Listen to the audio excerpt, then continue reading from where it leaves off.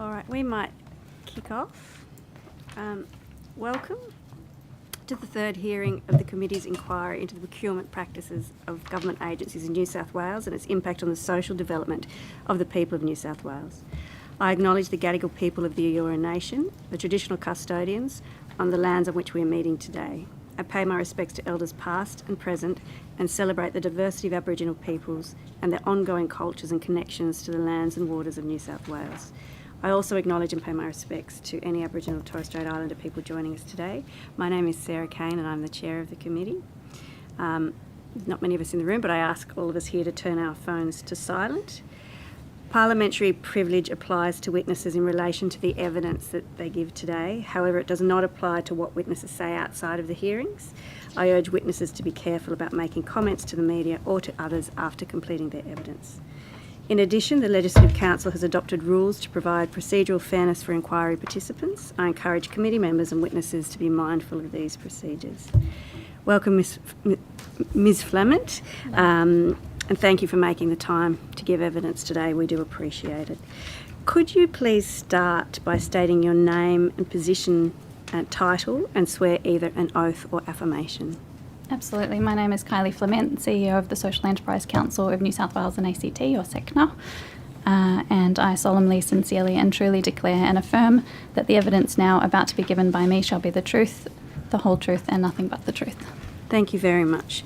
And would you like to start by making a short statement? Yes, please. Thank you very much for inviting me to speak on the lands of the Gadigal people of the Eora Nation. I acknowledge that they have been trading here for tens of thousands of years in a way that is socially and environmentally responsible, and we have a lot to learn. I'm here on behalf of SECNA, a member-led peak body for social enterprise in New South Wales and ACT, social enterprises being businesses that put people and planet first. I've also run a large social enterprise employing young people and refugees to do environmental work for almost 5 years, and I can speak to that if it's helpful. I'd like to make 2 points as my opening remarks. Firstly, as we all know, the New South Wales Government has a responsibility to deliver value for money in its procurement for the people of New South Wales. But that needs to be the full cost and benefit of a purchase, not just the dollar figure on the contract. Otherwise, it risks making false economies. For example, I'm told that within New South Wales Health, we are purchasing cheaper body bags from China and having to use 2 instead of 1, where we could be purchasing higher quality body bags from a social enterprise in New South Wales. False economies. I've also heard of, within New South Wales Transport, there are contractors employing cash-in-hand workers to plant trees, and as a result, on some projects, more than a third of those trees died and had to be replanted. False economies. I'm also told that it is standard practice in some industries that contractors underquote to government in order to get the contract and then make up for it by overcharging on variations. More false economies. Social enterprises offer greater value for money. Some employ people who need the jobs most. Some sell goods and services that are fundamentally improving the world, and some donate their profits to charity. All 3 types of social enterprise save the New South Wales Government money overall, and a social procurement strategy would ensure that these businesses rise to the fore. My second remark is based on the well-used saying that sunlight is the best disinfectant. I would note that there's been a transparency revolution in business-to-consumer markets. Everything gets reviewed, and you know which products to buy or companies to buy from and which to avoid. The same has not yet happened in business to government. So I can quickly find out which coffee or cat food or kettle to purchase for $50 based on other users' experience, but the New South Wales Government cannot figure out which construction company or consultant or cybersecurity expert to spend $50 million of taxpayer money on. Both social procurement and greater transparency will bring greater value for money for the New South Wales Government and positively impact the people of New South Wales. I look forward to answering any questions you have. Thank you very much. The first question I have is quite a general one, and I already note the examples that you've given and the cases that you've given, but how successful do you think the current procurement policy framework is at encouraging agencies to procure from social enterprise, and how could this be improved? It there is one small statement in the procurement framework that encourages purchase from social enterprises, but that has no teeth, and so I would say it's not effective at all currently. I think there's a number of ways that it could be improved. One suggestion that's been put forward is a percentage spend on social procurement. Another suggestion would be social and environmental impact weightings on contracts. And the feedback I'm getting from others around Australia is that the weightings would be the best way to go. Okay. Maybe relatedly, I note in your submission that the feedback from your members about their experience in the procurement process revealed some concerning issues, notably being squeezed on price and also, a bit disturbingly, being included tokenistically on tenders. Can you talk a bit about that and how, is there any other ways that those could be overcome?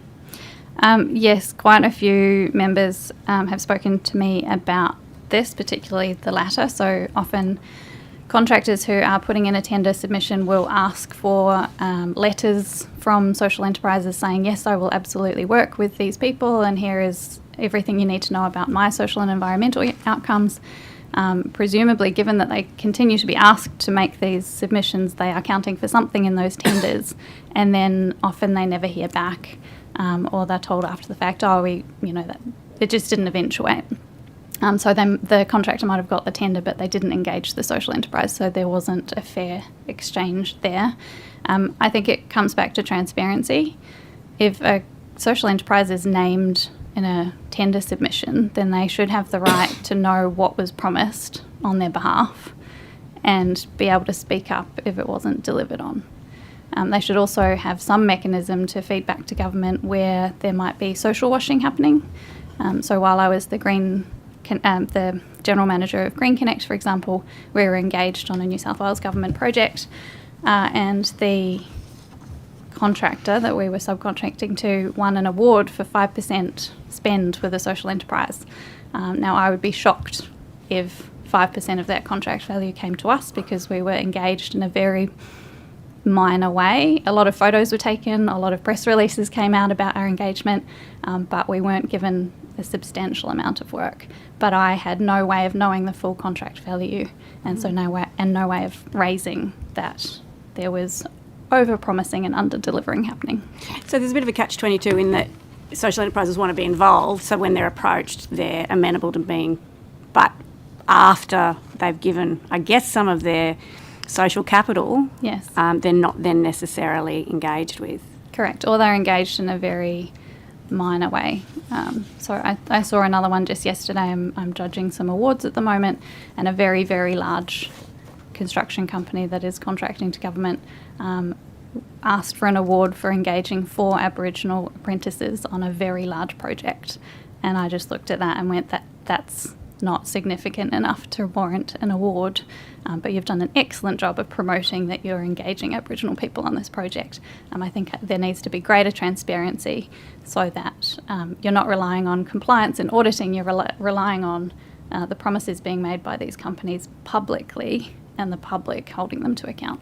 So maybe they should apply for a PR award. I'd say so. Possibly. So is this the order of questions we agreed on? Yes. Yep. Government, crossbench, opposition. Yep. In your submission, you spoke about competitive tendering, and you've already touched on issues of transparency, but you talk about competitive tendering, underpricing and unethical conduct generally. Competitive tendering is often seen as one of the key things that needs to be protected about the procurement process so that, you get the best bang for your buck, so to speak. What are your concerns about the competitive tender process? My main concern is that it is creating false economies and bad behaviour. So competitive tendering is a race to the bottom on price, and it means that some contractors, as I mentioned in the opening remarks, are underquoting.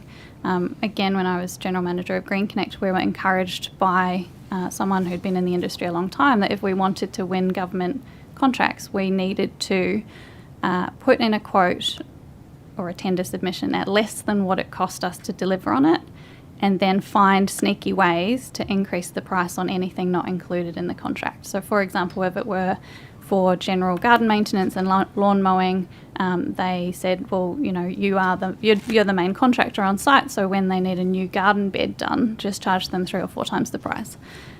That's really bad behaviour, and ultimately it's not getting government best value for money. You're not necessarily paying the price that was quoted to you because of these behaviours. And I think competitive tendering just on price is going to continue to have these negative outcomes. Whereas, for example, if you had a budget and said, right, we need the gardening and landscaping of this site done, and our budget is $1 million over 5 years, what can you do for that price? What's included?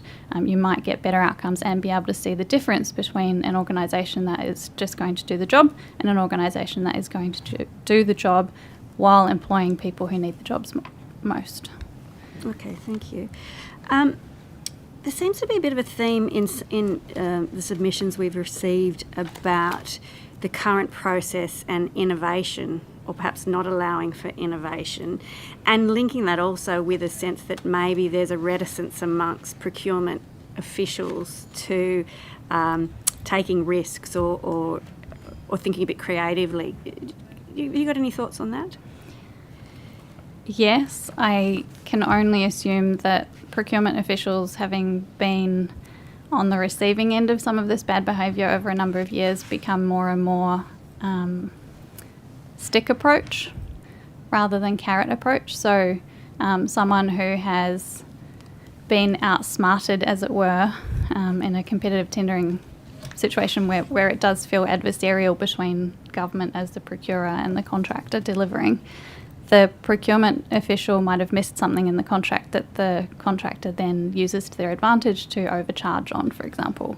They are going to become battle weary and so become more and more compliance driven and minimising risk rather than maximising outcomes. I think I've got time for one more question.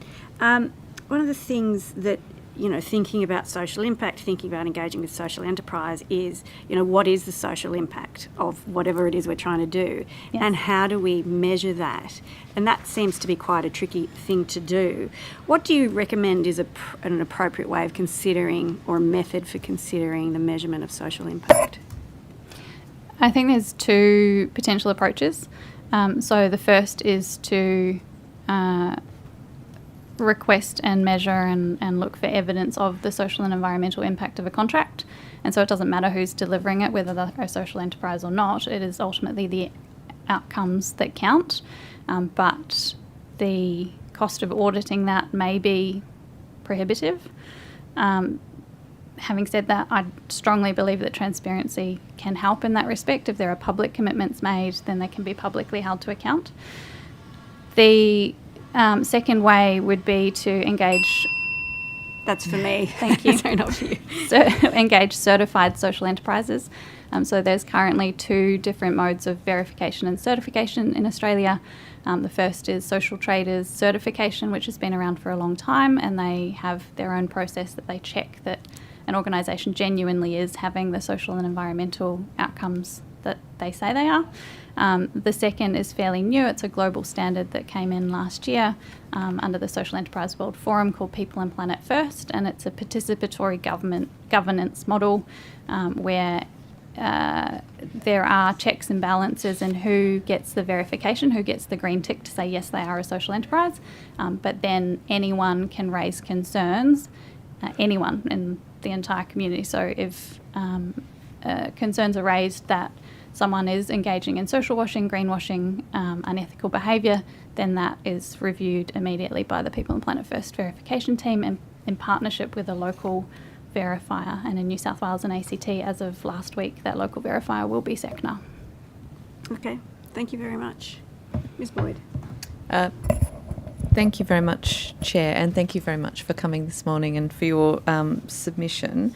I just wanted to pick up on that competitive tendering point, and I see in your submission the idea of collaborative tendering. Can you talk us through collaborative tendering and whether it's been used in any other jurisdictions or any other places? Yes. So the idea would be that the government has something that they need to have done, a good or a service that they need to procure, and they go out to market talking about, like, this is our rough budget, or, you know, generally what could be done here, what might this look like. So I have seen it done at a local council level. So for example, Wollongong City Council approached Green Connect while I was the general manager there and said, we have a problem with bikes. There are too many bikes going into landfill. No one seems, it's not commercially viable to fix this problem, but we need it fixed. We can't keep throwing good metal into our landfill. What could we do here? And so Green Connect worked with a number of local organisations to go, who would be best placed. We had community meetings about how would we fix this and how much would it cost. And ultimately a proposal was given to Wollongong City Council to consider, to say this is absolutely transparently how many bikes could be recovered, who could recover them, how much that would cost, how much they could be sold for, and therefore what the gap is. And so that's a really different way of doing things than that council saying, you know, we need bikes to be recovered. How much is it? So in terms then of that cost of that project, were there multiple, understand that the collaboration involved in the design of what it would look like, but in terms of the cost, what was the process around sort of determining the best price, I guess, or the scope of cost? We just did things absolutely transparently and said that this is how much salaries and wages on this project will be. This is how much it would cost to rent a space the size that would be required. This is how much the transport would cost. So everything was completely transparent to council. There were no, hidden lines. There was nothing done that they couldn't see and investigate themselves. And actually, ultimately it was about the outcome. So if council wanted to look at that and say, we think we could deliver this better, cheaper, faster ourselves, then they could take those costings and go away and use them internally. Generally, I find with projects like that, one member of one council once said to me, we can't get around our own red tape. Can you please take this project on? So social enterprises tend to be more agile and able to adapt faster and ultimately can deliver things for greater value for money than the government organisations themselves. And I think what I find, and I've worked in the commercial sector, I've worked for government, I've worked in social enterprise, and social enterprise is unbelievably willing to share their information, their knowledge, their networks.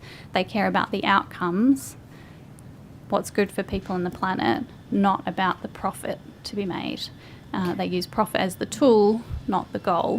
And so they are willing to engage in conversations where it's about how do we get this problem fixed, who's best placed to do it, not about how can I get the most out of this opportunity. So when we're talking then about collaborative tendering, it's for projects that we already have identified as something that a social enterprise would be collaborating with. I love the idea. I'm just trying to work out from a government perspective, playing devil's advocate, they'd say, well, if it was anyone who was profit motivated, then that sort of reverse way of doing things might lead to the prices going up too much. Have you seen it being applied anywhere where it's not just with social enterprises in mind? It's not.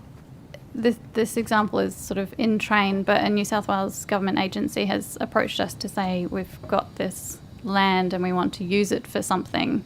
How would we go about designing? We don't even know where to start. And my advice to them was, it's a bit of a chicken and egg scenario, because once you write the tender, you've locked yourself out of any innovation. You've said this is what we're going to do. And so a consultative process with the general community and opening it up to businesses, social enterprises, anyone who thinks that they know what could be done here. Perhaps not the best example, sorry. Yeah, I'm just, because again, that's collaboration in design before the tender process. I'm interested in when we, as you've well identified, one of the problems of competitive tendering is this kind of race to the bottom, and where people are putting forward at a certain cost that's just not actually possible down the track. They end up, then increasing the amount of the cost of the project. So I'm very interested in these examples of where, in your submission, you say set the price and compete on quality and outcomes rather than setting the quality and outcomes and competing on price. And it was that aspect that I found quite compelling. If we have an envelope of price and then people are competing within it, then presumably that allows a focus then of the quality of the not just providers but also the social impacts and everything else. Are there any examples of that sort of setting a window of price and then having people sort of compete within it? Is that something that we've seen elsewhere? I would have to take that question on notice and see if I can find examples. In theory, though, I used to work at the children's hospitals, and there's all sorts of things that we procured there, from office furniture, computers, food, hospital food. My goodness, imagine if we had a budget set, which we did. The hospital knew its budget for food, but we'd go out looking for the cheapest possible provider. And so rather than that, if the hospital went out saying this is the budget and this is how many meals need to be served, what can you do within that price, they might have better options in front of them and more social and environmentally friendly options. So perhaps those tenders where the price is a bit more certain, or a bit more, where we've had a sort of a recurring contract, and over time it's kind of clear, I guess, as to how much it should cost. It's perhaps those are the sorts of areas. As an alternative, you talk about having, setting basically targets for percentage of contracts that could be delivered with, to social enterprise, or at least with those objectives in mind. Is that something you've seen in other jurisdictions, and has it worked well? Yes, we have seen it in Victoria. We've actually seen it on some contracts in New South Wales, where large contractors were trying to get ahead of the curve, and seeing what was happening in Victoria and moving into Queensland on a percentage spend. They went, well, we're going to implement that in New South Wales. And so that, again, while I was General Manager of Green Connect, we were approached by a Tier 2 company to say, we want you or someone like you in our supply chain. And so we've put a piece of work out to tender, and we have made it very clear that the social impact of aspect of people's bids will be very, very important to determining who gets the tender. Both tenderers spoke to us, and both of them said, we don't get this social enterprise thing, we don't get why it matters, this is outside of our scope. And one of them was chosen, presumably based, actually we were told, based on how much they promised to work with us. And by the end of the contract, that manager who'd said, I don't get it, was like, oh my goodness, your staff, we actually had a complaint that our staff were working too hard, that we were creating bottlenecks in the process, because the team were absolutely committed to getting the job done. There were also some incidents, so this was employing young people and refugees. There were some incidents of racism, and so we went in and offered advice to the contractor on how they might go about engaging a more diverse workforce, and ironed those issues out, because that is what we were absolutely committed to do. It wasn't a box-ticking exercise for us. And so that contractor went on to engage Green Connect in further work. So I've seen that where targets are set, contractors will adhere to them. They might do so unwillingly at first, but I think the quality of the work often speaks for itself, and so they're sold basically by the end of the process. Thank you. Thank you. Mr. Tudor, Ms. Merton. Thank you, Chair. The current New South Wales Government procurement framework encourages people who are seeking procurement. Since that was adopted, I think, in 2020, has there been any change in that framework? Any change in the change in other than behaviour? Moving away from encourage to any more prescriptive approach to social enterprises? Sorry, are you asking me? Has the government adopted any other Oh, not policy? to my knowledge. Not to your knowledge. So in the last 18 months, nothing has occurred?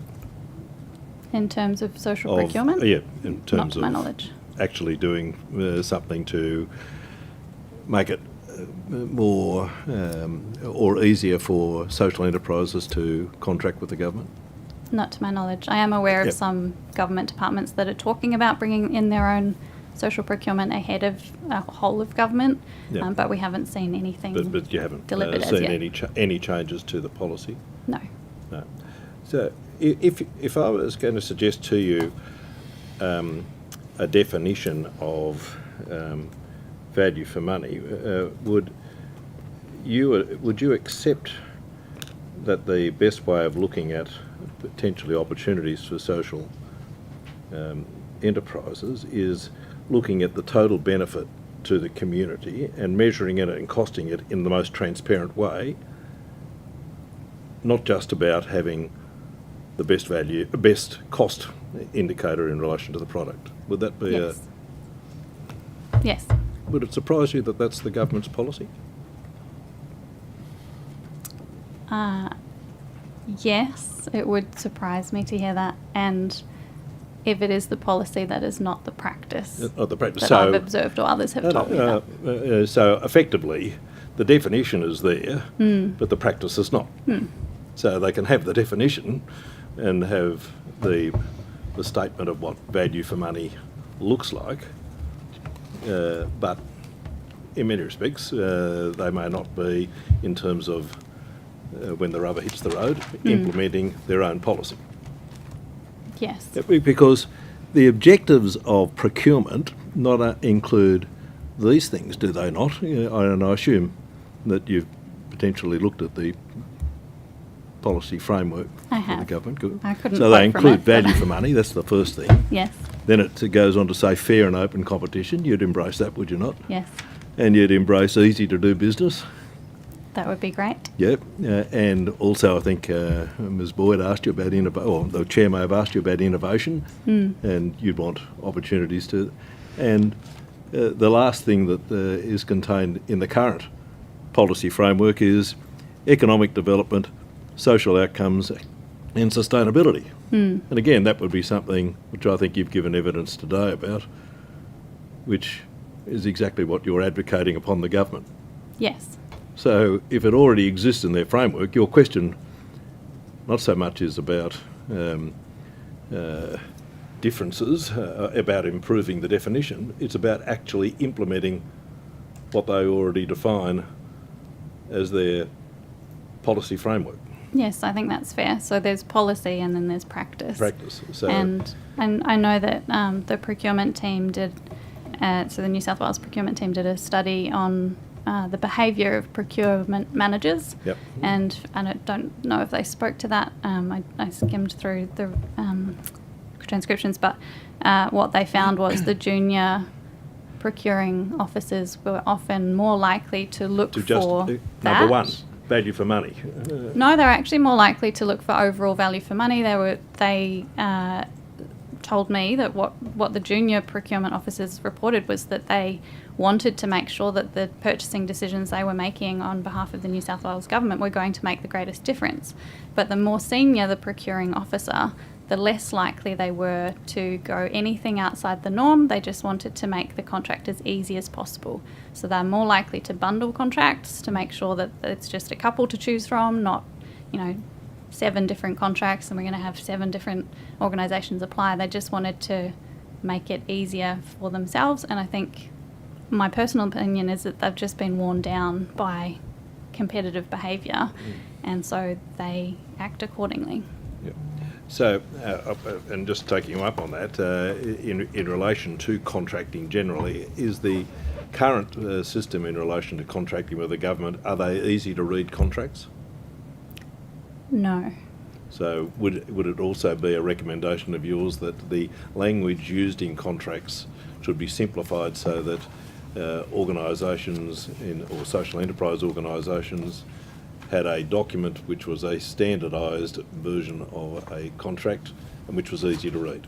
Yes, and I don't think that's just about social enterprises. That's No, just across a the fairer board, process for everyone, so that you don't have to be a business that makes sufficient profits that you engage lawyers and procurement experts to read these contracts and offer their thoughts. So one of the recommendations I think that you do make is that you would suggest that the government move towards a similar sort of policy to the Aboriginal procurement policy.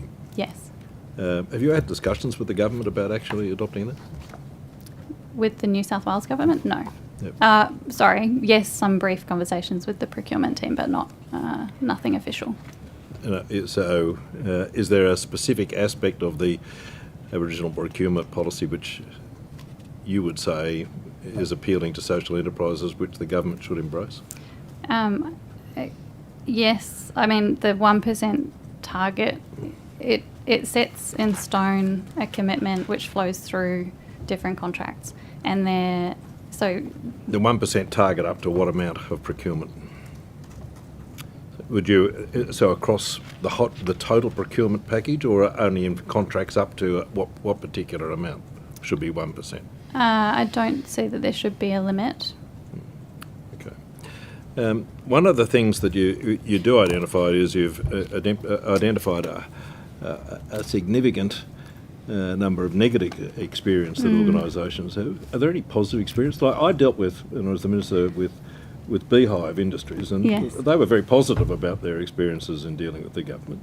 Yes. Can you identify other positive experiences in terms of procurement through the social enterprise system? I think what's tricky when you go out to members, so we had 330 members at the time of submission, now 371, and when you say, what's your feedback, you're more likely to get the negative stories. Yeah. So that I do take some of them with a grain of salt, but there are themes emerging.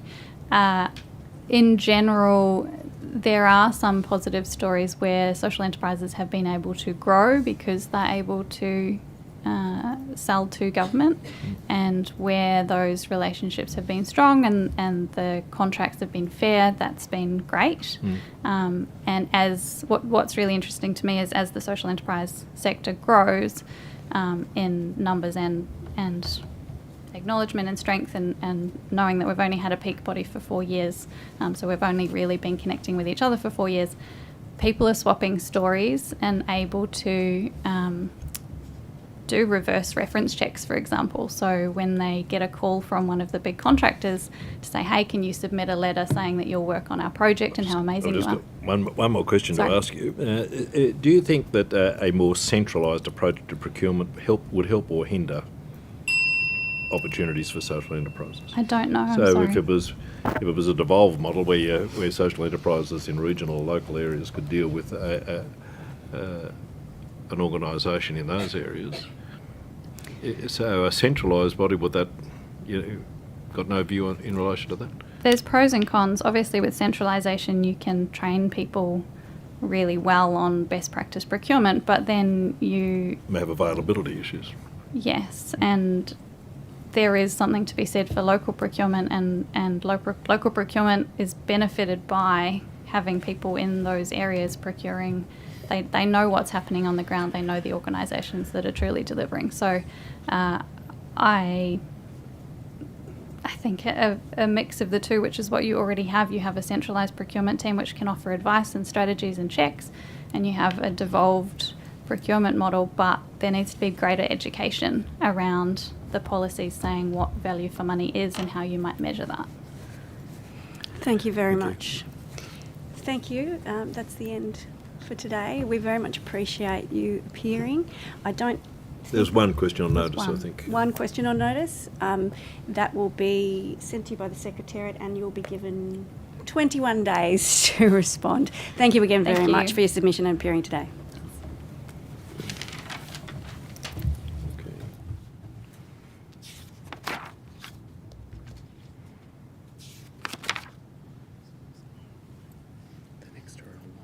Oh, they're online. Okay, brilliant. Okay. Do we get to see them? Coming in now. Okay.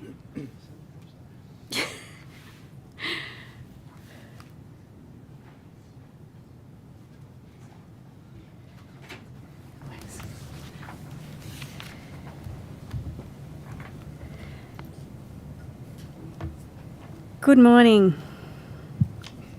can you hear us? Excellent. Good morning, yes. Yes, Good morning. thank you, thank you. I'd like to welcome you both to our hearing today and thank you for the time that you're giving to give evidence, but also for the submissions of your organisations.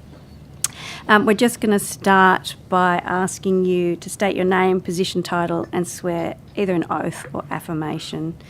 If I could start with the Aboriginal Land Council representative, Mr. Dean.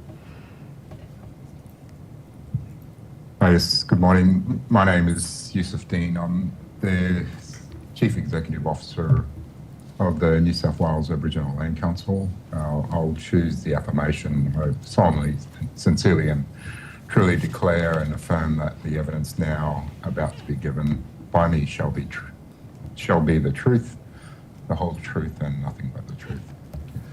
Thank you. Thank you, Mr. Dean.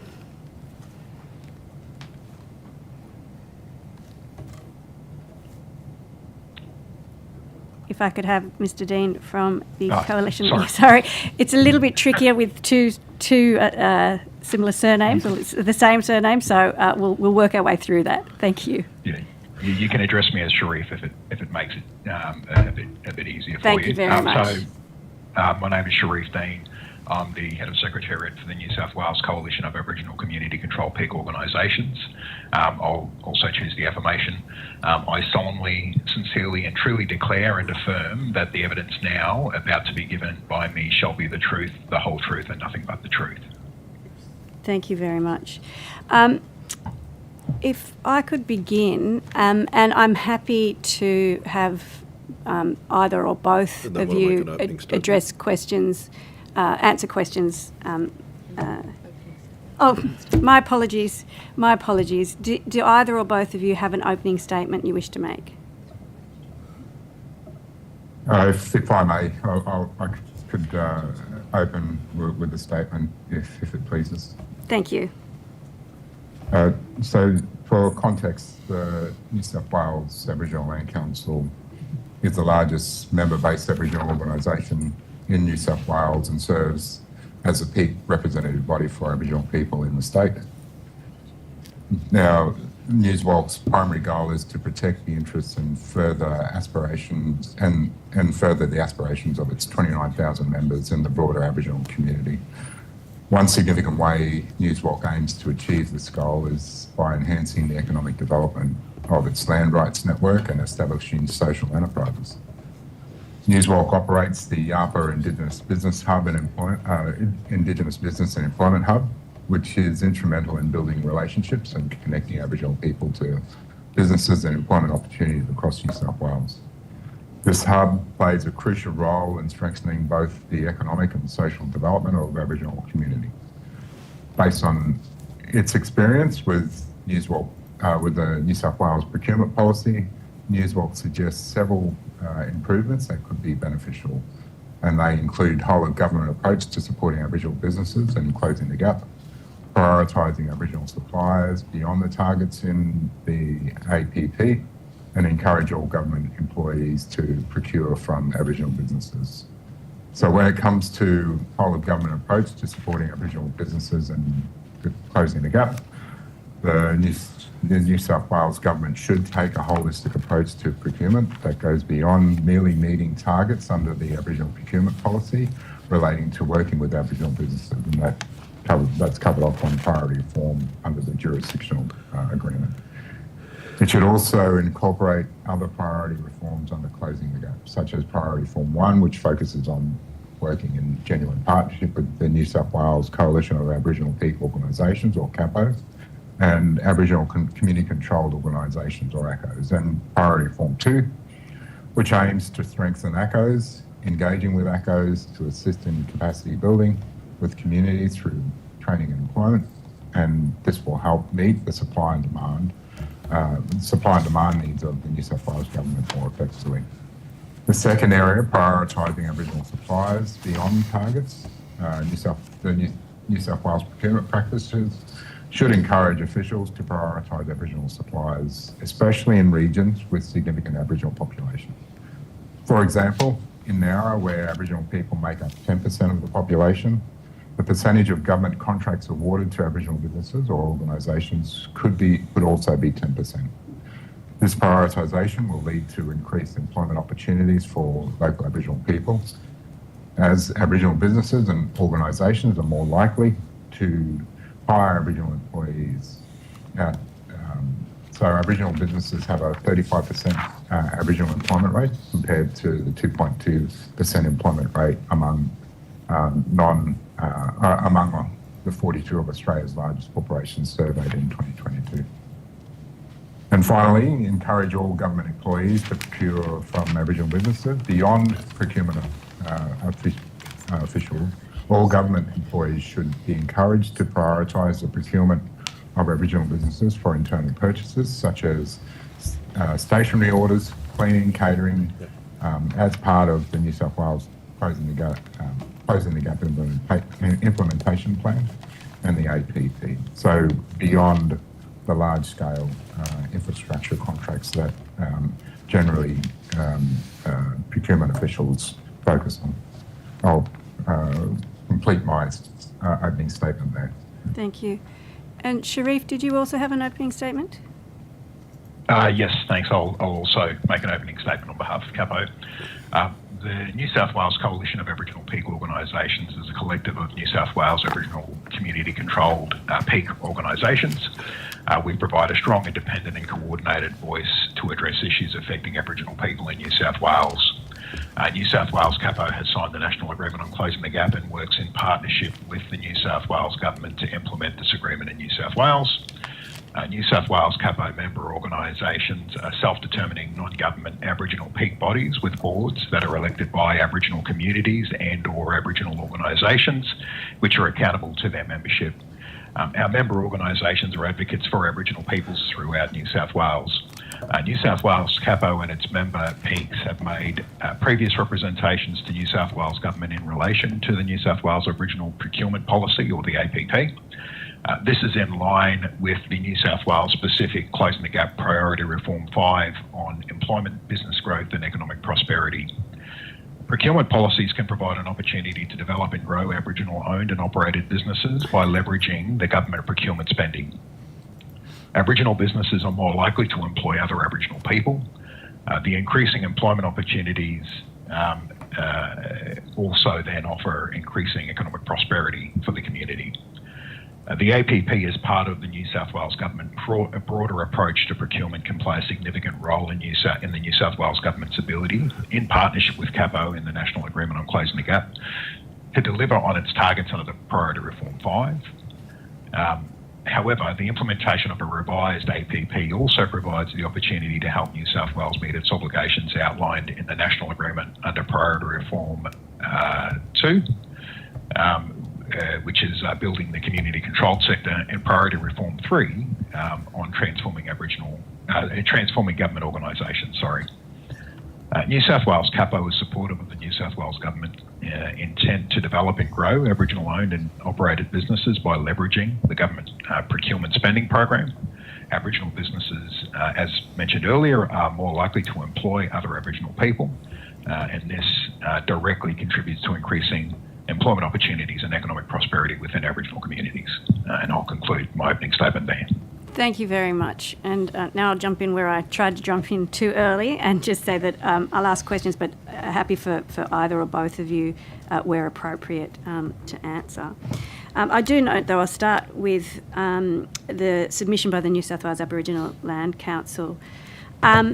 Your submission does talk about the growth of Aboriginal businesses since both the federal Indigenous Procurement Policy and the APP.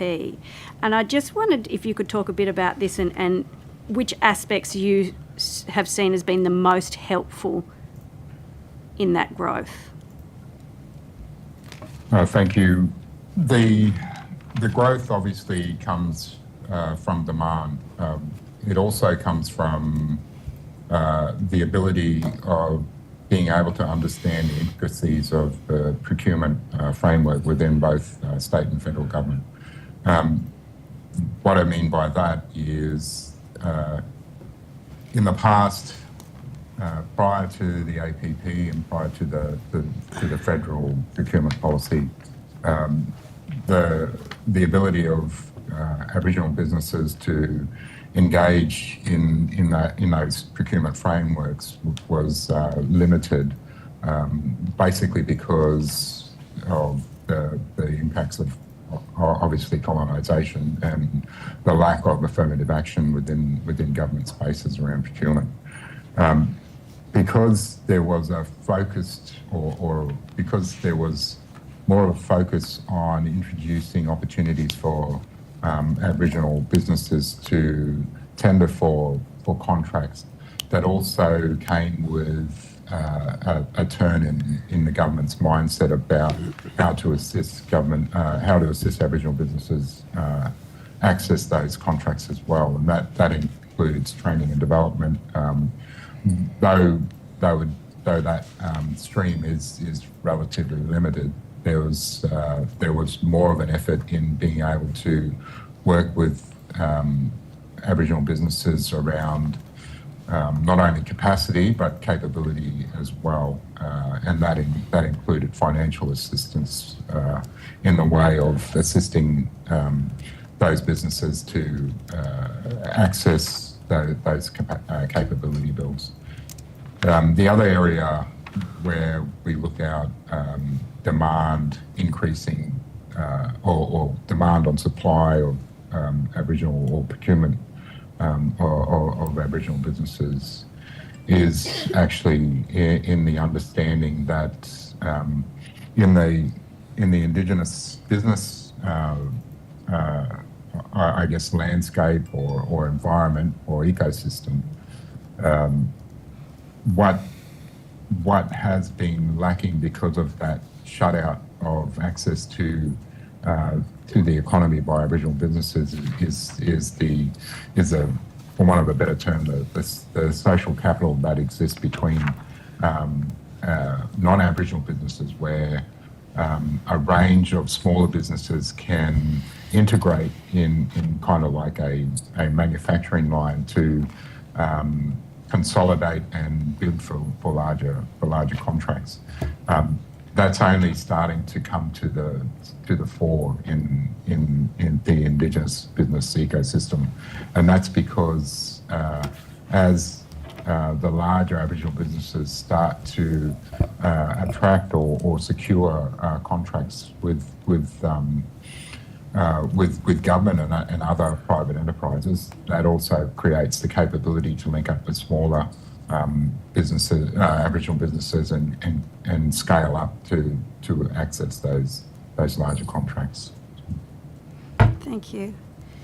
I wanted to ask about the Closing the Gap implementation plan 2022-24, because it was critical of some of the changes to the procurement process, indicating that they still didn't go far enough to reduce red tape. And I think the quote was, "The complexity of the procurement policy still excludes many." So while I note that in your previous answer, part of the benefit of the APP was an understanding of the framework, there still seems to be barriers, or they're still listed as too much red tape. And I wonder if either or both of you could sort of distill to the key aspects that would help remove those barriers. I might defer to Sharif, and I'll answer, or I guess provide any further comment on that. Thank you. Thanks, Yusuf. In regards to the 22 to 24 implementation plan, as part of the development process, CAPO undertook comprehensive community engagements across New South Wales. And on the topic of Aboriginal procurement policy, the references to red tape is that the existing arrangements often provide or create an administrative burden in terms of there are issues around access to capital and the need for a certain level of underwriting, and there's also barriers or challenges around insurance requirements as well. The other key element to the red tape is the size of work packages that are put forward, inviting quotes or tenders tend to favour your bigger organisations. So your tier one contractors generally have the size and scope to be able to tender for those in their own right. Going to a point that Yusuf had made in his previous answer around the Aboriginal business community had talked about the need for support to be able to grow either in the short term as individuals, but the ability to group together. So I guess to loop back to the response, one of the key barriers is the fact that current processes favour bigger organisations, and a key element of feedback from community was the need to break down work packages into smaller sizes to make it possible for smaller organisations to tender directly, and also the need for supports where there might be a consortium of Aboriginal businesses that could potentially group together, but at the moment are not in a position to do so. Thank you. Mr. Dean, would you like to speak to that? Because I note that your recommendation 5 from your submission does seem to echo those themes. Yeah, if I could add to that,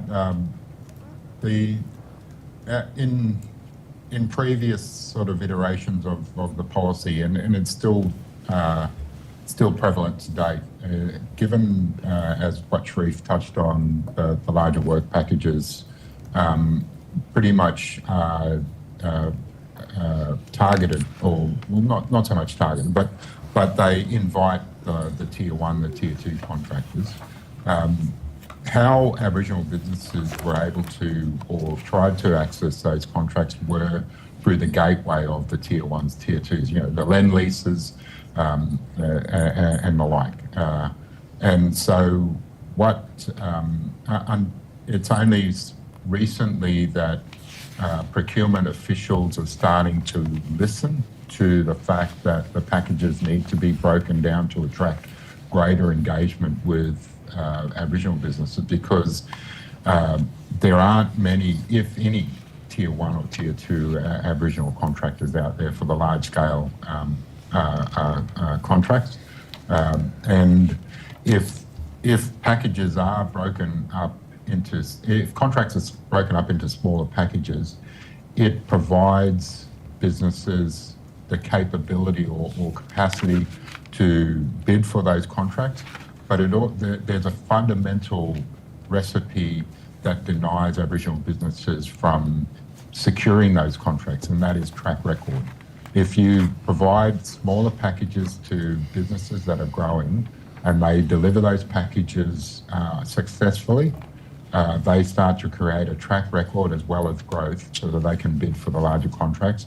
And there's a flow-on effect downstream to smaller businesses, because not only in the Aboriginal business space that Aboriginal businesses are 66% more likely to attract, to employ Aboriginal people, so there's an employment benefit downstream. Aboriginal businesses are also more likely to contract other Aboriginal businesses and create greater growth in the Aboriginal business ecosystem.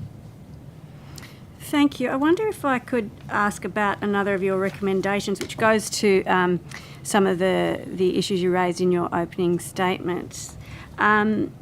So recommendation 1 in the New South Wales Aboriginal Land Council submission was about requiring a whole of government approach to supporting the priority reform areas in the Closing the Gap implementation plan. And we've been having an ongoing, I guess, discussion and questioning in this committee around, what needs to be driven centrally by government and what can be devolved. And I wondered if you could explain a bit more why you think that it needs this whole of government or more central approach in order to implement the Closing the Gap reforms.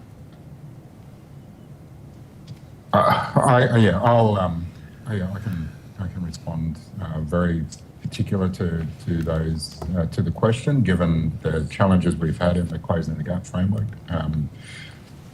There's a reason why there are priority 1 to 5 around genuine partnership, around building the capacity of the ACO sector around transformation of government agency, and to the credit of the New South Wales government, pursuing economic participation or self-determination in Aboriginal communities. What we've found, not only from a Newswalk perspective, but also from a Capo perspective as well, and I'll allow Sharif to chime in as he sees fit, is that there's a framework there. The New South Wales government and Capo have signed up to the national agreement. We've got a jurisdictional agreement. And the challenges at present are that we have not only the current government, but the previous government signed up willfully to the Closing the Gap arrangement. And what we found at ministerial level is that ministers lean into their priority reform areas and the target areas. The ministerial class believe in the need to pursue those targets and priority reform areas because it will create meaningful change or facilitate meaningful change in the Aboriginal community. Unfortunately, once ministers leave the room, we have challenges with the New South Wales Public Service. And that goes directly to priority reform area 3. We have transformational government agencies. That business as usual is very difficult to move from what we found for the New South Wales Public Service. Where we saw a whole of government approach work, or an elevated approach work, was the previous Premier's priority framework, where the targets or goals were elevated out of any particular government agency and handled by the Premier's department. And so the unit within the Premier's department had the imprimatur of the Premier and the Secretary of the Premier's department to ensure that there was to ensure that there was a whole of government approach to those priorities.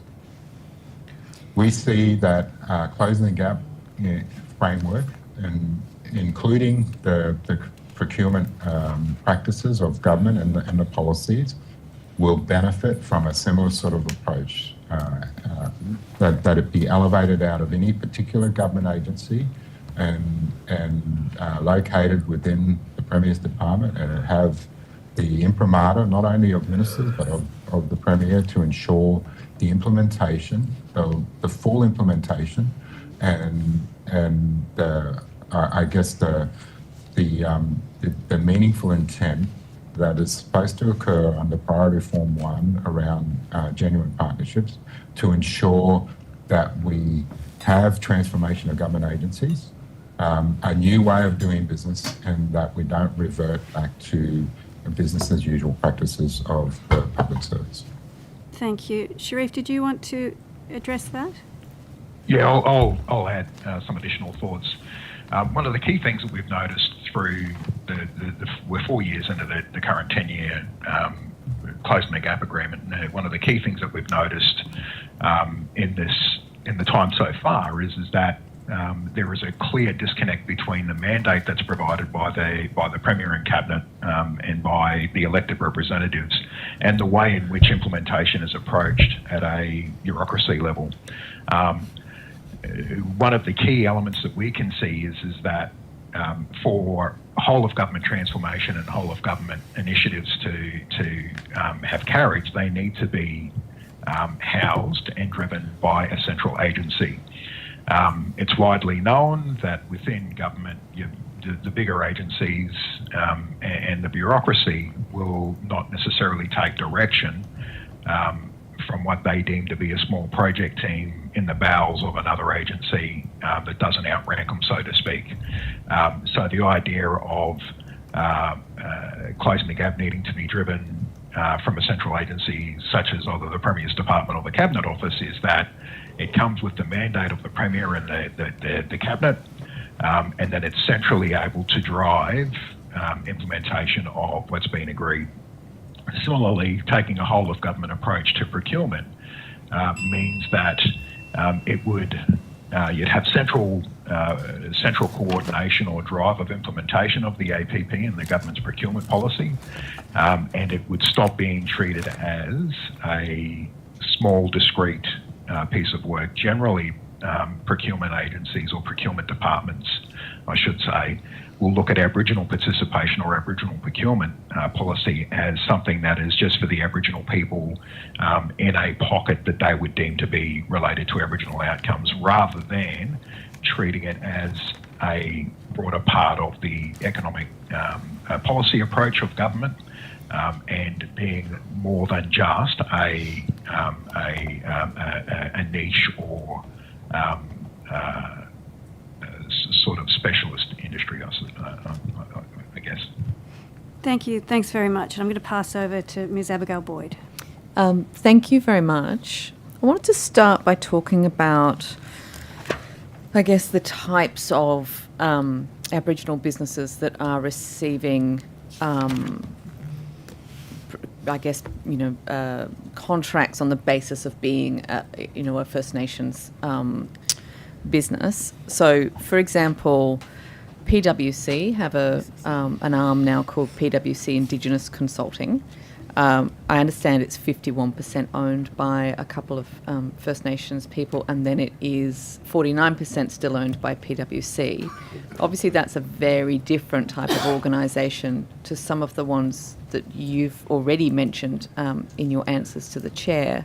Do you think that when we're talking about those sort of big offshoots of other non-Indigenous players in the market, that we're still having the same sort of flow-on benefits when it comes to sort of local engagement? What's your view on that?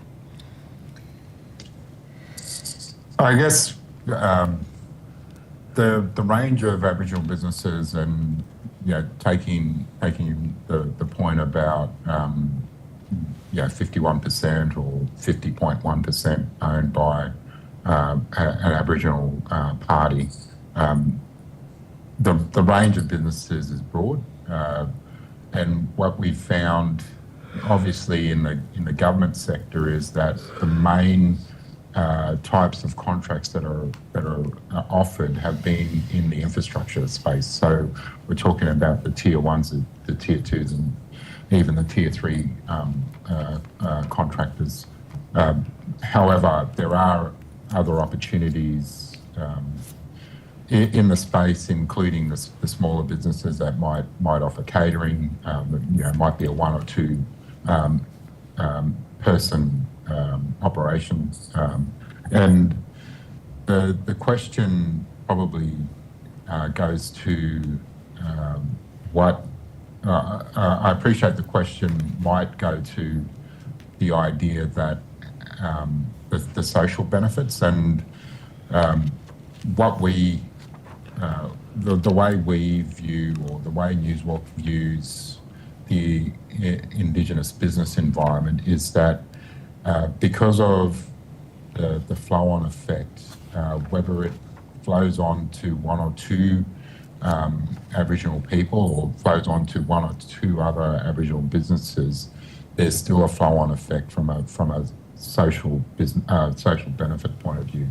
The challenge, I guess, is that without a clear framework for a sort of social impact tender, some businesses obviously would present themselves as providing social or environmental impact when they do not. We don't particularly have means of measuring that.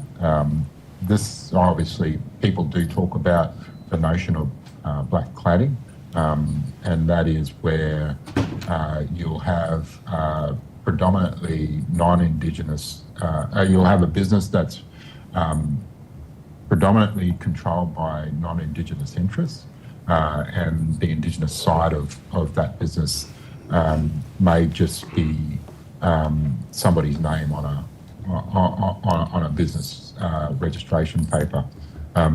That's an issue, but from a social return on investment point of view, if the business is predominantly Aboriginal, Our view is that to understand what the flow-on effect is from a social benefit point of view, more work needs to be done around creating metrics around that. Thank you. Sharif Dean, did you want to speak on that as well? Yeah, thank you.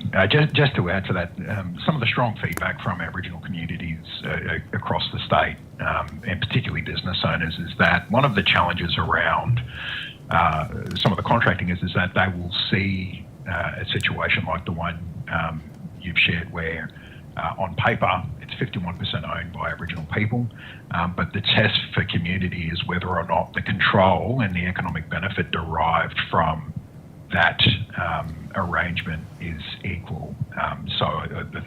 Yusuf alluded to it in his response. There are situations where a business is put forward as being 51% Aboriginal owned, but when you scratch beneath the surface, all of the key decisions are not made by the Aboriginal owners, and the economic benefit is not derived by the Aboriginal owners. And when I say derived by, what I mean is that you might have a 51% ownership, but you may only derive a 5 to 10% economic benefit.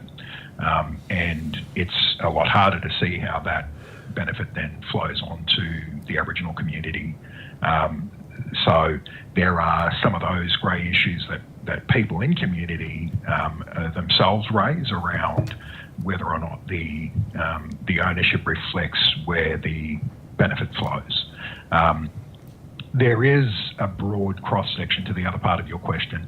There is a broad cross-section of businesses that do benefit from contracting, but as Yusuf pointed out, at this point in time, there is a lot of concentration on those big capital expenditure projects, the capital works projects and those sorts of things.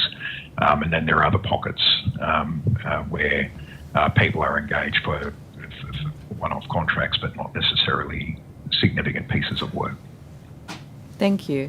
And I guess when we're talking about the social benefits as well as the economic benefits of Aboriginal procurement policy, it's not just the money going to somebody who is a First Nations person, but also the participation element where we are increasing Aboriginal employment, where we are also sort of capturing the skills and expertise of Aboriginal people into government work. So when we look at the 2020 review of the New South Wales APP, one of the things that they came out with was a recommendation or a finding that there was a lot of sort of box ticking, but there wasn't meaningful participation being formed.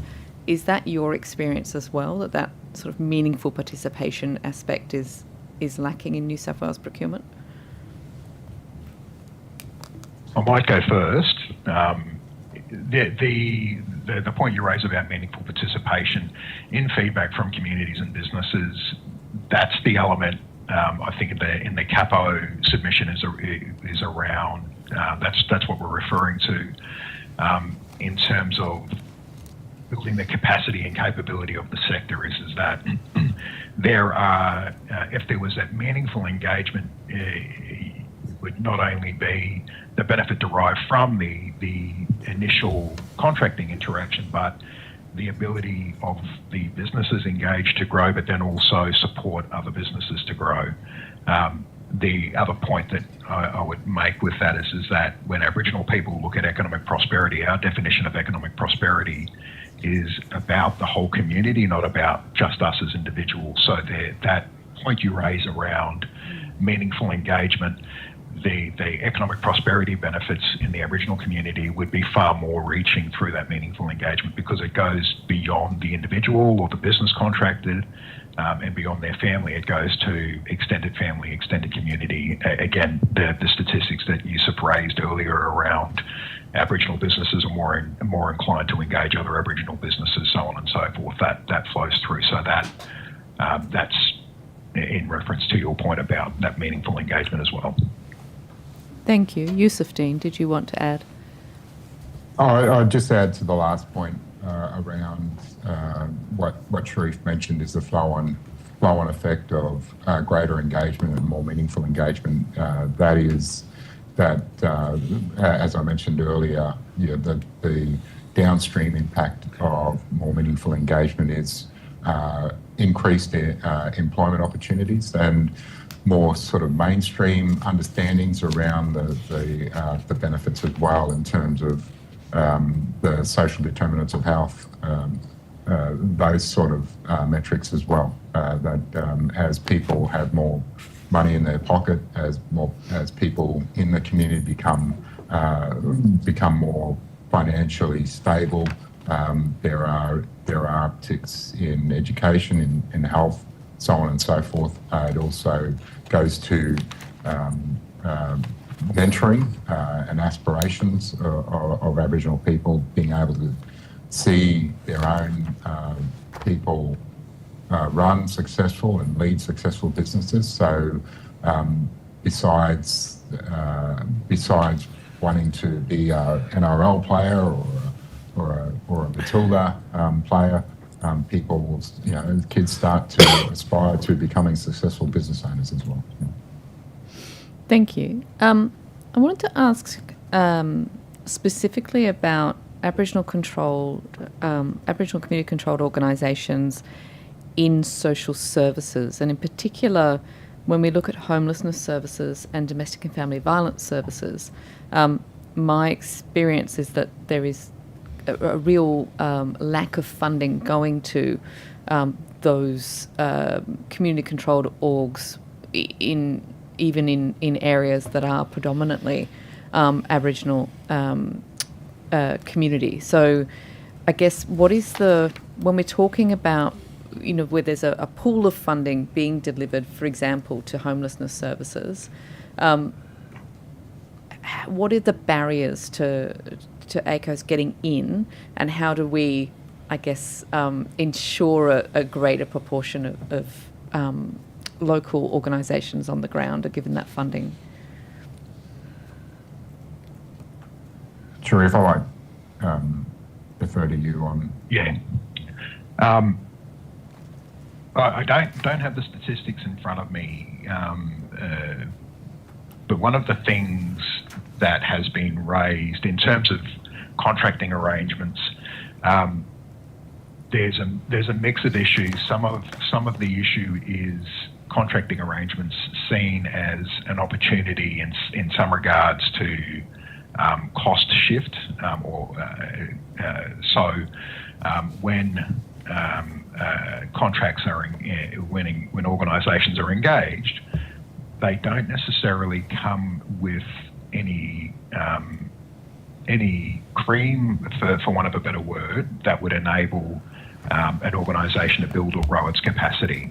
I've seen situations where organisations that are providing specialist homelessness services are doing it in addition to their core business, and they're doing it out of a sense of responsibility and obligation to their community to be the provider of those services.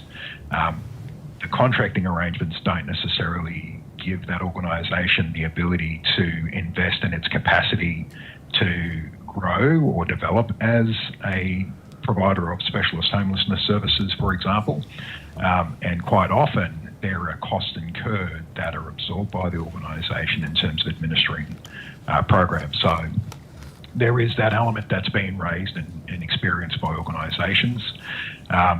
And it's without having the expertise in the family violence area, those same sorts of experiences are raised, whereby Aboriginal community-controlled organisations seek to grow and want to be able to build and expand their capabilities to deliver more services. However, there isn't funding included or provided for growth, for want of a better phrasing of the answer.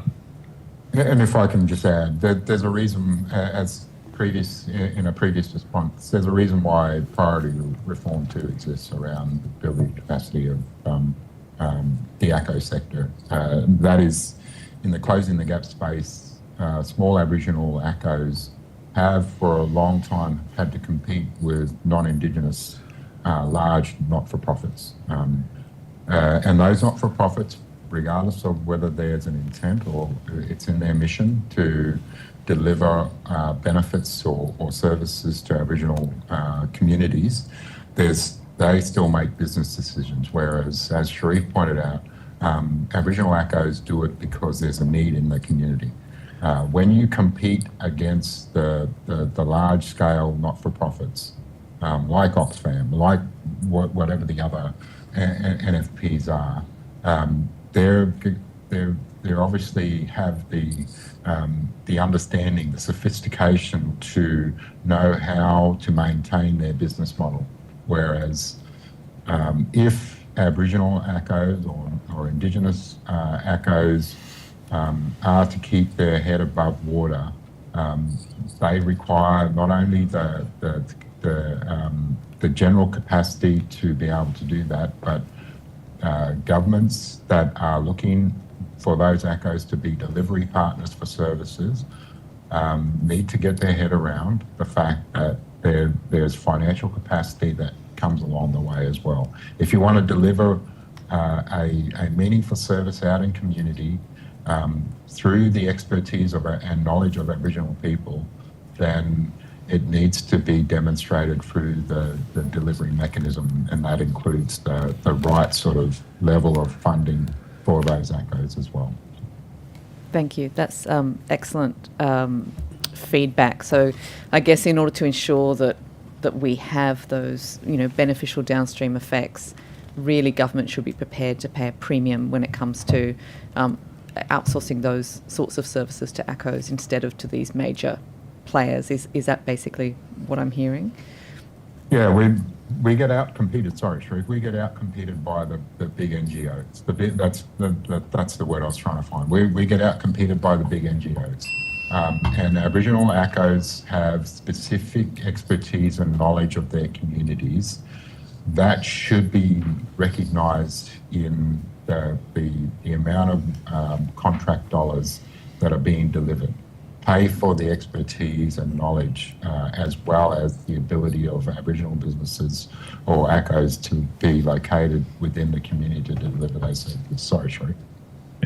I was just going to add it, and it's not even necessarily paying a premium. It's one of the key reasons that we talk about partnership and shared decision making under Priority Reform 1 of Closing the Gap is that if there are government commitments to transfer or shift services to be delivered by either Aboriginal businesses or by Aboriginal community-controlled organisations, part of the negotiation and the contracting arrangements is understanding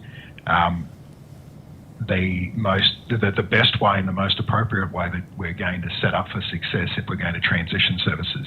There's been experiences in the past where a decision is made to transfer delivery to Aboriginal organisations.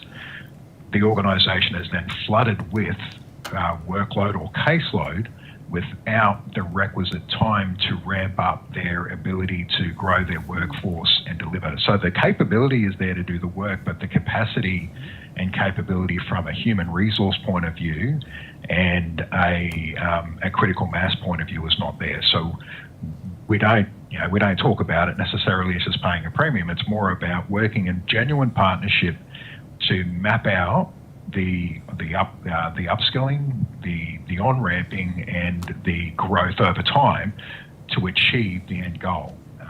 And that's where big non-Aboriginal NGOs are able to outcompete ACCOs is that they already have capacity. Quite often, well, I shouldn't say quite often, but there are examples where a non-Aboriginal NGO has outbid an ACCO and then has sought to engage the ACCO that they have outbid to deliver the service in the local community at a reduced rate. So they want to pay them less to use their experience and expertise in their community and their knowledge of their community. So those are issues not so much about paying premiums, but about appropriate resourcing to build capacity and growth over time. Thank you. We'll now pass over to the opposition. Mr. Tudhope. Yeah, thank you. There's currently a review, is there not, of the Aboriginal procurement policy It's been done. taking place? Are you aware, one or other of you? There's a current review which is due to be launched or delivered or tabled in July 2024. And what do you see will be contained in that review in terms of the representations that you've made here today? I can't recall details, but the revised policy has been shared with New South Wales Capo, and we do note that there are a number of recommendations that have been included. If it suits the committee, I can take the detail on notice and provide a more detailed response based on our understanding of what's going into the revised Aboriginal procurement policy, if that's helpful. That would be helpful. Would you anticipate that a number of the issues that you've addressed here today will be dealt with in the new policy? We believe some of the issues will be dealt with. Again, being able to, I'd be able to address in detail which issues we would see have been dealt with, but there are a number of issues that we understand are seeking to be addressed based on that feedback from not only Capo but Aboriginal businesses and Aboriginal communities. To the best of your recollection, can you identify some of the highlights that will be addressed by way of changes to the existing Aboriginal procurement policy?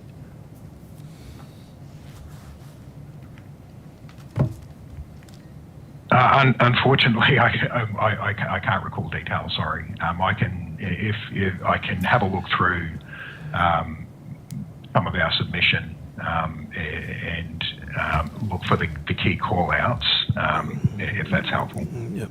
Okay. Well, the existing procurement policy, of course, had some targets relating to the employment of full-time employees. And I think the target was 3,000 Aboriginal full-time employees. Was that correct? Yes. I can't say yes or no whether that's correct. I can't recall the targets at this point. I've got that. The targets talk about 3,000 full-time equivalent employment opportunities supported. Yep. And that the APP aims to support an estimated 3,000 FTE opportunities for Aboriginal and Torres Strait Islander peoples throughout New South Wales procurement activities. Yep. And has that target been met? To the best of my recollection, I think it has been met. There are a number of iterations of the procurement policy in terms of the contract levels which are identified, and there's goods and services and construction.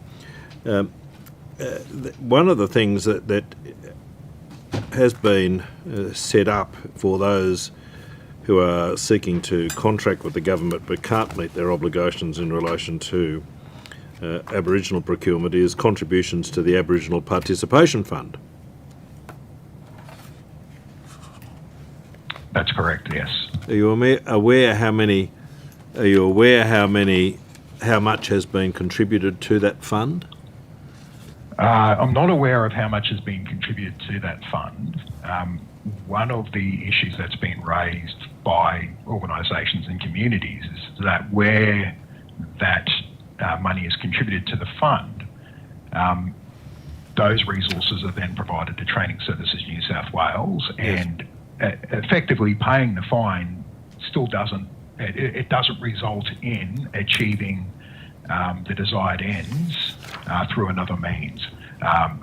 So a criticism has been that the organisations will quite happily take the contract, pay what is loosely referred to as a fine in terms of contributing to the Aboriginal Participation Fund, and there's still no benefit necessarily directly derived by community.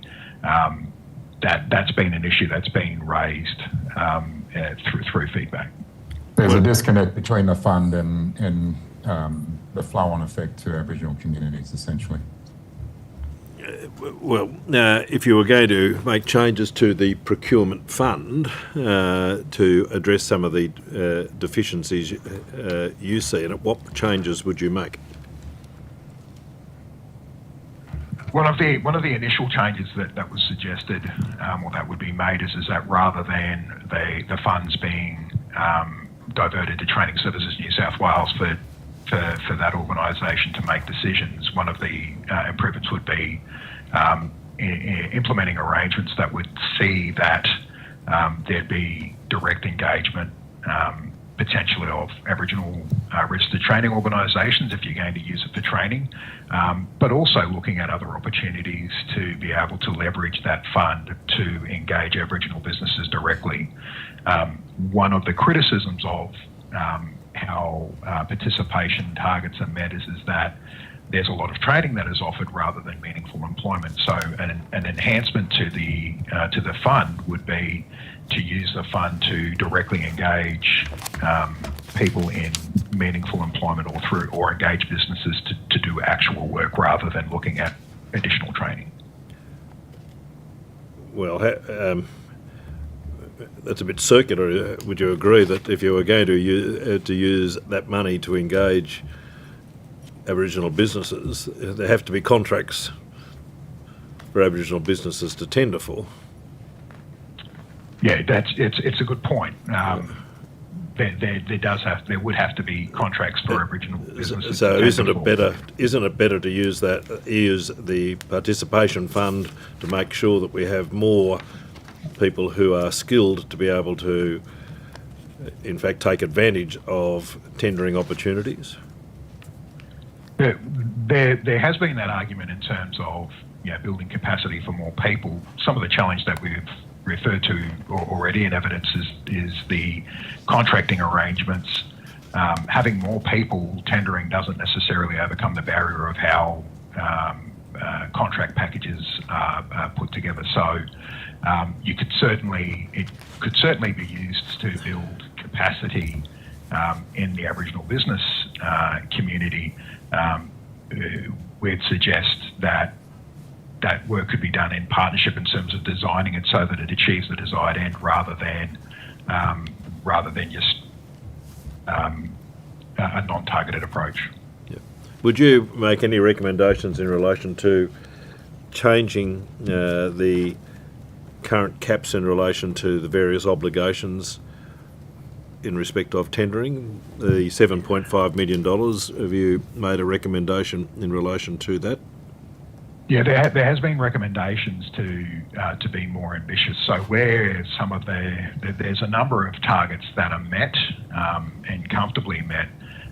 So there are recommendations to look at either expanding the targets or having stretch targets to encourage for greater growth.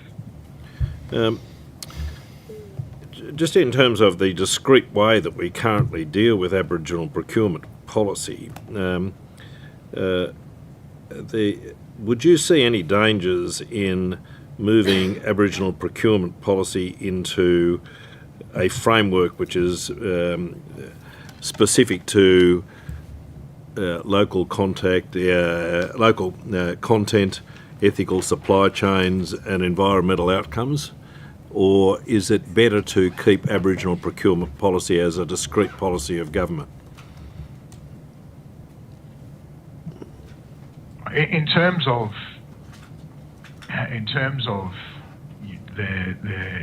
in the short term, it would be ideal to keep it as a discrete policy while it's seeking to address shortfalls or gaps in the marketplace. Ideally, it would get to a point where Aboriginal procurement naturally forms part of the broader procurement practices of government.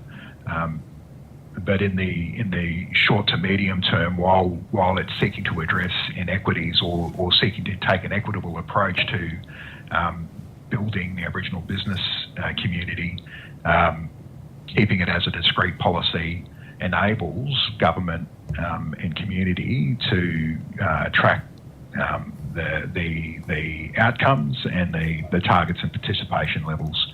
If it's transitioned away from its current format, it may decrease accountability, which is not necessarily the intent. I accept that. Yusuf, can I ask you, I was very interested in the suggestion you were making about having a model which correctly identifies the benefits to Aboriginal communities in various areas, and you gave the example of Nowra, and you said if an area which has 10% of its population is Indigenous, it should be in fact seeking to have a greater participation rate than an area which has a significantly lower. So is the model which you're, on one hand you're advocating for a model which is a whole of government model, whereas on the other hand you're potentially advocating for a model which is local in a sense that it takes into account the locality of the area which is getting the benefit of the contract and wanting to make sure that that community is properly serviced by the delivery of that contract. Is there a disconnect between having a whole of government approach to Indigenous procurement or Aboriginal procurement, and yet you, on one hand, and yet on the other hand you say, well, in a local area where we're seeking a procurement, it is better to be a devolved model which takes into account the population in that area? No, I don't necessarily see a disconnect. I don't approach it from that point of view. What I'd see, there's nothing preventing a whole of government approach that has a two-tiered or a two-pronged approach. First of all, a discrete policy, as previously advocated, should be centralised and elevated so that there's an imprimatur being delivered by Cabinet or by the Premier. But within that policy, it should take into account the differences or the variations in the variances in Aboriginal population. At the moment, the policy, or when the policy was established, it took a percentage that was reflective of the Aboriginal population in New South Wales or Australia. What we're saying is that in some pockets, in particularly regional area, that population is greater. So in terms of the implementation of the policy, it should take into account the variances in the population. That if there is a 7 or 8 or 10 or 7% or 10%, as an example, in terms of Aboriginal population, it should be reflective in the implementation of that policy. So those local targets would be designed to ensure that local businesses, which predominantly would mean that there's a better than even chance that there are a greater number of Aboriginal people and greater number of Aboriginal businesses in those localities to take greater advantage of the policy being implemented. So again, I don't necessarily approach it from the point of view that there's a disconnect. Thank you. One of the, I think, the points that you're at pains a bit to make is that you have ministerial commitment to Aboriginal participation and the procurement policy, but the implementation at I suppose, a bureaucratic level, for want of a better word, is a bit lacking. Is that potentially solved by better training for those who are implementing procurement policy? Either of you can answer that, I assume. Sharif? I would. Yeah, sorry. I would suggest yes, training is always capacity and capability build is always important in the evolution of the implementation of the policy. Our experience, or from not only the State Mean Council, but from a Cabo experience, it also comes down to meaningful intent as well. And that is being delivered, that is having incentives within the structure to ensure that people are implementing the policy, or people are abiding by the intent of Cabinet or the Premier. Can I just ask one last question? I've only got a very limited time. Is there any manner in which we measure community outcomes? One of the things you were at pains to say is that you don't measure necessarily by the benefit to the particular organisation which receives the tender, but more generally you should measure the benefit to the community. And how do we measure that? Social impact assessment. And should that be social return on investment, social impact? Should that be part of the tender process? I would suggest it be part of the policy process. Or part of the policy? Yeah. And the tender process? If yes. Yeah, the short answer is yes. Provided that there's capacity. Sharif, do you want to also add to that? Yeah, it's come from various communities and organisations across the state, and that being able to measure the social impact and demonstrate the outcomes achieved and identified and realised in community is not given enough weighting or credit. So building in social impact assessments and outcomes assessments as part of the process would potentially assist, or we believe would assist in better decision making that would see better outcomes for community. Thank you very much. Thank you, Mr. Tudor. Thank you both very much for appearing today, and also for the submissions as well. The Secretariat will be in contact with you in relation to, I think there was a question taken on notice, and also any supplementary questions. But we thank you very much again for your appearance. Thank you both. Thank you. Thank you.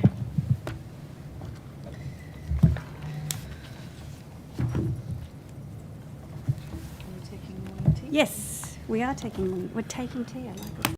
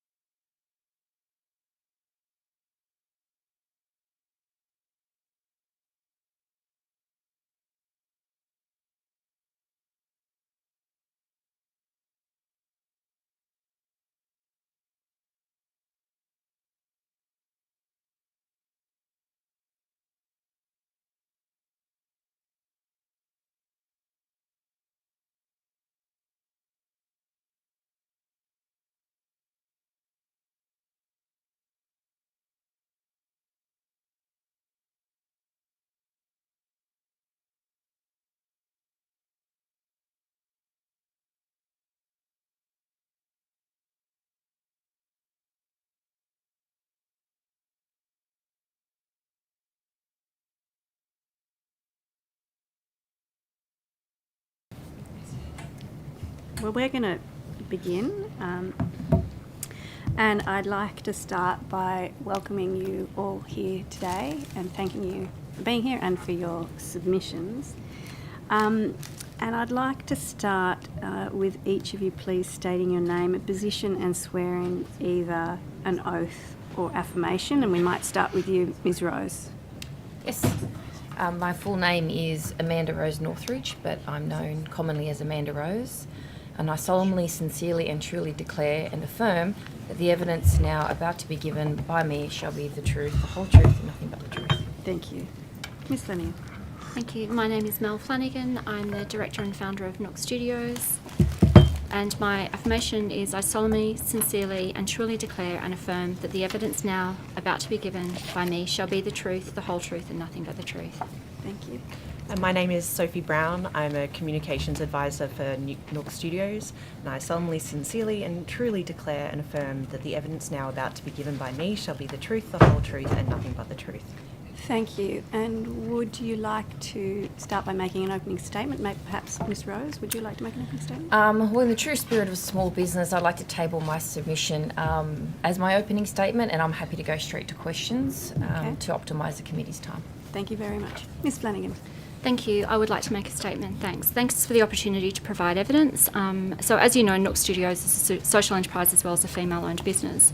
Our mission is to help governments and organisations clearly communicate complex information to communities, to be transparent and redesign information systems and governance practices to be more open and accessible.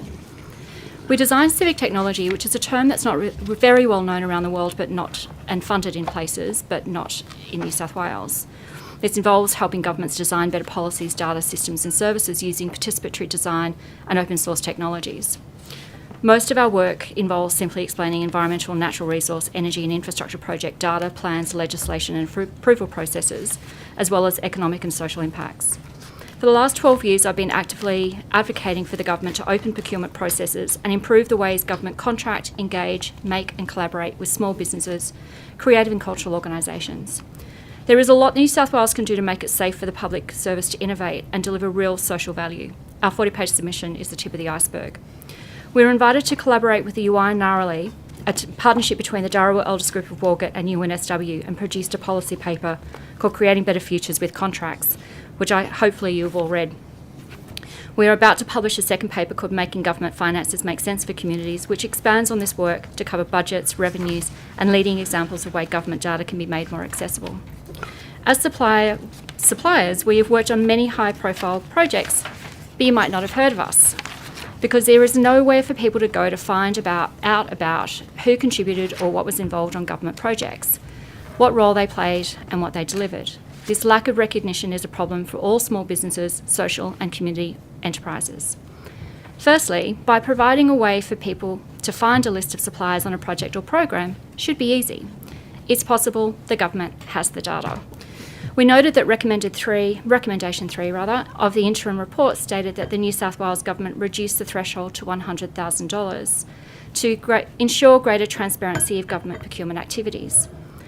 This threshold needs to be lower, at least $30,000 or $10,000 to match other jurisdictions. Otherwise, the New South Wales Government and the public will never know the real amount of spending going to small businesses, what they are in fact delivering, and the true impact of old and new policies. Government contracts are the perfect way to fuel homegrown innovation and help local businesses and community organisations to survive, thrive and grow. Procurement should not just be about a buy-sell relationship. It should be about developing open, respectful trading relationships, fostering partnerships to deliver genuine social and economic development and public value and good and better environmental impacts. To be successful, this requires an opening of the mind and changing of processes, a massive cultural shift and a willingness to start over, fund and contract differently. We are optimistic that New South Wales can do this and look forward to continuing to contribute to make it happen. Thank you. Thank you very much. So obviously we've got you on a panel here together. So Nook is a female-founded business and you're obviously appearing today with the Entrepreneurial and Small Business Women Organisation. So I wondered if, you could just each answer whether you think there are particular challenges or barriers for women-led or dominated businesses in engaging with the procurement process. Yes.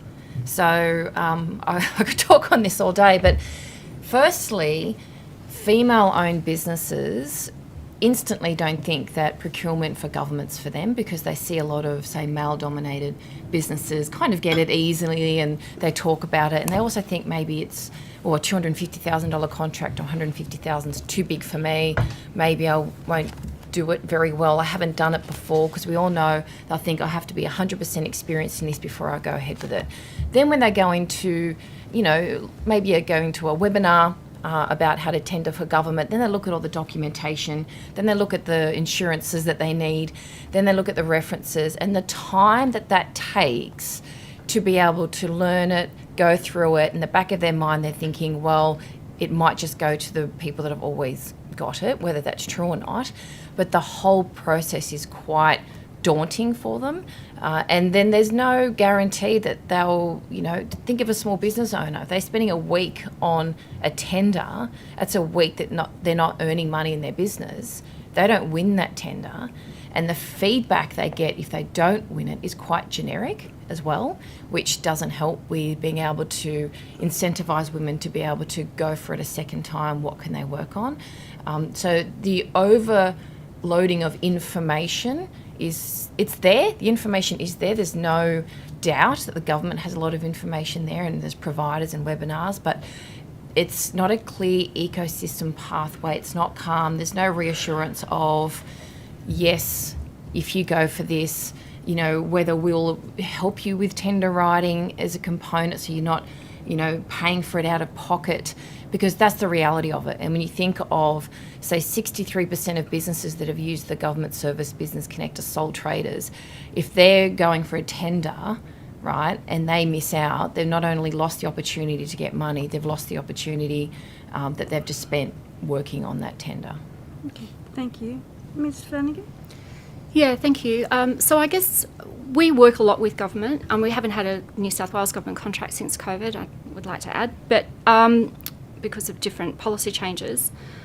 I think being a woman hasn't been a barrier, but what is the barrier is what we can charge for. So traditionally, men and male roles get charged out a lot. It's acceptable to ask for $2,000, $3,000, $5,000 a day for particular services, where we are constantly basically not able to charge really for our skills and our experience, particularly when you've been in the business and been delivering this kind of unique work for a long time. So a lot of the work that we do, which is design and technology and working in transactional information service, transformation design, it's very much, you know, it's a male-dominated area. There's a lot of women who work in this space. A lot of us are designers. And again, that recognition for design as a process, and that kind of respect for creativity, particularly creative and cultural organisations. Like it's really around the rates that we're paid. So there's an inequality in terms of that. In terms of like getting access to and going through a tender and the procurement practices and processes, they are really daunting. And for small businesses, it's really impossible. It's just the amount of time that is spent on pulling together a whole bunch of information that most of the time for someone like us, we're a small, unique, niche organisation. Like procurement wants to go apples and apples, like that's the whole way it's set up, which is you want to be able to compare apples and apples. We hear this all the time, like you can't compare apples and oranges.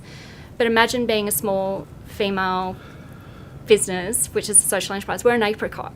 No one knows that there's an apricot out there. They don't know what, you know, they don't know what they need, and they don't know what they don't know.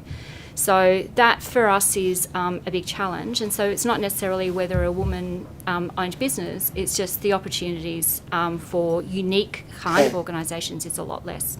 It sounds to me though that there's a gendered aspect to the pay for particular types of roles in particular services provided. Absolutely. Yeah. Okay.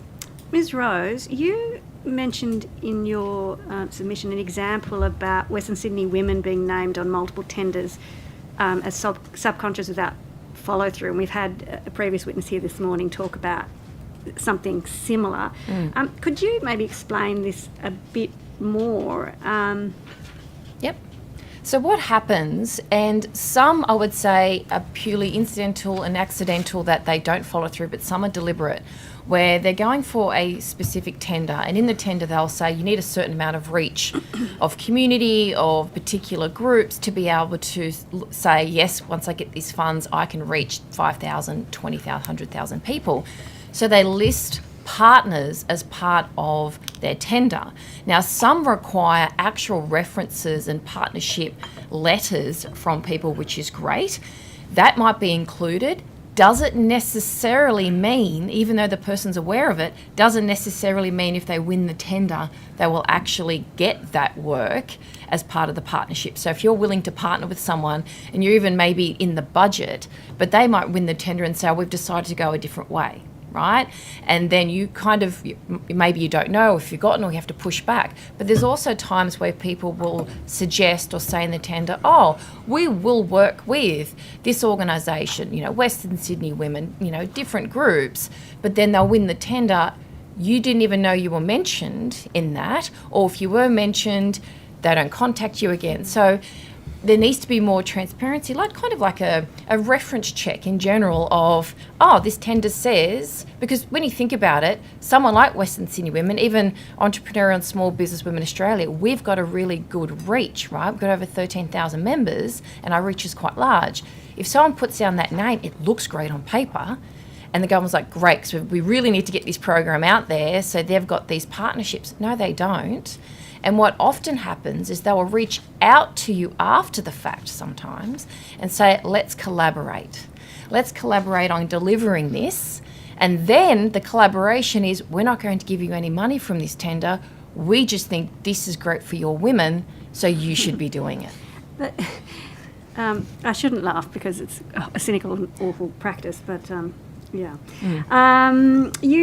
Because of this experience, you've recommended in your submission the implementation of some kind of post-award verification process. You mentioned sort of a reference check type arrangement. Do you have any other particular suggestions as to what that might look like, or any other aspects that you suggest might need to be verified post-award?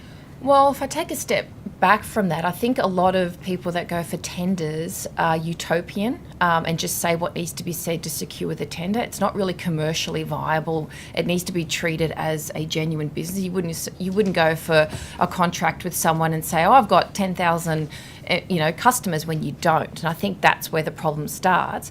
But if there's, systems in place where they have to, whether sign an agreement saying everyone that they've mentioned has been notified and is aware of this, and then the check afterwards, including them in the budget. So if they're going to include partners for collaboration and reach, then a portion of the tender funds should go to that organisation, because a lot of them are small and they're relying on that funds. They've got a reach. They've got a niche area.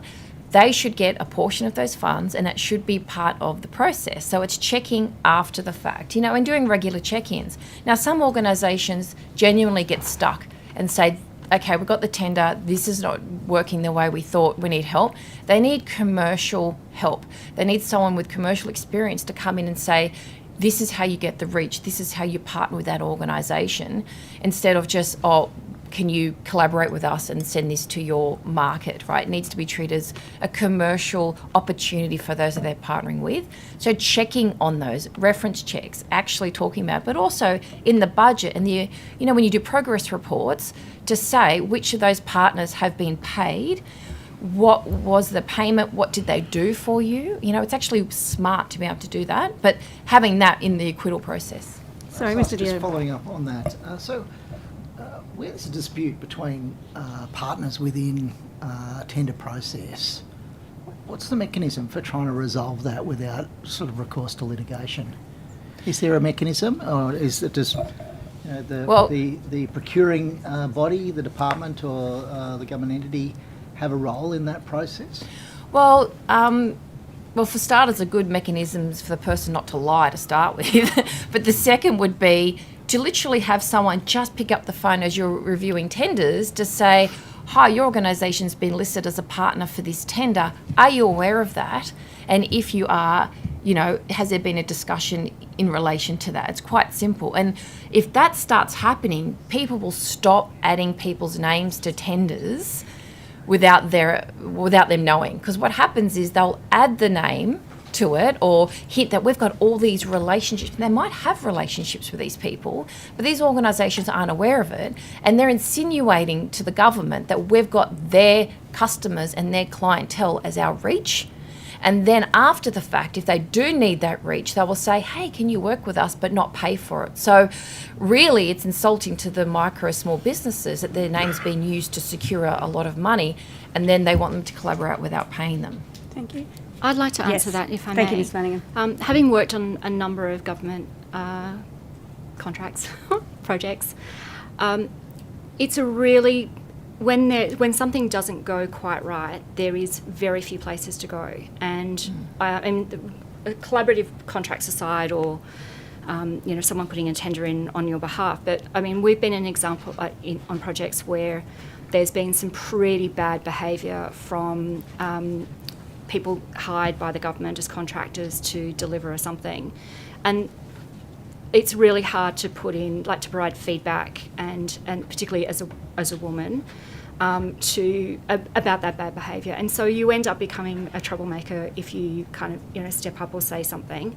We were really lucky because part of the open government community practice, we met a lot of people in procurement, and through the Australian Information Association, there were events where we met people in procurement and became trusted and got to know people. And so when things got heavy and things were not right, we actually had someone to go to who we knew. So, but being someone who is outside, and not having those connections, I can't imagine how difficult it would be. It was hard enough for us, but how difficult it would be for others. And so I think that there's been talk about the centralisation or devolving of procurement. I think that the central aspect, and having someone who is sort of the one that's nurturing this and having somewhere for small businesses in particular to go, is absolutely essential. And being able to have that, sort of being able to provide constructive feedback about behaviours or about, how businesses are being treated, or specific individuals, is really important. You don't want to have to get to the Small Business Commission for that, because that's not what it's for. But again, that sort of, having working with departments and having the freedom to be able to kind of do what's fit for purpose for them, I think is also equally important.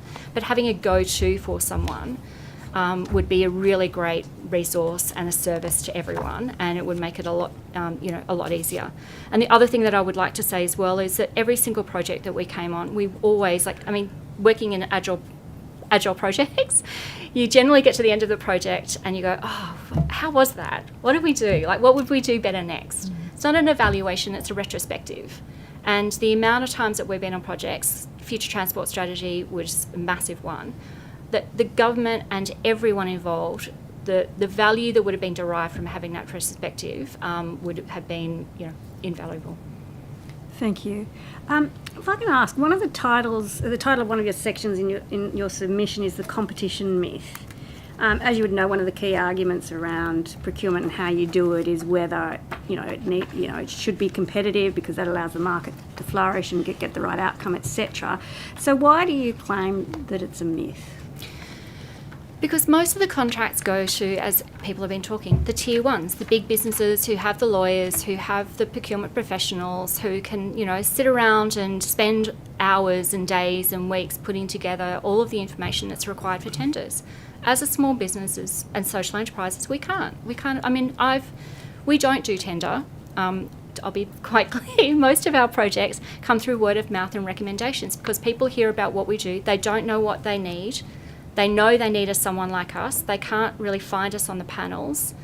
They can't find us through any list of, what's been previously delivered. It all comes through word of mouth.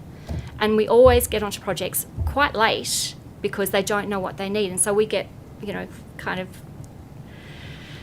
parachuted in to start kind of pulling people together and trying to get things over the line for, specific deadlines. So people don't know we exist, and so they don't know, they're not writing requests for proposals, they're not thinking about projects with content designers, content strategists, the kind of innovative ways we're thinking about things, or, transparency when they go in. It's not until they get too late in a project that they go, we're actually missing something. And so again, that's why we do a lot of the advocacy we do is around helping governments understand how to make things better, be more collaborative, and figuring out what you need to bring in. So it's not just one throat to choke, as they say, like one primary, contractor. You can bring in a whole bunch of different people with different skills at different times on a project. Thank you for that. So we have heard from various witnesses about difficulties for SMEs in accessing procurement. Also that there's a fear, in a devolved system you have a lot of different people dealing with procurement. There's a fear amongst some potentially procurement officers of engaging in innovation or with small businesses who aren't known. Do you have any comments about that? Maybe I'll start with Ms. Rose first and we can go. Look, the point about, 97% of businesses are small businesses, right? And only 2.5% are medium size. And there's a massive skew for medium and large businesses to be able to get a lot of contracts. And I think small businesses aren't in the discussions. They aren't being discussed around certain tables, even if it's in government. Like if you're in a department and your regulars that do really well and the names that really well, I think there needs to be an effort to go outside of that. So we recommended having, different people on panels, people that have succeeded, small business that succeeded on tenders on the panel, to be able to spot small businesses that have the potential. They might not tick all the boxes, but they've got the innovation. They've got that X factor that might mix well with that particular tender. And also breaking tenders down. So for example, there might be $1 million tender, breaking that down into 5 different tenders, right? That allows small businesses to enter into the space, or having a requirement that if you do succeed or as part of your tender process to get that $1 million one, and it's a medium-sized business, that's great, or a large-sized business, because they've got the functionality and they've got the reputation, that they have to help X amount, like you do with the large infrastructure tenders where there's a percentage that goes to Indigenous, a percentage that you have to have women in leadership, say it's 30% as part of implementing. The same should be done with this, with small businesses. And from our perspective, small businesses that are 100% owned by women, right? Not ones that are 50% or, 50-50, because usually they're just signing documents and there's a male co-founder that's really getting the work and doing the work. We want 100% female-owned businesses. Break down those tenders, have people on panels that can identify this, work with those businesses to get them on board, and have the larger tenders as a requirement that they have to bring those people on board. I'll just like to add something very briefly, if I may. The notion that we're not well known comes back to people can't find us. They can't find out about us. So if you go into a thing called Tender Trace and try and look at, which is a great New South Wales innovation, where it has all the sort of contracts and from state and also some from federal. If you do a search for us, you'll only find the things that are over $50,000. You won't find any of the New South Wales 12 projects we've done in New South Wales, for example. And similarly, when you go onto the, look for suppliers, the information's just not really, it's not there. And we don't have that recognition like the big consultancy firms do, or those big design, firms who get the majority of those contracts. They're getting, most of the people that are doing that work are graduates who are getting paid like double what we get paid. They learn as they go because they're riding on the brand of a big organisation which is trusted, like the PwCs, the Big Fours and all the rest of them, who are buying up small businesses and masquerading as small businesses. So there's this notion that it's okay for other big businesses to learn as they go and, and put someone into a project, but it's not okay for us. So this experimentation is happening. It's just not happening in an equal and equitable way.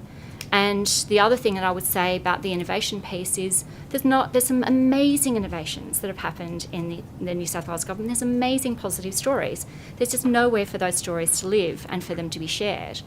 And if there's anything that we actually really need to start doing is kind of telling the stories of government in a different way around how things can be done differently and have been successful, so people lose that fear of experimentation and that we can actually just start doing things a little differently. Thank you. Ms. Boyd? No questions. No questions? Thank you. There is a small to medium enterprise business procurement policy, is there not? Correct. And you're pretty familiar with what that policy is? There's a lot of policies that are in procurement, and yes, I've read a lot of them over the years, and I've been yes, but there is a small business policy. And it requires agencies to prioritise the contracts to small businesses for contracts under $3 million. Mm-hmm. And you're agreeing with that policy, are you? Yeah, but I think that what is a small business? I mean, if you go and look at the, and yes, correct, I didn't realise it was under $3 million, but as I said, you know, procurement processes and policies have changed over time. There has, if you do the analysis on what small businesses are getting the majority of government contracts, a lot of them are recruiters. Well, I agree with that. So the first question is if you prioritise small business for contracts up to $3 million by agencies, is that level sufficient in your view? No. No. Well, what do you say it should be? I think it depends on what kind of product or project that's being delivered. And yeah, I think 10 million. Okay. But Yeah, I mean, so it's low. Okay, so the actual cap of $3 million, it may or may not be right depending upon the sort of contract that we're potentially tendering for. Correct. I accept that. So the next issue I think that you identify is a transparency issue in terms of those people who are able to tender. And your concern is that no one can find you. Well, there's that, and again, that's access and no to one information. can find your history. Yeah. Well, there's limited, again, it comes back to access to information and having, so there's transparency, like the information's there, the data's there, it's just not in formats that people can really Okay, so use it's it. a format issue, is it? It's a design and format issue, I think, and accessibility. Because the Buy New South Wales website does list suppliers and contractors, and you can register on that site, can you not? Yes, which to we be are. a supplier to Yep. the New South Wales government. And I take it your organisation is registered We are. with Buy New South Wales. And yet you say being registered doesn't give you necessarily any advantage, is that No. right? I mean, it gives us the advantage that we are a preferred, we've gone through a process where we've been validated and we've got the insurances and all the rest of it. But people don't go looking for us on that website. So that's a problem you identify with the agencies not using the website, is it? It's partly that, and we've done some work with New South Wales Procurement, just to be clear, on this about 2015, and that was around looking at eligible buyers and the social impacts of government procurement. Those systems are very archaic. They're not designed to help people really find information. It's more around, approval process. You're here, you're on the list, tick. So you would like a much more, you'd like to be able to go to the Buy New South Wales website and be able to identify businesses more readily who provide services to government. Exactly. And yet, at the moment, you say that you do get contracts with government by word of mouth. We get it through word of mouth. And I cannot estimate the value of in-person events, most of which are actually just prohibitively expensive for small businesses. But those kind of events where it's bringing people from government departments together with small businesses they are invaluable, because it's really around those kind of in-person connections that you get. And then someone will go and find us, it's the storytelling. But I think that part of the challenge is, for example, we're a social enterprise. There's no tick for us being a social enterprise. There's no tick for us being a female-owned business. So if someone's looking to, really think about their social impact and diversity, we're not necessarily, they can't tell that they're the kind of aspects of our business. Okay, well, I think we're potentially in agreement with that we can expand the categories of information or data which is available on the Buy New South Wales website for the purposes of making sure that people, or you have visibility on that site for the sort of services that your organisation may supply. Exactly. And so I think coming back to being a creative organisation, and I mentioned in our paper about things like there's the categories that are under professional services, then there's the advertising panel, then there's really for creative and cultural workers, there's nowhere really for us to kind of shine and be seen to be doing what we're doing and for it to be recognised. We're kind of smushed into you're kind of over here on, a category that sits under like this ICT scheme. So I think there's an issue with that in terms of how we're categorised and the language that's used that definitely could be improved. Yeah, because the Buy New South Wales website does have a supplier hub on it, does it not? Yes. Are you registered with the supplier hub? I've over the years I've been engaging with that website and had some usability issues with it, which we've provided feedback to the department. Have you recently checked whether they've addressed any of those issues? No, not recently. Yes. I've been onto our profile. I've been on to try and find, we don't go looking for tenders on there because it's, we just don't. And the tender notices that we get via email are really not designed, we just don't get communicated information that's actually really designed for us. There's a whole piece of design work that needs to happen with making that experience much better. I'm not leaving you out, Ms. Rose. If you want to jump in and comment on it. I will if I need to. Yeah, good. Thank you.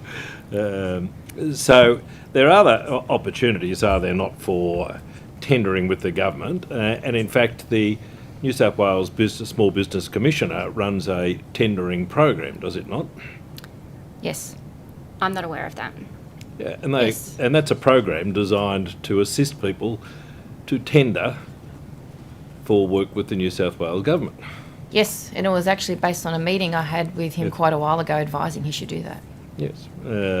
But the issue isn't that. Well, there's a whole lot of modules that you've got that are incorporated as part of and they're that great. program. So there's a lot of programs out there that help people with tendering, right? But it's a webinar and a few modules isn't enough for someone who has never been in this space before. So I think it's more the fact of if someone is in a position to be able to tender and has experience and has a track record, to be able to put a criteria in their tender to bring along a small business owner for a component of that. So it's quite overwhelming for a small business owner to straight up saying, great, I'm going for this massive large tender, but if they can be a part of it, just like with infrastructure joint ventures, where the SME component, they've got to do a certain of local SMEs, so they go and find the local SMEs to be involved. So if we can get the medium-sized and large companies be required to bring in a particular type of small business, in particular female-owned. So so just if I've got a few more issues I'll come back to, but so is it your submission that this committee should be making a recommendation that there ought to be targets in relation to female-only small businesses? Yes. They did female minority-owned small businesses in New York City, and they dedicated $10 million over 10 years to be able to boost. It's a direct link to a woman's financial independence, especially when more women are starting small businesses than men. Yep. And it's not saying that we should alienate others, but it's more of helping facilitate what barriers they're already facing in business and to help them with, it could cost them $30,000 to even time-wise and effort and hiring people to be able to go for a tender. So having that component would actually make people think a little different and also would influence things like the supplier, Buy New South Wales supplier component, saying, oh, which ones are women? Great. Here are 100% female-owned businesses. Let's consider them. Why couldn't you include that as part of your tender? That you're a female-only business? Oh, you absolutely. You want the government to have a target? Yes, I do. In the same way as we have an Aboriginal procurement policy, Yes. we have a social enterprise procurement policy. Yes. You want a further target for Yes. female-only 100% female-owned. Procurement policy. Yes, I do. Is that the proposal? Yes. Okay. The additional things that you can do in terms of tendering opportunity, of course, is that there is the Business Connect programs, Yes. are there not? Yes. And you engage in them, do you? I know about Business Connect quite well. Yeah. There are a lot of advisors that are on Business Connect that actually come to me for advice on business. My concern is that not many people know about it. So in one of my community, say Facebook groups, there's over 13,000 people always asking for advice. Yep. They don't even know Business Connect exists. Do you tell them? Do you put? We tell them, obviously, you know, I tell them about Service New South Wales, so we do, Yep. but what the problem is that you might have a service. I don't think that service, the money currently invested in that is best utilised to be as impactful for small business as it could be. For example, when you track the amount of people that use it, it's quite high. There's a lot of people that do use it. You can see it on their website. But there's no tracking on the profitability of a business that's got help from that. And when it comes down to it, a small business, when it gets assistance in starting and running, if they're not profitable, they're going in the red. And if it's a woman, which is what I care about, their financial stability is at risk. So we do have the Small Business Commissioner. Yes.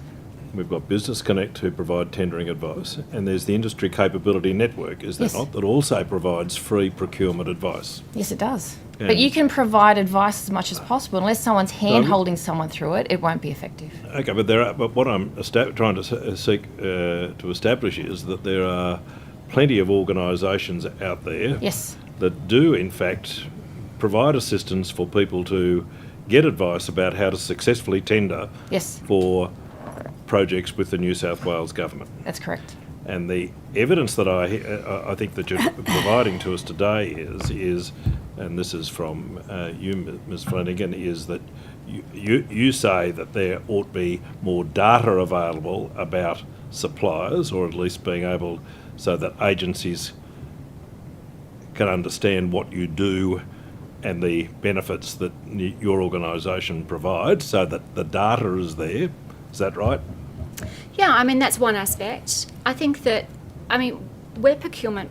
We spend a lot of time with procurement because Yeah. we're open contracting advocates. Yeah. So we work globally on this stuff. Yeah. And I think Sophie would have something to say about the female, owned businesses as well. But it's, so we have we have the capabilities.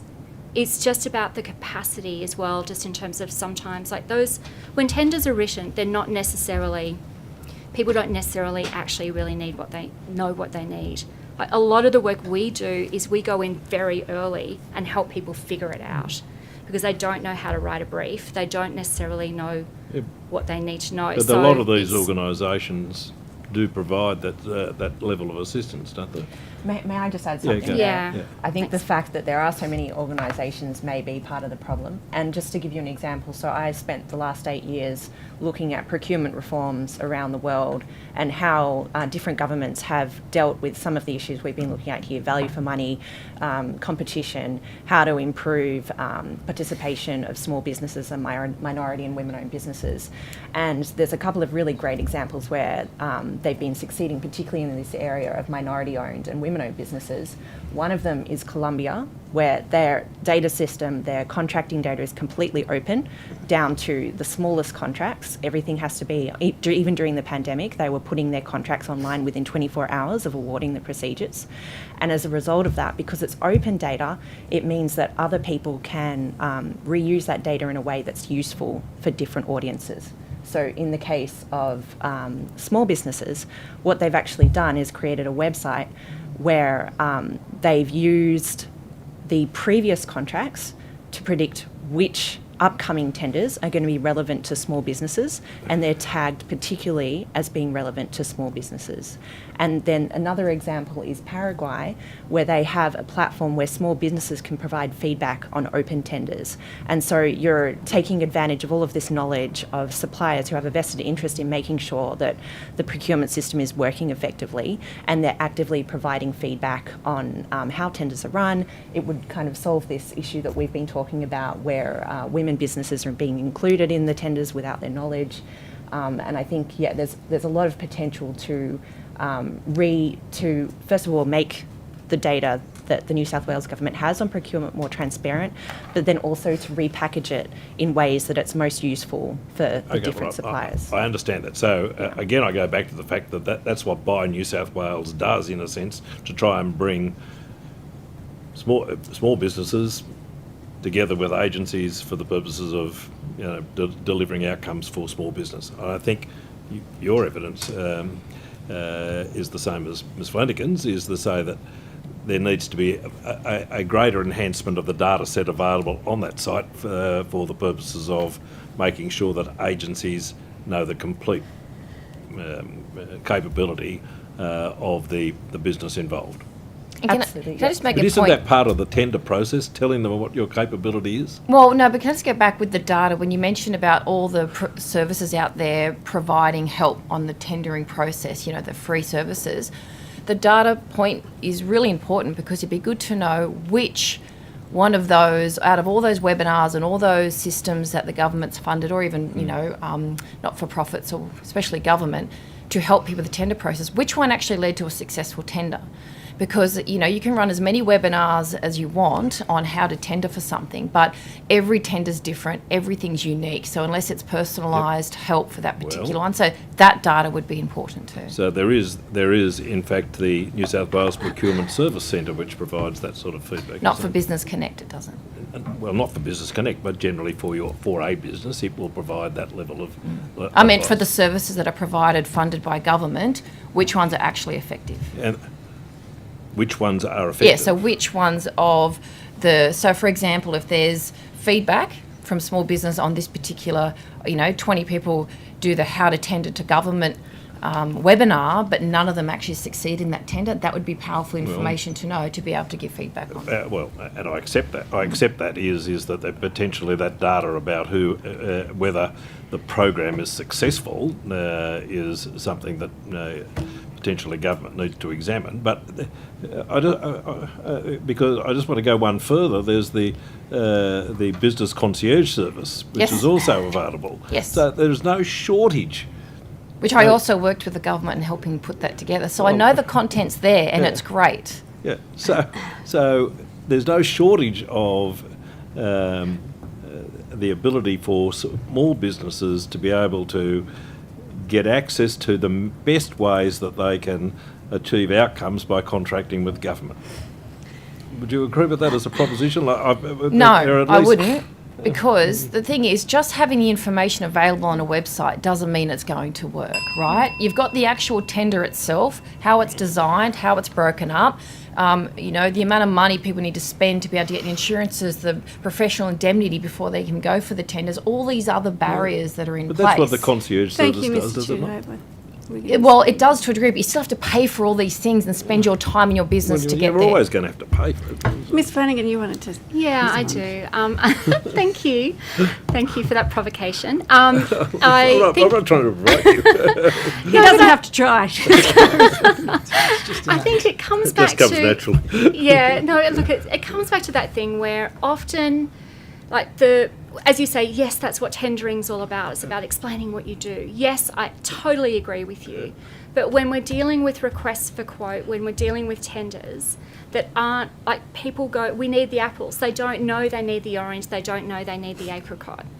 That's the thing. When these things are written in a way where they make it really hard to respond because they don't actually really understand what it is that they need to know, and they're often very technical. Or in the instance of design, it's really about the output. What's the thing that you're going to deliver is going to be a website, as opposed to the journey that you need and all the research and engagement that needs to happen before that. So there's just. Yeah, it's a kind of a making process that is also needs to be really well thought through in different circumstances. So thank you. I just wanted to return briefly to this idea about information and having information. And I just wondered for your thoughts about whether information is sufficient for groups that have experienced barriers to participation, whether information in and of itself manages to overcome those barriers. So, yes, I think when we started working with New South Wales Procurement, it was on the back of our first experience as a small business, female business working with government. I had no idea what procurement meant. I had no idea what the processes were. And at that time in 2012, things were in flux. There was a new policy being introduced. we had pitched to the government, because we'd been making process pathways, it's like, let's make some process pathways to help small businesses understand how to engage, what they need to do, each of the different steps, just so people can get people prepared, because those policies are pages and pages, like they're tens of pages long. And you start reading one policy to another from the, the procurement, the Act through to the framework, through to the small business, through to the, social enterprise. It's an overwhelming amount of information. We actually just want a clear guide on, like, how the hell do I do this thing, really? There is a simple quote process, though, is there? Mr. Judo, thank you for your contribution. However, I'm going to go to Mr. D. Adams. Sorry, I wanted to ask Ms. Brown, you spoke about your sort of knowledge of the international experience, and particularly I was curious about the completely open data process that you mentioned. And I wanted to ask about, well, what kind of arguments are put against that proposition? Whether you could sort of elaborate the sort of why, where's the point of resistance in terms of the biggest one is commercial confidentiality, and actually there's an organisation that's called the Open Contracting Partnership, and they have a fantastic report that's called it's myth-busting confidentiality, I think is the name of it, and it goes into some of the main arguments that are used for non-disclosure. And as open government advocates, we're not saying open everything all the time. There are obviously cases when it's not going to be appropriate to disclose some information, but what we're talking about is recommending that the default is open and that there are exceptions where it's not made transparent, and then those exceptions are also justified. So does that, I suppose, the commercial in confidence approach, obviously it has an impact in terms of impeding sort of collective learning, these organisations are benefiting from engagement with the government procurement process. Is there an obligation, I suppose, in terms of knowledge sharing that should be built into the procurement process? Yeah, I think so, absolutely. And that's, part of the discussion is, always in that spectrum of what is the public benefit versus what is the private interests as well, the privacy.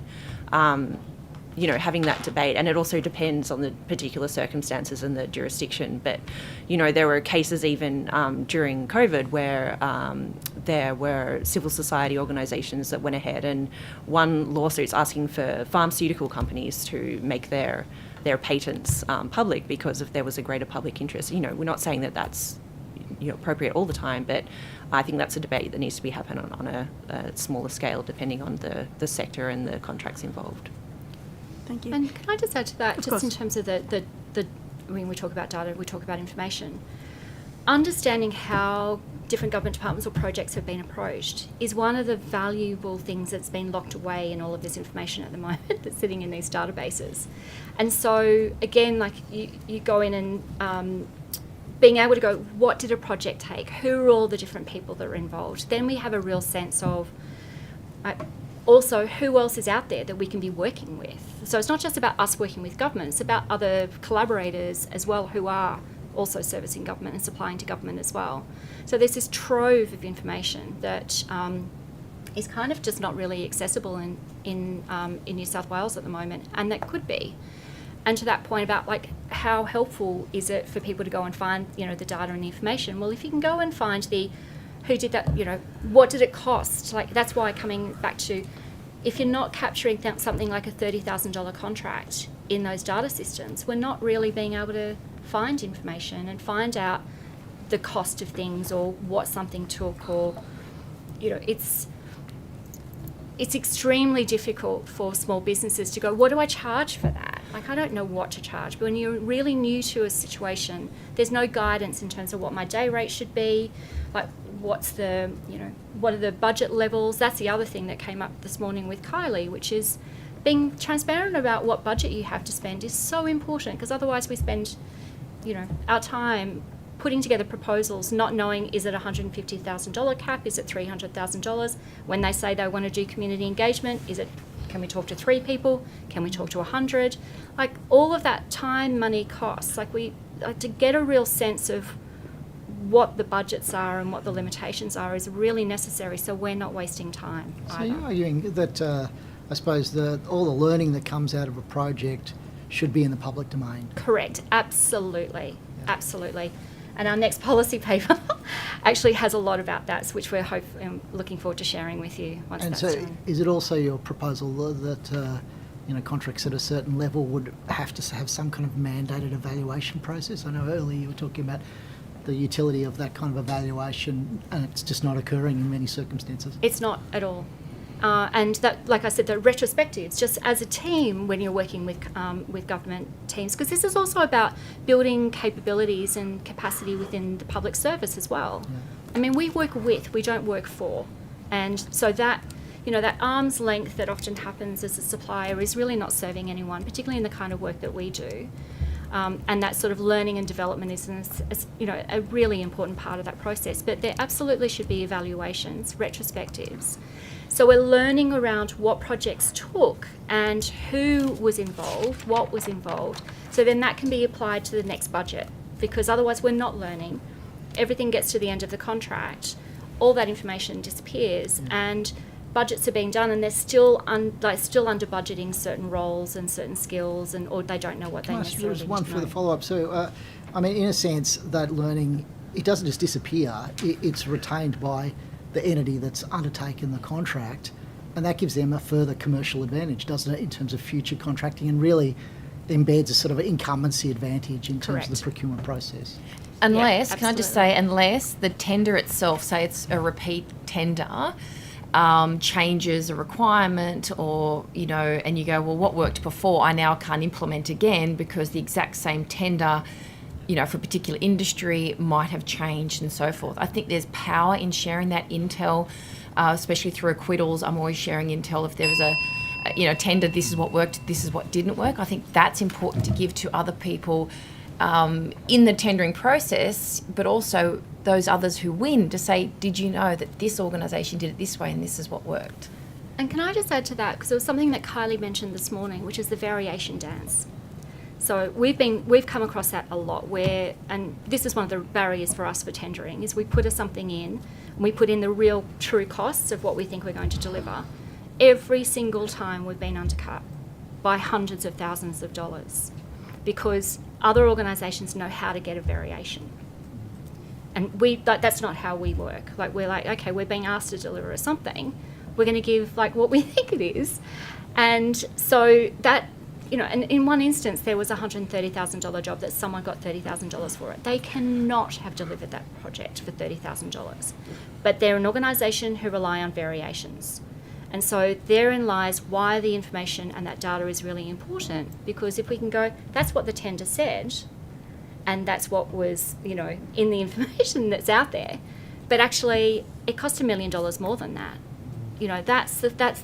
Those variations and amendments to contracts are really important, because otherwise we're not learning, and we're still not delivering the good things we should be doing because they're being underfunded, and we're not understanding how, we're making things, and we're not learning around how we could be doing things better. Thank you. Mr Tudorhope. There is a process, isn't there, with New South Wales procurement called simple quote, is there not? Just tell when there's information in Sorry? You're a trove of information. Single quote. Well, no, I don't know what that is. Okay, but it is a process that New South Wales procurement, and it's simple quote or one word is the process that they've adopted to take away from that problem relating to the complexity of all the things that you've got to go through and of delivering a quote to the New South Wales government. So I'm just suggesting to you that there might be that the issue which you have identified may have been addressed already in some of the procurement policies which... No, thank you. Yeah.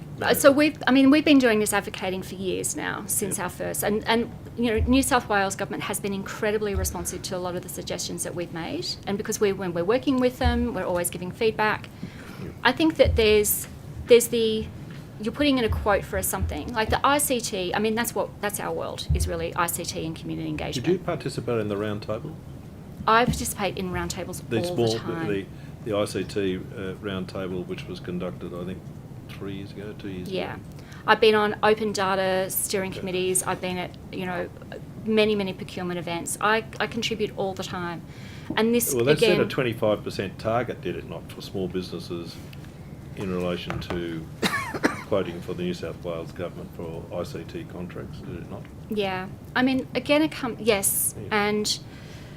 And again, it comes back to how those tenders are approached. And again, we don't find tenders. People find us and ask us to submit a quote or be part of a project. It's actually, it's very rare that we'll find a tender that's actually really suitable for us. Yeah. That's just the reality of the nature of the work that we do. And I think the other thing that is really shifted for us is COVID, where the New South Wales government started employing a lot more people internally in terms of service design, which is fantastic, it's really great. But it's led to an exclusion of small businesses who deliver niche specialist services who can also complement and support those teams. So it comes back to do you need someone to deliver a project, or do you need to get a specialist in to help support the public service deliver something?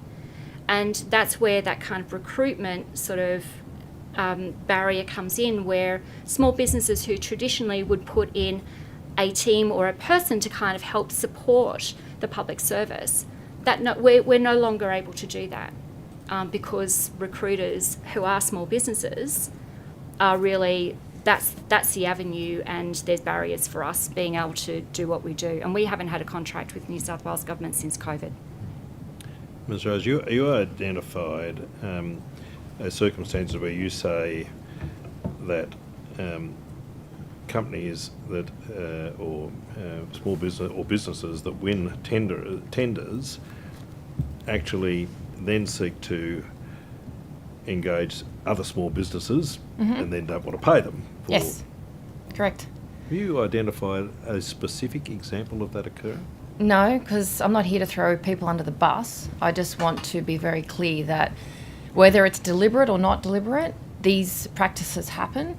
And I think that's why if we make it as part of the tendering process, that yes, it's a given they're going to collaborate with other people because they need to, but to make it a requirement of that actual tender that they're going to have to submit with progress reports and acquittals to say the people you said you're partnering with, or X amount, just like with large tenders, to say X amount have to be small to medium businesses that you're going to use to partner with you, and that you've budgeted for that, and people can track that actually happening. Because often people, whether they get excited and they think, I know that person, I'll add them to it, or this sounds like a great idea, they add names, and then everyone wants to collaborate. And now the small business owners, very limited time, very limited resources, but usually a really great community. Let's collaborate, this is great for your women in your community. And they're like, well, that's great, that's going to take 3 people to promote that and to do this and do that. So there's 50 hours work that no one's paying for. So I think making it a criteria, if they partner with people, that a portion of the funds goes to that small business, that sole trader that's helping them. Well, like you would a graphic designer. You don't go to a graphic designer after winning a tender to say, could you design this for free? No, you wouldn't. So they shouldn't be doing it in order to reach a community. Well, so in terms of designing the tender, you would design the tender to ensure that the tender or the person tendering identified all those people who were potentially they were going to partner with or collaborate with for the purposes of delivering the tender project. They do. So sometimes they do identify and they have references. Sometimes they mention names and that business doesn't know. It's more the fact of ensuring that a specific amount of the budget is dedicated to allocate to those small businesses that they need help on delivering whatever it is that they've won. Well, I find it perplexing that someone wins a tender to do particular work and then uses effectively people who are not being paid to deliver the work. Welcome to the small business community and being a woman, because that's exactly what happens. Well, and it happens, this is why I'm here. But this is why I'm here, because this needs to stop. Whether people mean it in a deliberate way or not, there needs to be mechanisms in place to ensure that people are being paid for what they're doing. Well, I appreciate that you don't want to throw people under a bus, but if that is occurring, notwithstanding that we may be welcome to the world of small business, that is something that we should be addressing as part of the tender process potentially. Yes. If in fact people are winning successful tenderers and using people to carry out that tender who aren't being paid. Well, the thing is, I think some people genuinely win it and think it's easier than it actually is. They think, oh, we can do this. Why I think Ms. the Flanagan wants reluctance to to make a throw someone contribution. under a bus, though? If that's what they're Mr. doing, Tudor-Hope. Quite frankly, that's wrong. Because isn't it? I'm not that type of person. Mr. Yes, sorry. Tudor, Ms. Flanagan. Yeah, I would love to add to that because it's not necessarily just small business or female businesses who are being subjected to that. So through the work, and you would have heard from our colleagues, which is in the Aboriginal procurement, it's the big charities are getting those contracts and then going to the small ACHOs and the community organisations going, hey, can you come and deliver this thing? Oh, by the way, we're not going to pay you as much. And we've come across an instance where there's a large charity, and again, I won't name names, but there's a large charity who have got millions of dollars from the New South Wales government to deliver to Aboriginal communities, who then expect Aboriginal community members, because they're a volunteer organisation in delivering their services, said charity, who expect Aboriginal people to work for free, to deliver, the vouchers and do the thing. It's happening a lot, and it's because it comes back to the way that contracts are designed for that big primary and not collaborative contracts where you've got people coming in and delivering, aspects of the work that needs to be done or the project or the program. So it's something that really needs to be unpicked, I think, because there's different examples of it in different places. Thank you. Mr. Tudor. I've got nothing further. Thank you. And as much as I wish there was more time to hear Mr. Tudor-Hope tell women-owned businesses how to overcome their barriers, it is unfortunately time for us. Well, I ask you to withdraw that. I'm not telling you I that. withdraw. It's time for us to end this session. I thank you very much for the evidence you have given here today. The Secretariat will contact you in relation to any questions that you did take on notice, and if there are any supplementary questions for you. Thank you again for appearing before us today. You're Thank you. welcome. Thank you Thanks so for much having for me. having us. Thank you. Thank you all. Okay. Lunch back at Lunchtime. 1:30.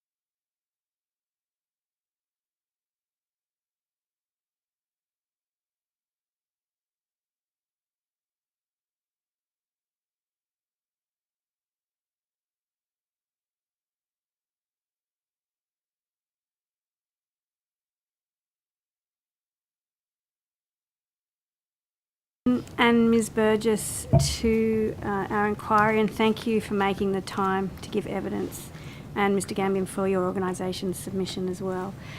Could we start by each of you please stating your name and position, title, and swearing either an oath or affirmation.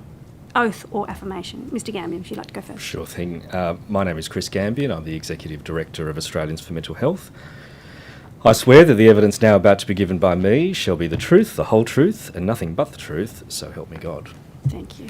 And I'm Diana Burgess. I'm a project manager for the Construction Industry Culture Task Force, and I solemnly, sincerely and truly declare and affirm that the evidence now about to be given by me shall be the truth, the whole truth and nothing but the truth. Thank you. And would you like to start by making a short statement, starting with you, Mr Gambian? Thanks, Chair, and thanks to the committee for the opportunity to say a few words this afternoon. Australians for Mental Health is a grassroots organisation dedicated to shifting the policies, norms, attitudes and behaviours that drive mental ill health and achieving those conditions that make it possible for Australia to become a place where mental health thrives. We are not a service provider or professional body. We are everyday Australians who need things to be different when it comes to mental health. Members of Parliament hardly need me to explain what harm is caused by excessive or antisocial working hours, toxic working environments and cultures that are inherently antithetical to good mental health. This building is an exemplar of how not to do things if you want to promote well-being. And whilst solving that particular problem is beyond the scope of this inquiry and probably well above my skill set, the case example is nonetheless a useful one. Like sittings that go long into the night in this place, in the construction industry... I like this man. That is now on transcript, Mr Tudor. I thought you might. In the construction industry, the routine of working a 6-day week is not grounded in any particular necessity, it's culture. We've always done it that way, and so we always do it that way. But what does dad or mum never being home on Saturday morning do to family life? What does it do to relationships? What does extreme pressure to deliver against impossible timeframes and budgets do to working relationships? How does that incubate cultures of bullying and harassment? And what does family relationship breakdown, working relationship breakdown, to say nothing of just a lack of sleep, do to mental health? If we always do what we've always done, we'll always get what we've always got. And in construction, to use the example we're focused on today, but similar stories exist in other industries, we are losing one person every 2 days to suicide. That is to say, on average, someone in the construction industry will have died yesterday and another will die tomorrow. These deaths are tragedies, to be sure, but they are also highly preventable. Unlike many of the vexed issues of public policy I've given evidence in this building about in the past, this one should bring us together. Mental health challenges knows no class, no gender, no race, no geography. In construction, the crisis is as much true in the white-collar jobs of the industry as the blue-collar, and oftentimes, without the representation of trade unions in the white-collar roles, the problem can be much, much worse. We are working with the Australian Constructors Association and the Culture Task Force, unions and mental health service providers alike, because this is an issue for which there is a lot of agreement.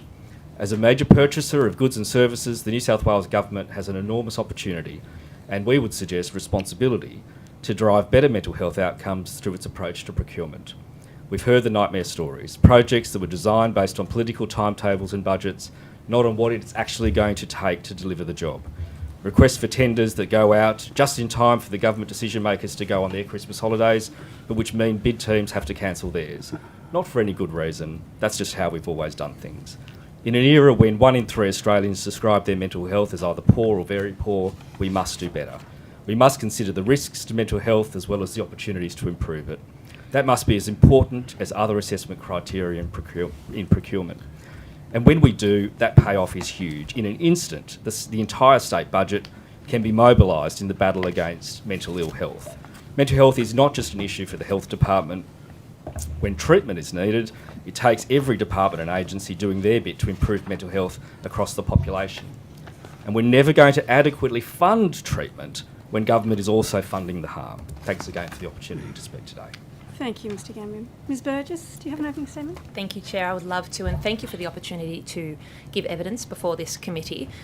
Procurement is a critical lever for driving change, and on behalf of the CICT, I'd like to thank you and the New South Wales Government for the focus on procurement reform as a means of addressing significant issues that are being faced by society. I'm here representing the CICT, which is a partnership between the New South Wales Government, the Victorian Government, Tier 1 construction companies represented by the Australian Constructors Associations, and academics. Our membership has also recently expanded to include the Federal Government, South Australia Government, and the CFMEU.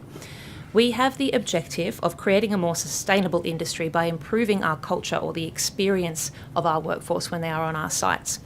We aim to do this by embedding a culture standard into procurement processes within each Australian jurisdiction, and thereby creating a minimum standard of cultural experience for people within our industry. The challenges for the construction industry are many. We are an industry that is under pressure. Despite being a critical industry for Australia, contributing around 8% GDP and employing nearly 10% of the Australian workforce, we have a burning platform that requires a significant focus on cultural reform. Our burning platform comprises a pipeline of about $230 billion of infrastructure nationally, a shortfall of 229,000 workers in the public infrastructure space. Now, those numbers don't mean very much when I just read them out like that. However, that 229,000 worker shortfall is actually more than the existing workforce that we have in infrastructure.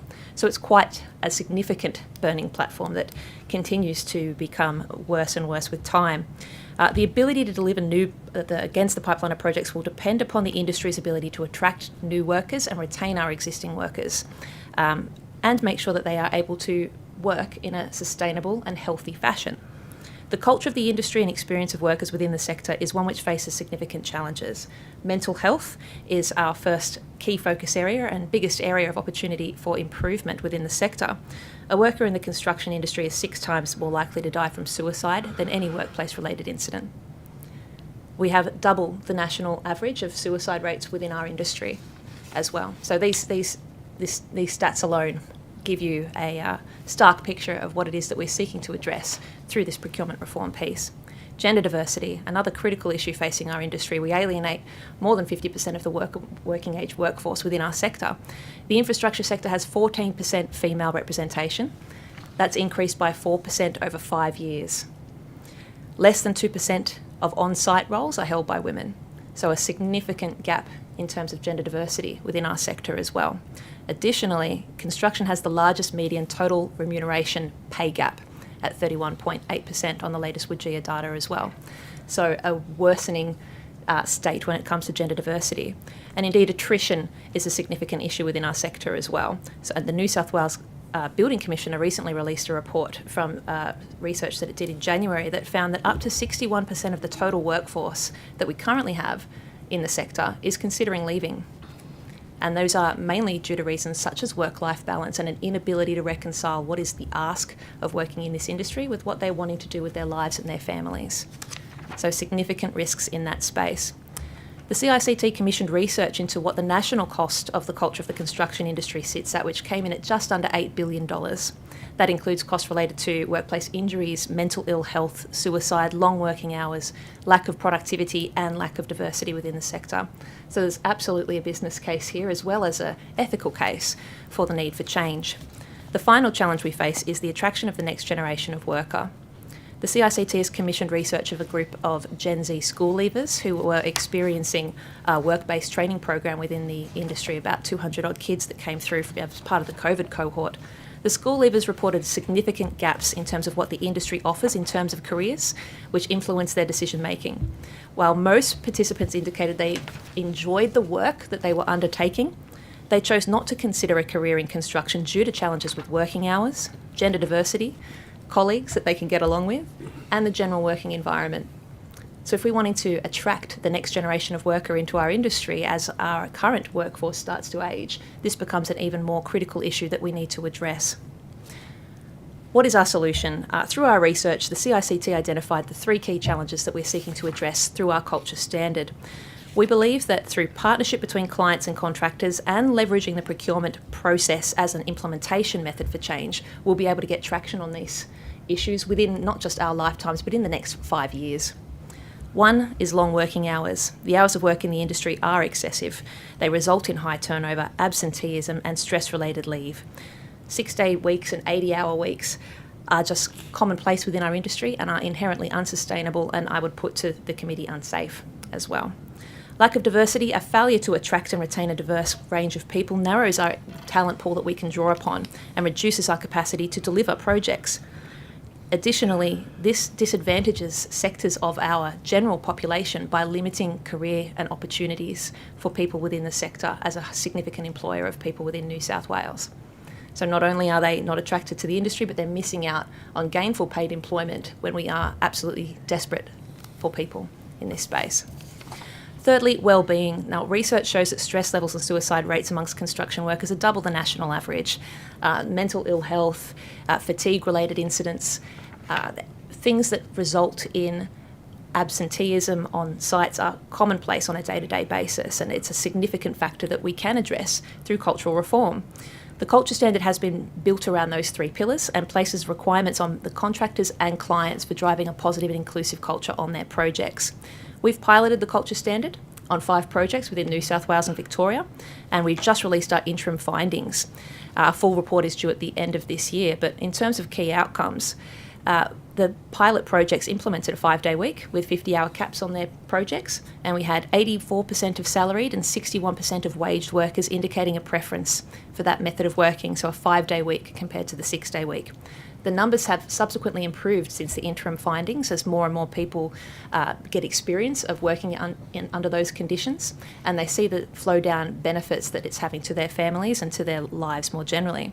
Effects on pay have been minimal. Workers consider those effects outweighed by the benefits of having increased time to spend with their family and friends and to maintain their own health and well-being. Productivity has been shown to not be adversely affected by the implementation of working hour caps, and in fact many projects have anecdotally noticed improved outcomes from having a rested workforce. The CICT are working on a cost-benefit analysis and productivity modelling of this to be able to prove that in a more substantial way as part of the final reporting. Participants across all pilot projects perceived their health and wellbeing as being well supported by their managers. There was good engagement from the workforce in various programs implemented throughout the pilots to support mental health, manage occupational health risks, and manage fatigue throughout delivery. Due to structural issues impacting our industry, challenges with the industry's culture can only be resolved through a partnership between clients, contractors, and our unions. Having the right procurement requirements in place to influence the priorities and approach to projects from an early stage in their development is a key lever in driving change. An investment here will support the sustainability of the industry through improving attraction and retention, improving quality of life and well-being for those working in the industry, reducing incidents of mental health and suicide, and enhancing the productivity of the industry. And that in turn will have flow-on benefits to society more broadly, such as improving employment outcomes for diverse workers, enhancing the family experience for those who have family members working within our industry, and also flow-on cost impacts regarding mental health management for the state.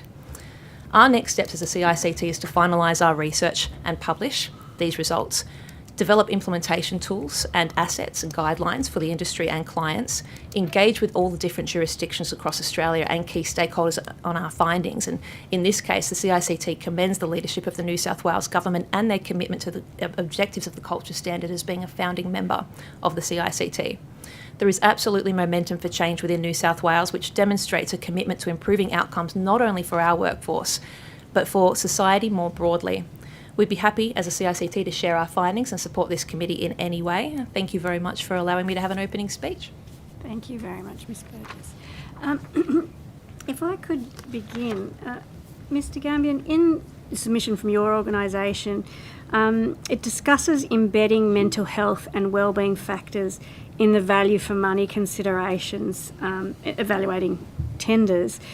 How would you propose that this might work, and what would procurement officials be looking at to assess that? I think there's a couple of things that need to happen. One is the process of assessing the risk to mental health and wellbeing in any particular project is critically important. That is the risk of how the project itself is commissioned, as well as the risk inherent in the delivery of the project itself. I think that once we've established what it is we're trying to mitigate, it should be the responsibility is of anybody who wants to put in a bid to speak to how they're going to how they propose to manage those risks in the same way that they would propose to manage any other risk in a project. And for procurement officials to, and what we've heard from a bunch of particularly builders that we've been speaking to, is that those considerations have to be given due weight because it would be counterproductive and arguably inequitable if one builder who has a particularly strong commitment to mental health and wellbeing proposes fairly substantial measures to try to mitigate those risks, and another is much more modest in their approach. If the only consideration ends up being things like delivery timetables or final cost, now we would argue that the delivery timetables and final cost won't necessarily be negatively impacted by mental health and looking after mental health. But if we create a situation where there is a disadvantage in the assessment phase for having good mental health policies, then we're sort of back to square one. You've identified the risks, but actually you're still rewarding the people that don't take the action. Mm-hmm. So we would say financial cost obviously needs to be a key consideration, but so do the embedded value of the project proposal, which includes things like mental health and wellbeing. Not having suicides on a project is a significant value offering that needs to be recognised. Thank you. Ms Burgess, could I ask a bit more about the culture standard? And to be honest, for me, something called a culture standard seems a little amorphous. It seems a little... could you maybe articulate a bit more what... You've spoken about the 3 key areas, but I guess how that's operationalised. You've said that there's 5 projects, how that's operationalised in those projects. So, yeah, across those 3 areas. Absolutely. So the culture standard itself is composed of those 3 key focus areas Yep. with the intention that it's embedded in procurement practices. So very early on in a project's life cycle, these are being considered and implemented as part of the program of works. Can I ask, sorry, a question directly related to that? With these 5 pilots, was that part of the procurement process that these were put out to tender knowing that they would be pilots, or was that negotiated subsequently? For some, yes, Right. but for many of them it was retrospectively Right. implemented as well. So that is part of the cost-benefit analysis framework that we're trying to understand how much it costs them in terms of time and money to implement the culture standard in this way. Mm-hmm. And that's showing very negligible time and cost impacts for those that did have to be retrospectively applied. However, the position of the CICT is that it is embedded in procurement in the upfront, so these changes don't happen in the downstream. And in fact, it reduces the ability of the construction industry to tender based on time and cost around its people's wellbeing. So instead we're forced to innovate on other aspects while that baseline is set by the culture standard. Mm-hmm. So the standard has 3 key areas.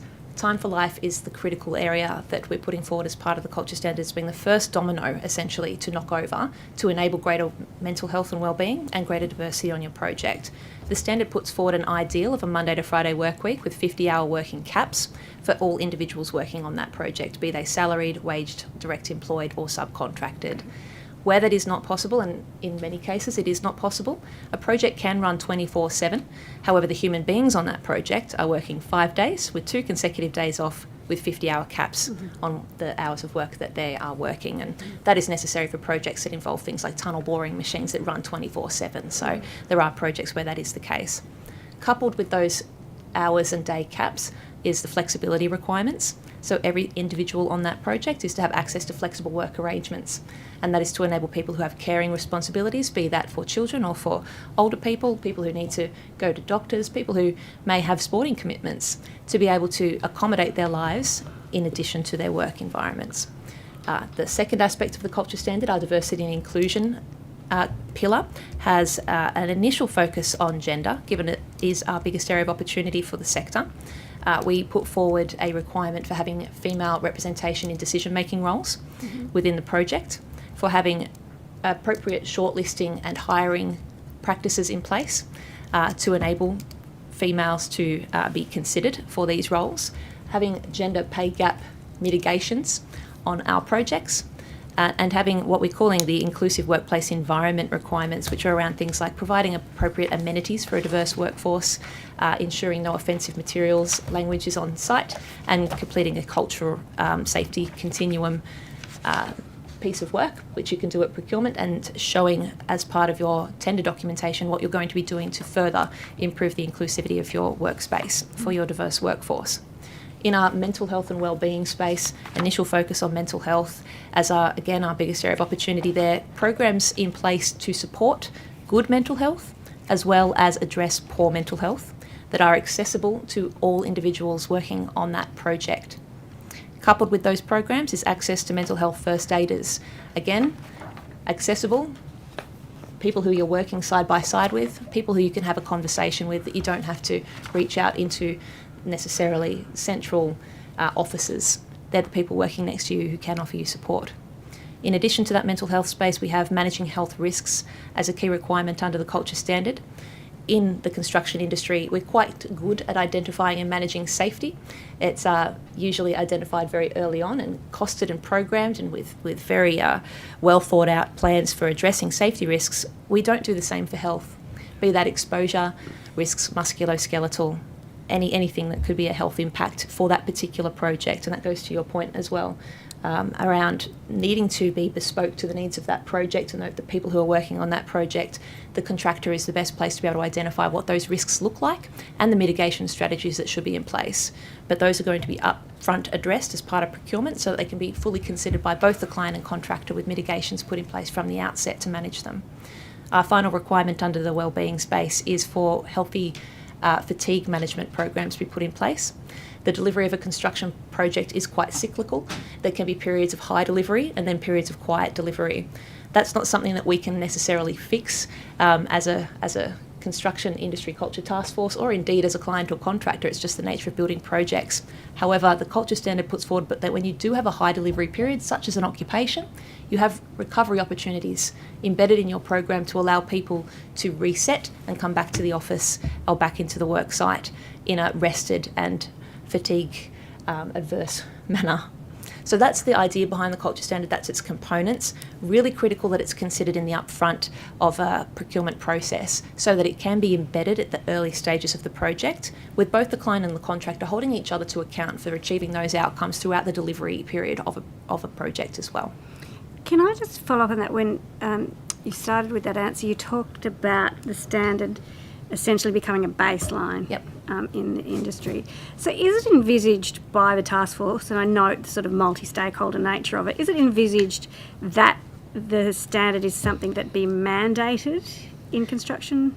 That is the objective of the CICT, absolutely, that this is a ticket to play. Right. Essentially, you have to comply with the culture standard in order to tender for government-funded work. Okay. That's the end objective. And with that, I mean, we've been talking, obviously, throughout this inquiry about policies that we have and, I guess, enforcement or otherwise.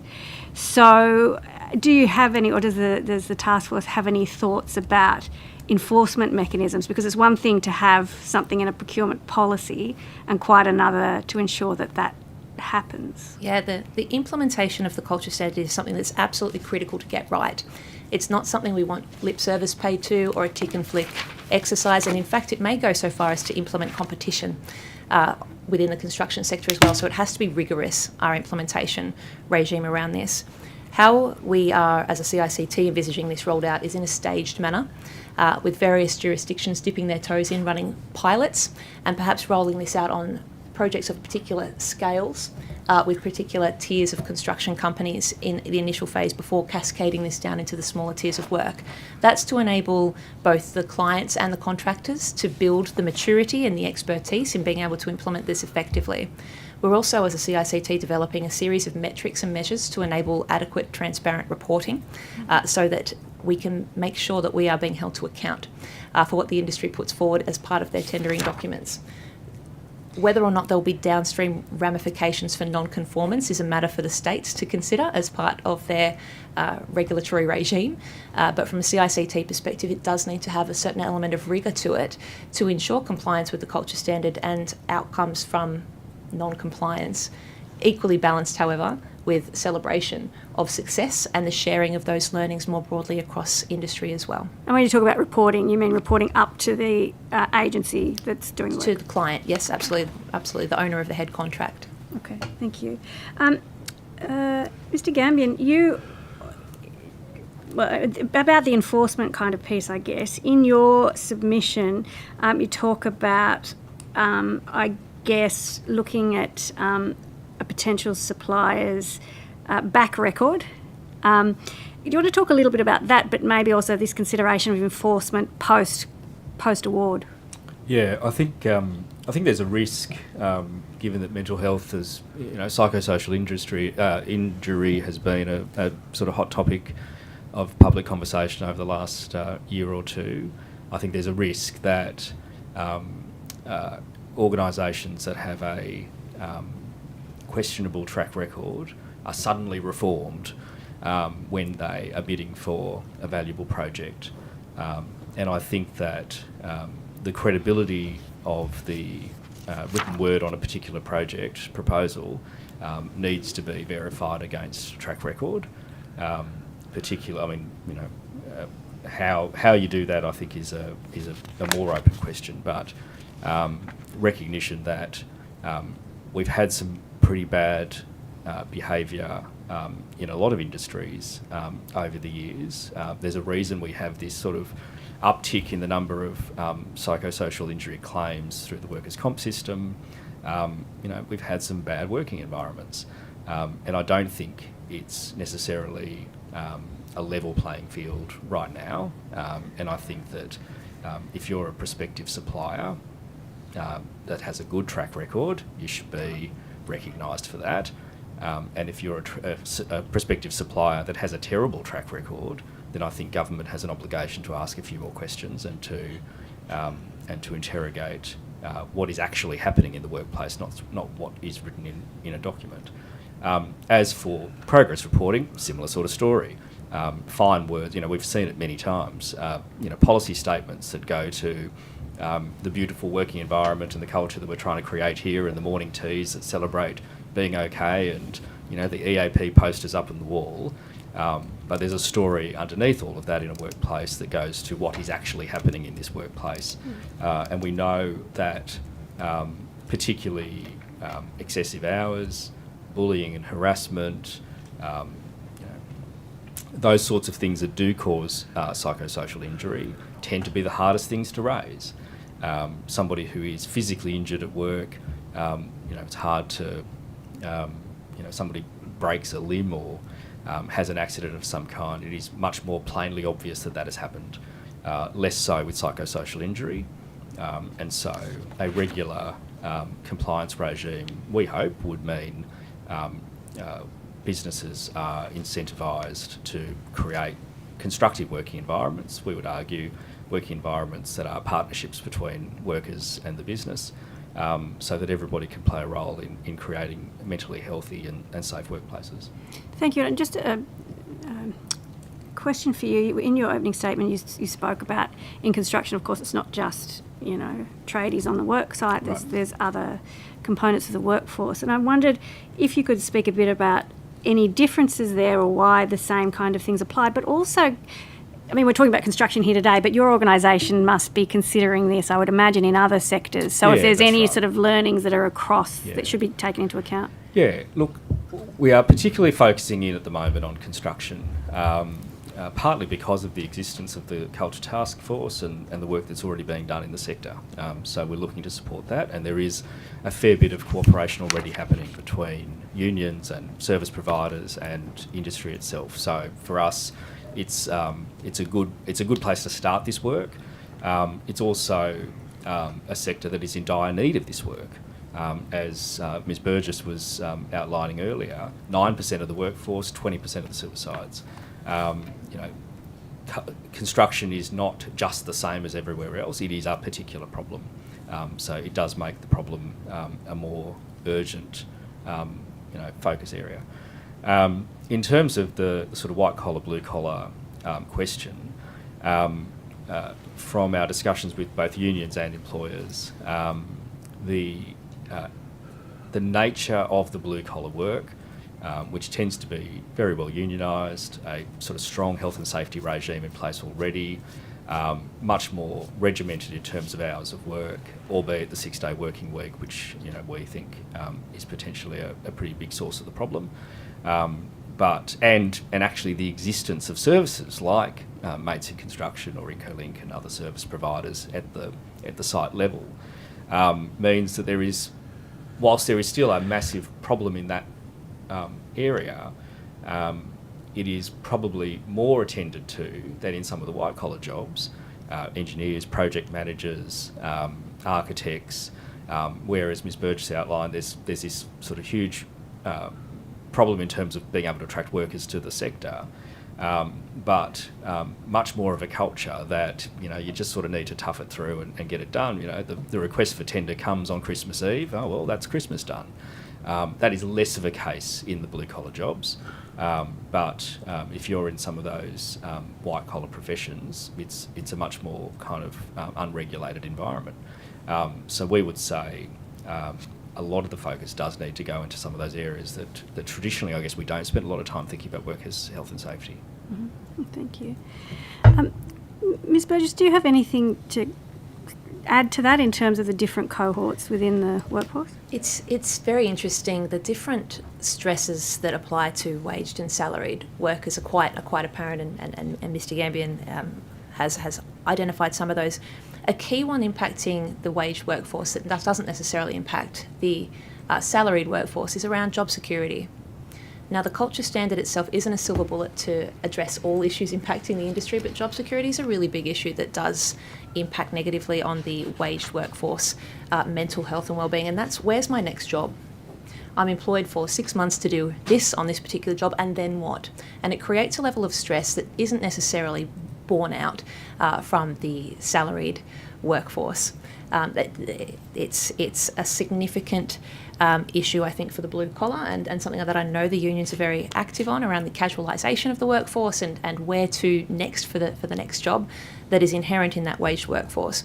But both waged and salaried have pressures that they experience as part of their jobs, as part of working within this industry. They're just different causes that we can address, and that's why the CICT's approach, the culture standard approach, is non-prescriptive as to what the programs are that you should be rolling out, as long as they are supportive of positive mental health and addressing negative mental health. It allows the construction company to step back and look at the demographics that they have in front of them and what the specific needs of their workers look like. It may be a high Indigenous employment group, it may be a high wages workforce, and they have a very different need in this space.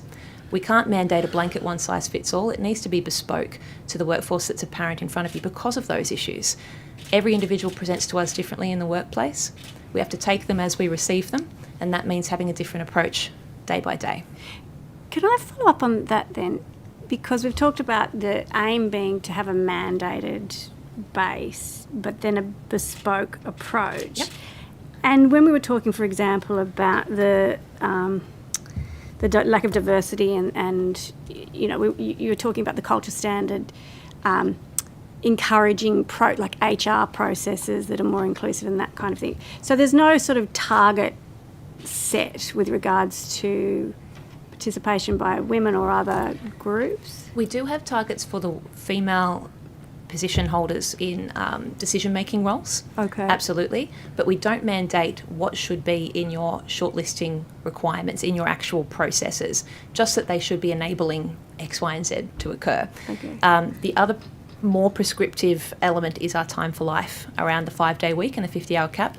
But there's many ways you can skin that cat. We don't tell you how to do that. It's going to be different for each project. It's going to have different needs, different programming requirements, and in fact, different innovations that we don't want to stifle by being too prescriptive. So we set that threshold of 5 days, 50-hour caps, allow the contractors to look at what would work best for that build, for that piece of horizontal infrastructure, or for that particular workforce that will get that result within the time and cost parameters that have been set forward. So there's a very delicate balance between prescription of targets and enabling innovation, which is something that our industry is actually quite good at when given the scope and the remit to be able to do so. But just playing devil's advocate for a minute. Please. If it's a question of, and again, less in the wellbeing and hours space, but more in the gender diversity and diversity space. If it's a question of just being able to show that you have a process in place, more cynical actors might be able to develop a really excellent process that ticks the boxes. Has there been any thought around how you would avoid, I guess, gaming when it's not linked to an outcome? Yeah, absolutely. The implementation and the reporting requirements behind this are quite considered. Right. So showing, as part of the tender documentation, you'll need to show what your process is so that the client can have transparency over what that looks like. You'll need to show what your gender statistics look like. You'll need to disclose your gender pay gap and what steps you're taking to mitigate that as an organisation as part of your tender documentation. So it does compel quite a bit of information sharing and transparency in the upfront, which can then be monitored throughout the delivery of that project as well. So again, not a silver bullet for addressing all issues.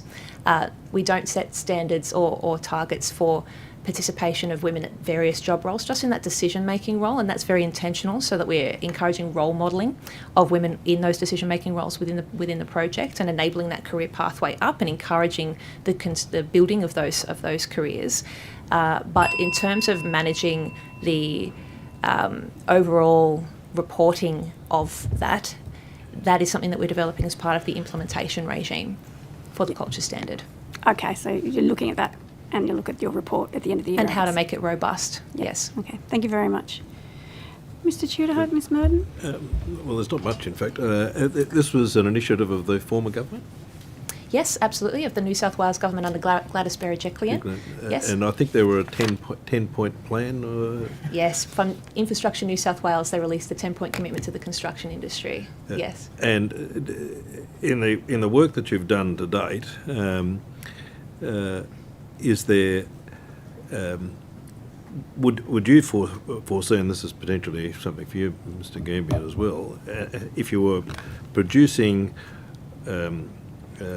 as part of a tender process, and not just for construction projects, a requirement for wellness outcomes, to use a general terms, which encompass the culture initiatives, would that impact on the tender process, do you envisage, or the number of potentially firms that would be actually part of the process, or would it be enhanced, do you think? The way that we are measuring, I think, if you like, the mental health outcomes on our pilot projects are around things like participation rates, on feedback through our surveys and through organisational data. We're engaging with the Tier 1 and Tier 2 construction companies as part of the pilots, and they have quite sophisticated resources and measurement parameters already in place that we can leverage as a CICT. What we are conscious of, though, is when this does start cascading down to the other tier of construction companies, how equipped they will be to be able to address those issues. As part of our implementation pathway, we're developing resources and guidelines which we hope to be able to convey downstream what the asks actually are and make sure we're not putting in place too much administrative burden. The idea is that... so it's already reasonably complicated, this tender process, and adding another layer, not that it is an undesirable layer, but another layer is someone just throws up their hands and say, too hard. Absolutely, and in a 6-week tender period, it is an ask. It is an ask. The challenge is that it's the only lever that we have to be able to drive change through the supply chain from that head contract point. A lot of what the CICT is currently focusing on is how to minimise bureaucracy and minimise administration in the delivery of this. It may be some initial work to be able to put together the first reports, but then the industry should get used to the asks within that culture standard and be able to roll them out more systematically, which is why a staged implementation with a leaning in, if you'd like, of requirements would be more palatable than a day zero countdown where everything has to be implemented from day one. It eases people into that approach, but definitely take the point that the management of the administration around this is something that's absolutely critical. What is working well, however, is our stakeholder engagement across these Tier 1 and Tier 2 construction companies who are all quite keen to see something happen in this space and partner with their clients and with their unions in order to achieve an outcome. So there is a willingness there and a will, to do something like this in this space that I think will mitigate any concerns when it comes to the tender box entries. Yeah. I just wonder whether this is a piece of work you're no doubt doing, but the use of the word mandatory would be potentially something down the track after you've completed this work. But would you exclude, say, small businesses from this process, or would you want small businesses to also have to comply with this wellness test or wellness process as well? So the intention for the culture standard is that it's applied from the head contract. So whoever is your contractor at that head contract point. Now that generally tends to be the tier 1, 2 and 3 for the infrastructure projects run from the government. However, the intention is that that head contractor would support it cascading down through the supply chain. So it would eventually touch the small to medium enterprise businesses, but they would have the head contractor's support to be able to address reporting requirements and education to get that information to flow back up and meet their reporting requirements to their client. So eventually, yes, I think it will touch the lower tiers of construction companies and the smaller business enterprises. However, they should be supported at that point by their head contractor and by the guidance, documentation and assets that have been developed in order to make sure that that's not too onerous to bear for their organisations. So would you be potentially, as part of a tender process, a tenderer should potentially be required to disclose their workers' compensation history?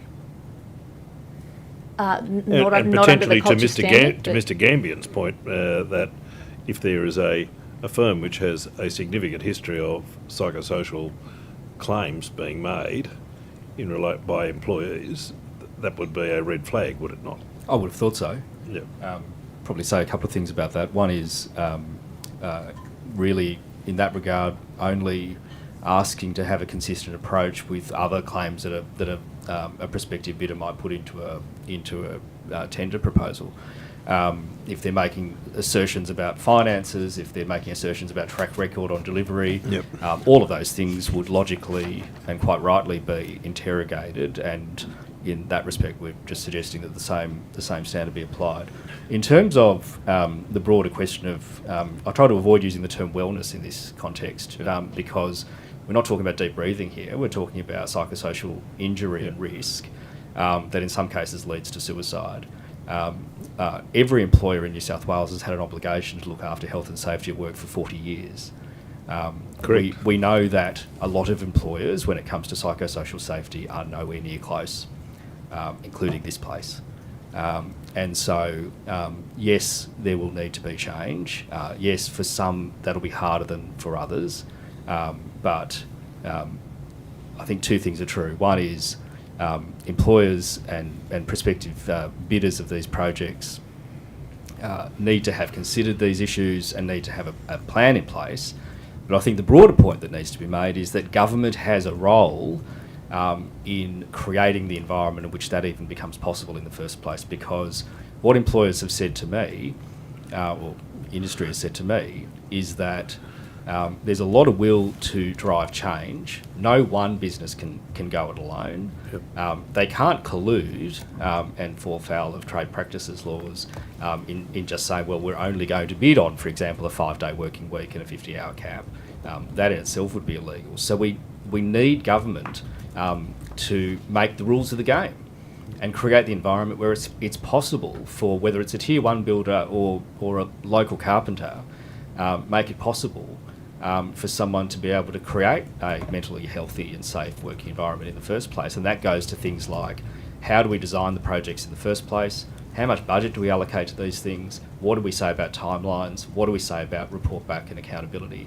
I mean, there's another kind of, I guess, a broader political point that's worth considering that we haven't gone to in the submission, which is even the conversation that goes on in this place about delivery of projects is relevant to that stuff.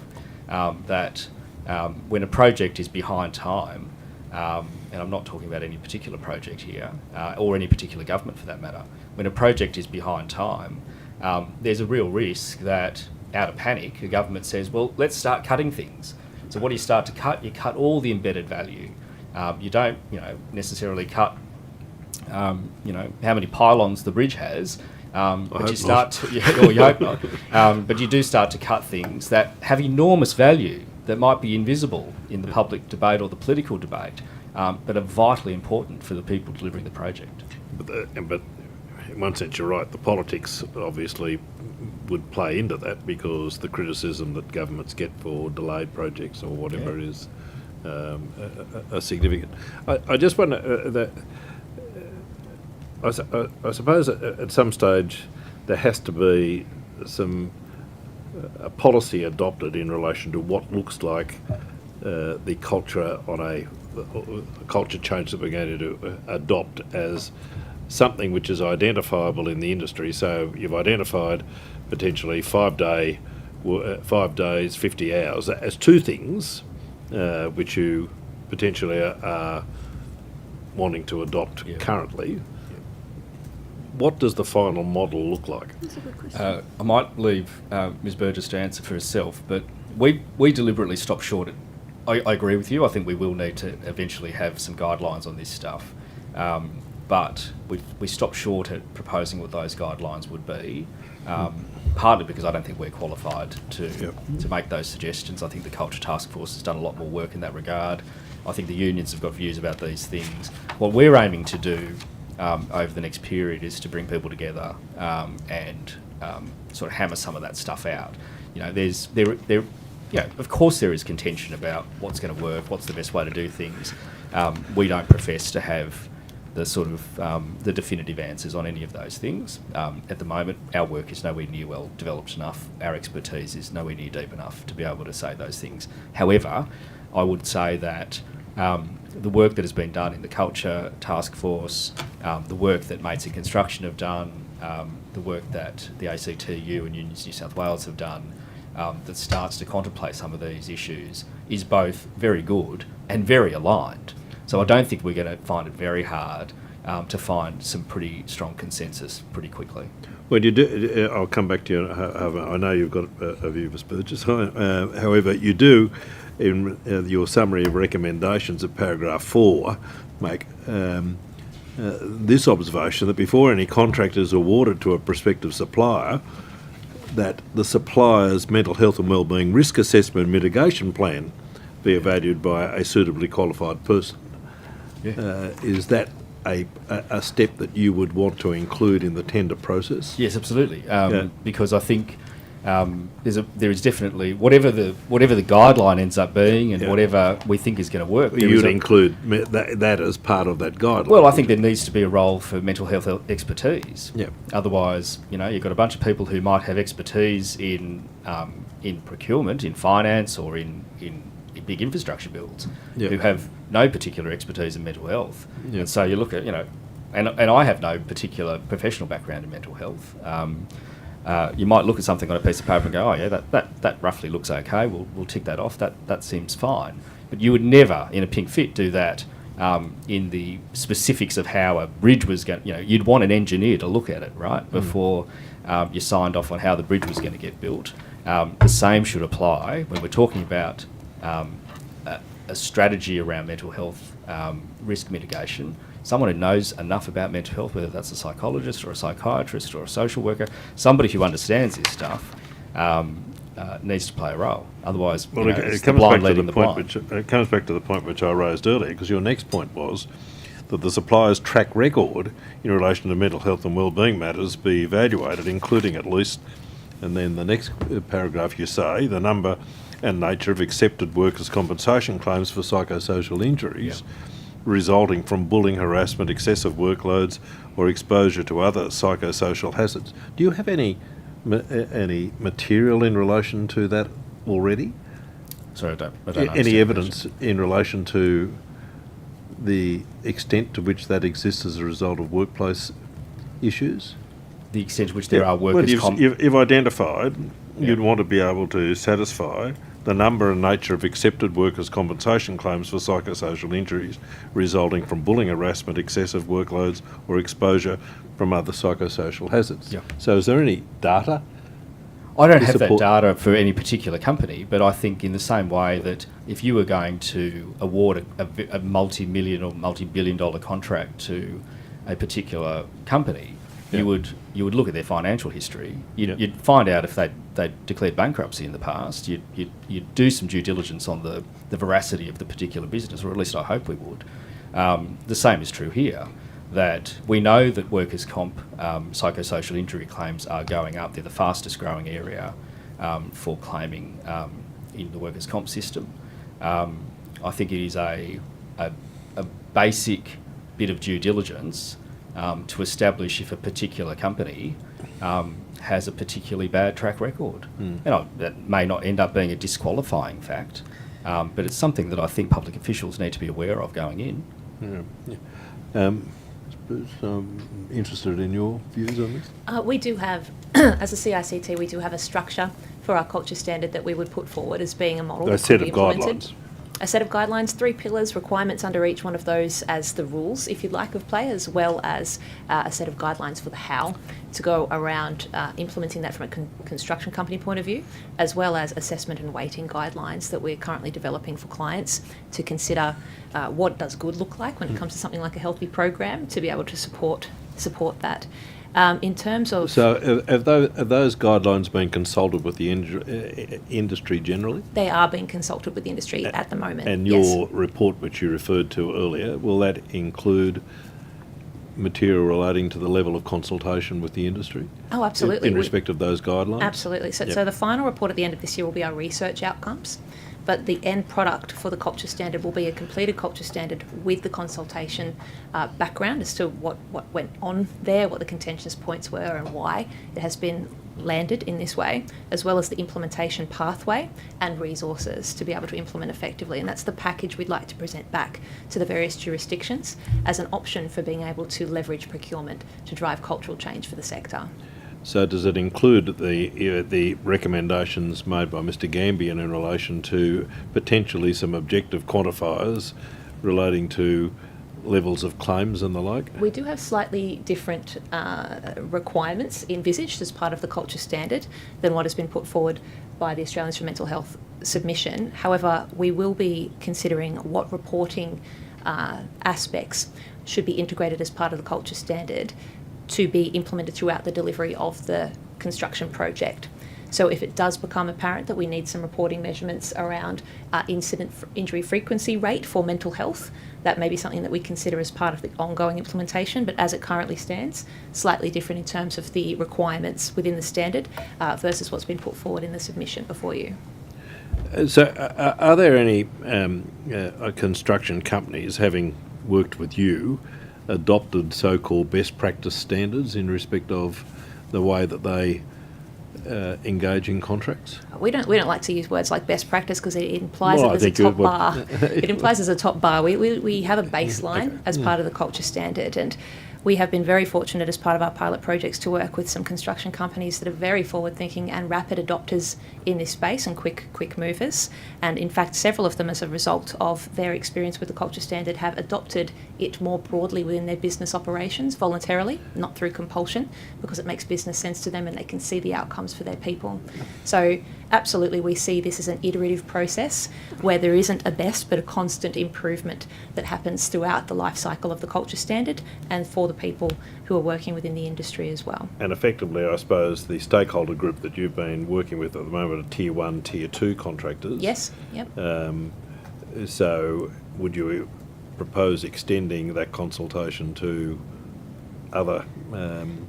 we have consulted already with industry bodies that represent the other tiered construction companies. What we'd like to do is to be able to reach further into the supply chain and even into the private sector as well, to be able to start having these conversations so we have one approach for the industry as a whole, instead of potentially creating a two-speed economy within construction where government projects are run one way and private sector projects or different smaller projects are run a different way. That wouldn't be good for the people who are operating within our industry.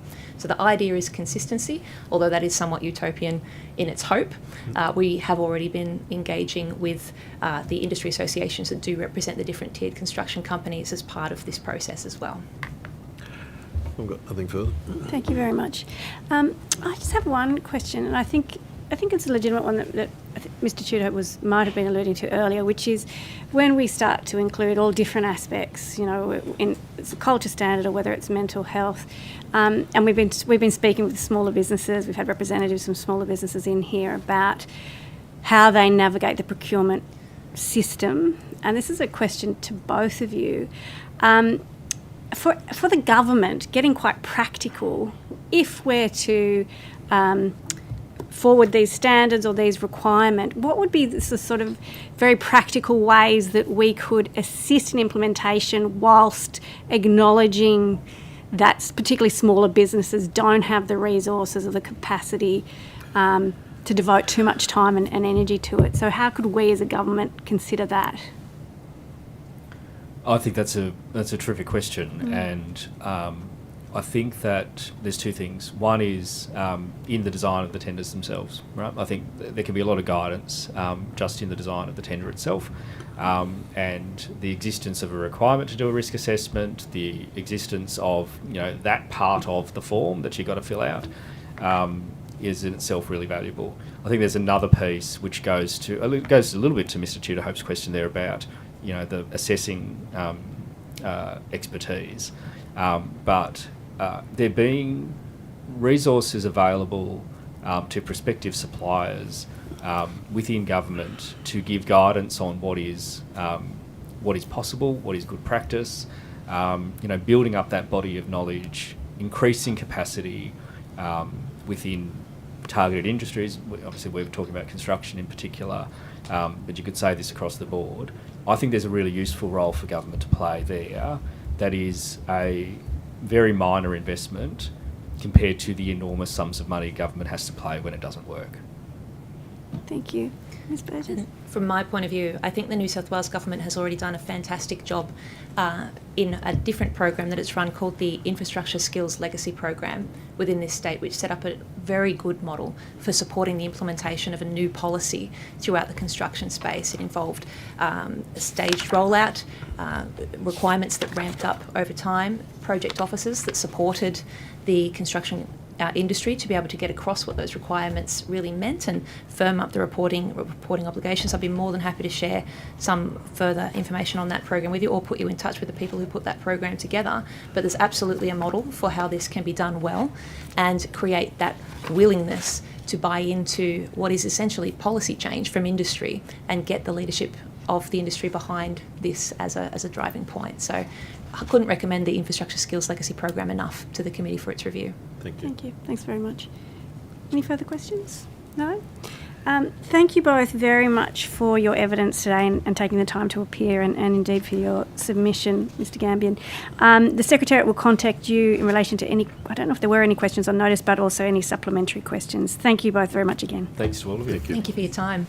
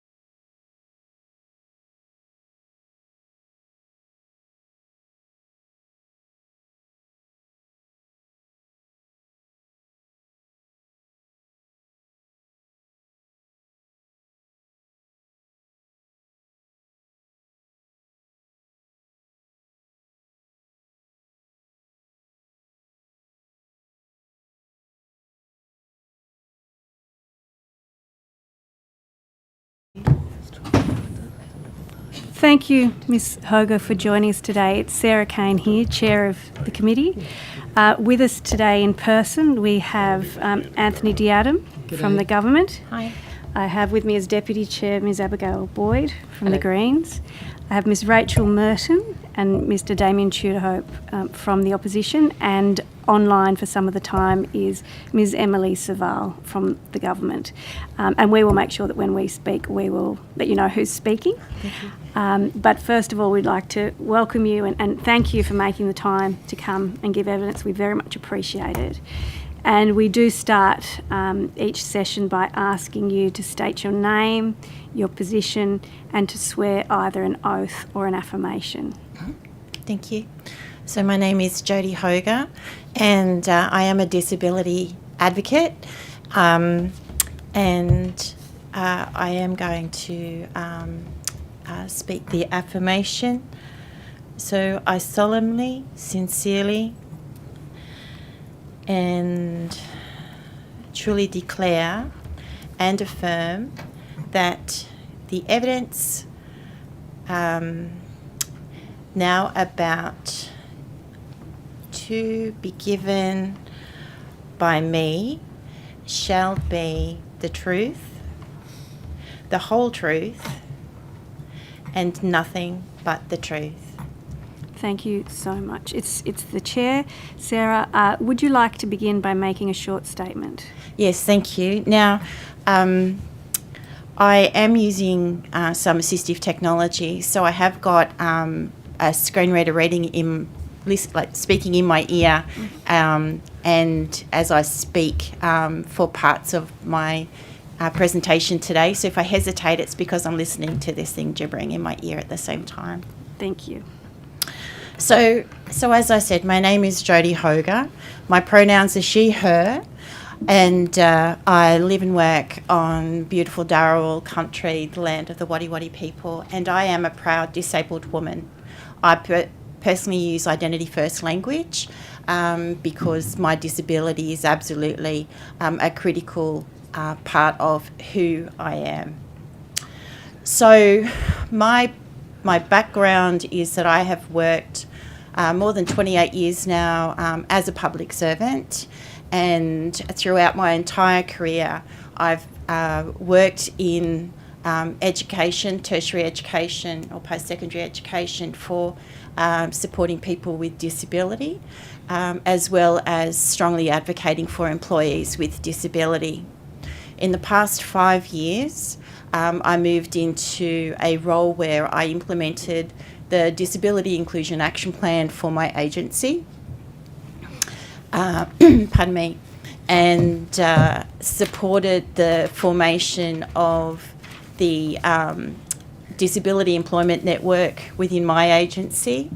And I've moved into spaces. I am a committee member of the Disability Council of New South Wales, and I also am co-chair of the Public Service of New South Wales Disability Employment Network, Den Connect.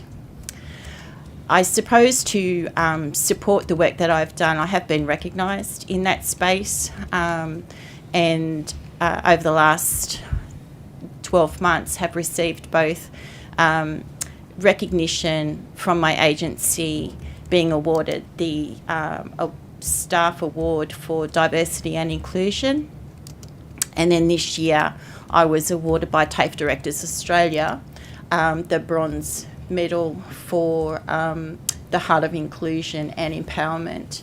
So for me, it's all about, I always say to people, it's about changing the world one person at a time. Hopefully in this space, I have the opportunity to extend that circle of influence to you in relation to looking at how can whole of government procurement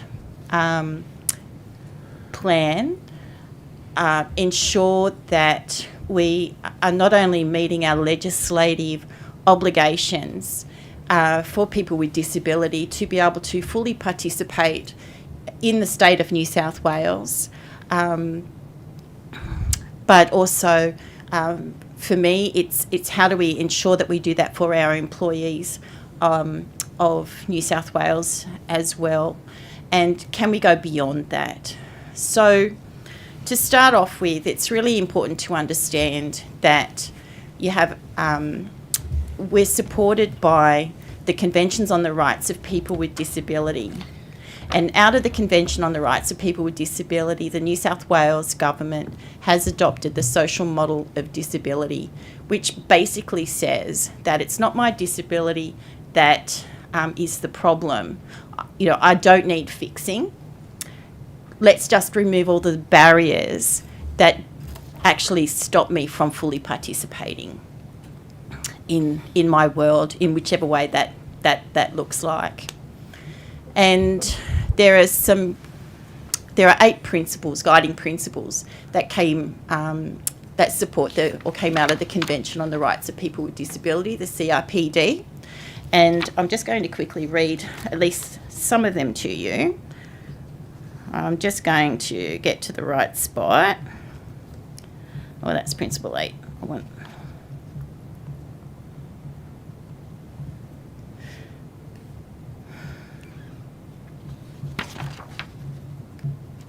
And you know when technology lets you down? It's like right now. So I'm in the wrong spot. Here we go, introduce myself.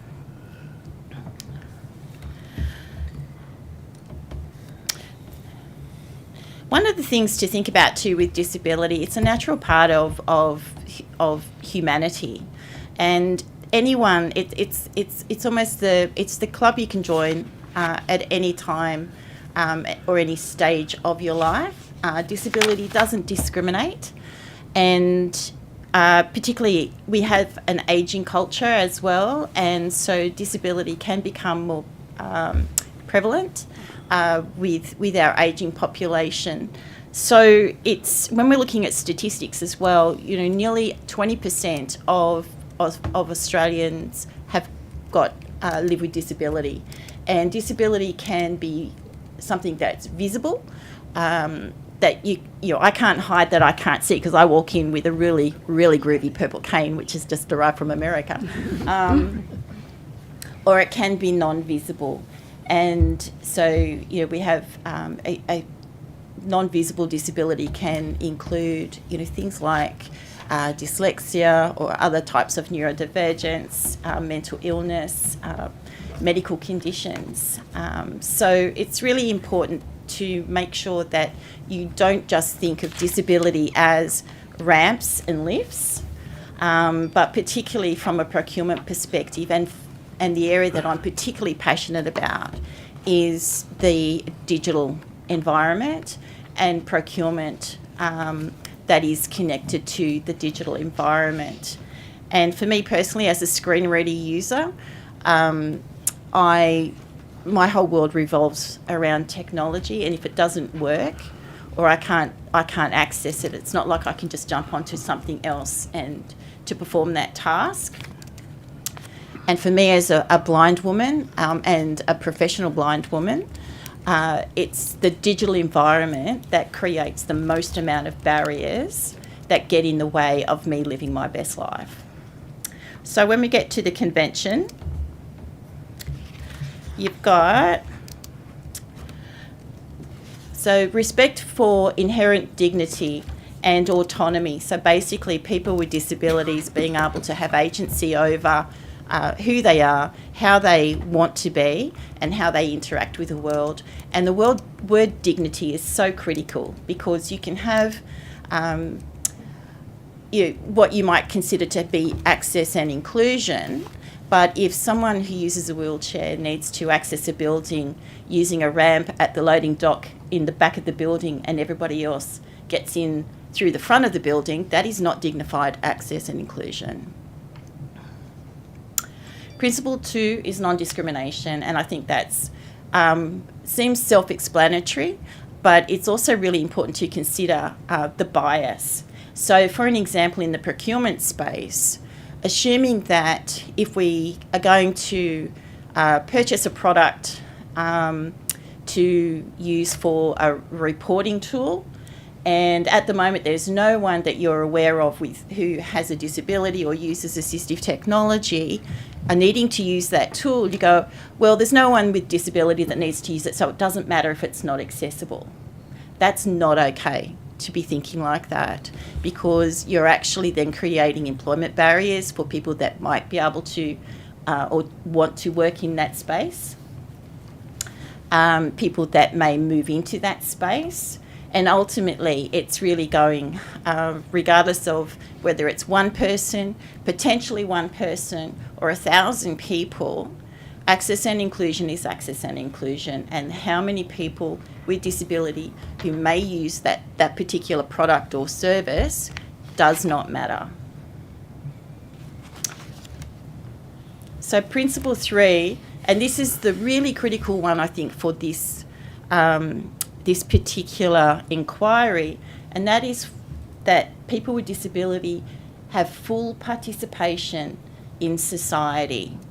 And I truly think that that's one of the principles that absolutely underpins why I've come to present to you today. Respect for difference and respect for difference. And so no two people with disability are the same.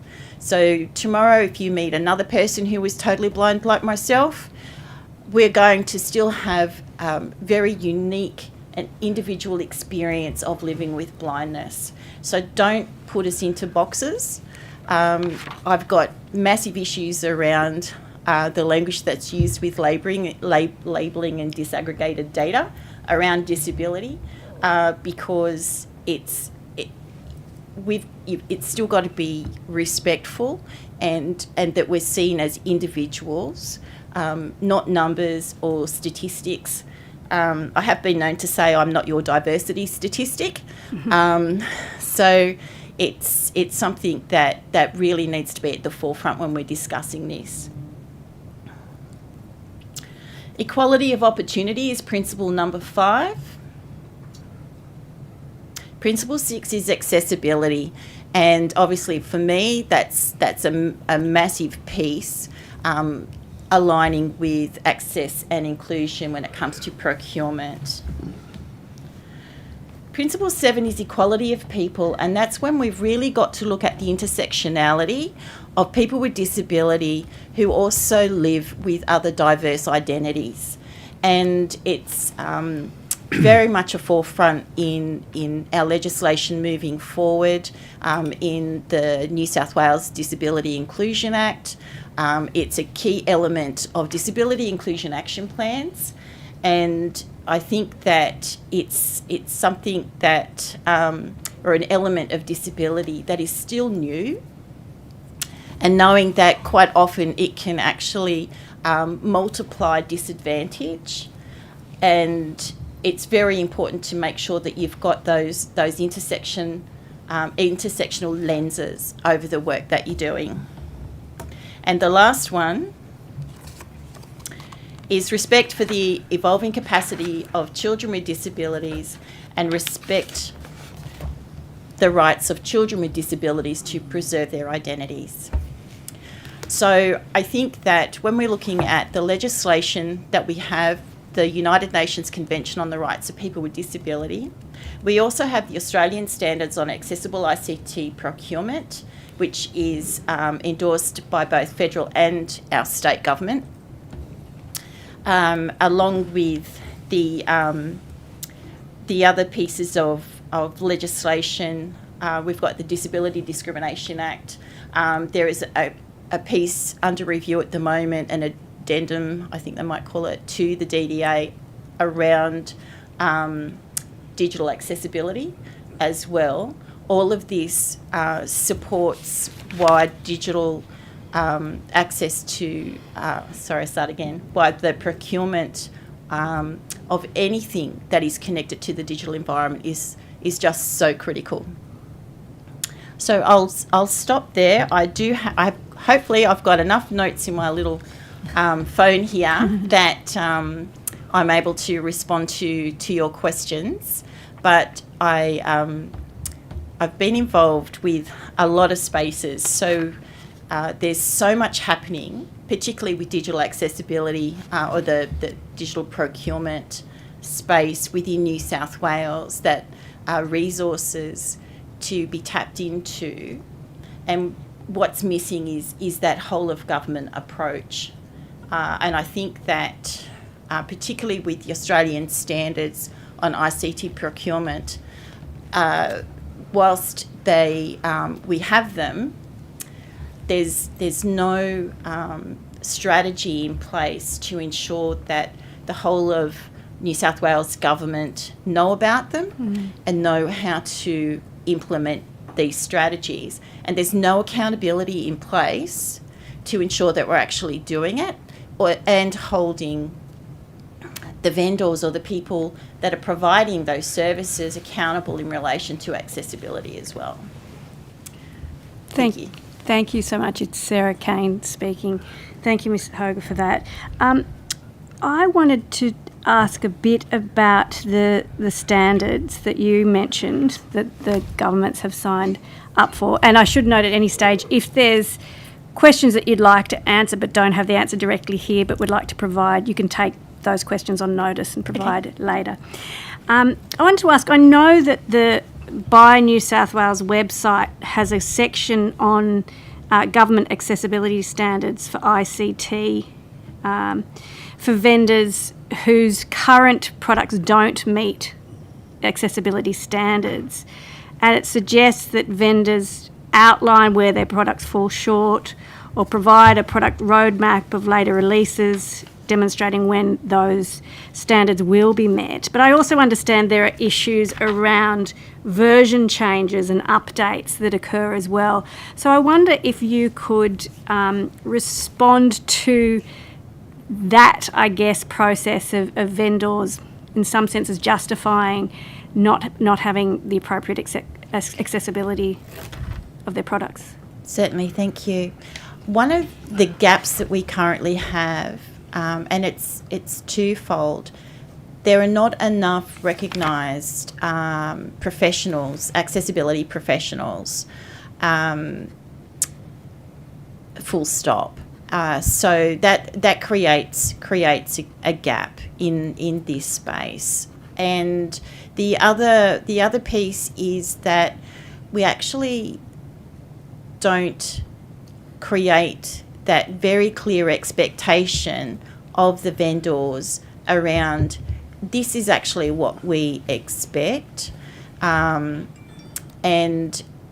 what we're seeing, and this is globally as well, and it's really come out from the United States because they've been in many ways further down the line or on the journey in this space, is that particularly with government, we have a lot of influence and buying power. If we say that your product must be accessible and meet these standards, so you have the WCAG, the Web Consortium standards, we're looking at 2.2 now as a guideline for digital products that connect, that hang off the digital environment.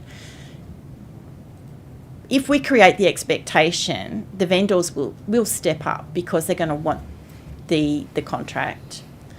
So I think part of it is ensuring that the documentation that we prepare, the contractual agreements, the tenders that are going out, that we are very, very clear on what we expect from a digital product. Now, a lot of resources have already been developed to support the language to go into all of those procurement practices or processes that have been developed by Accessibility New South Wales. The other side of it is that we really need to promote accessibility specialists as an important commodity, so that people are encouraged to get the qualifications to be accessibility specialists, that government agencies are very clearly employing identified accessibility specialists so that these people could then support the processes involved with the agencies, either developing in-house, because the ICT the standards for accessible procurement is build or buy. So if you're building something in-house, these standards still apply. And I think that with the vendors, if they're able to develop a roadmap of how they're going to, can incrementally improve the accessibility, then how do you hold them accountable for that?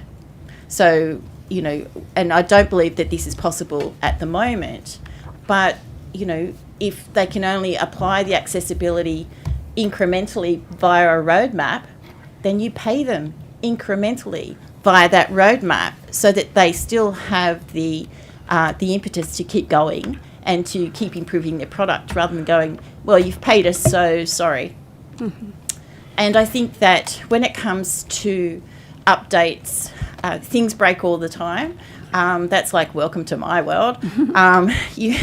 Something gets updated and all of a sudden my screen reader on my work computer is not working, or something that I used to be able to do, suddenly I can't. And I think, again, these are the sorts of things that you build into the contractual agreement so that there's that continuation of, as the product is improved. So the accessibility testing and assurances are part of those incremental improvements, and that is part of the agreement that you have with that vendor. Mm-hmm. Thank you for that. And I note that I think in your opening statement you talk about a lack of knowledge about ICT accessibility and the standards. And probably, sorry, Sarah Kane speaking again, it probably should have been my first question, is to actually get you to tell us, to define what is, before we can procure it, we need to understand what is digital inclusion and accessibility. What does it look like? Okay, so anything that touches the digital framework. A classic example of what not to do is that we had, the MF. I always get confused now with MFA and MFD. But photocopy machines rolled out a few years ago across the public service, like New South Wales, and they had a touch screen, and they weren't accessible. I still can't use my photocopier in my building. I can print to it, but I can't copy from it, and I can't scan using the product. And so even though it's a standard, they're photocopy machines, they are connected to our digital network, and so they come in under these Australian standards. Mm-hmm. So it's anything that has a touch point, whether it's a kiosk, I'm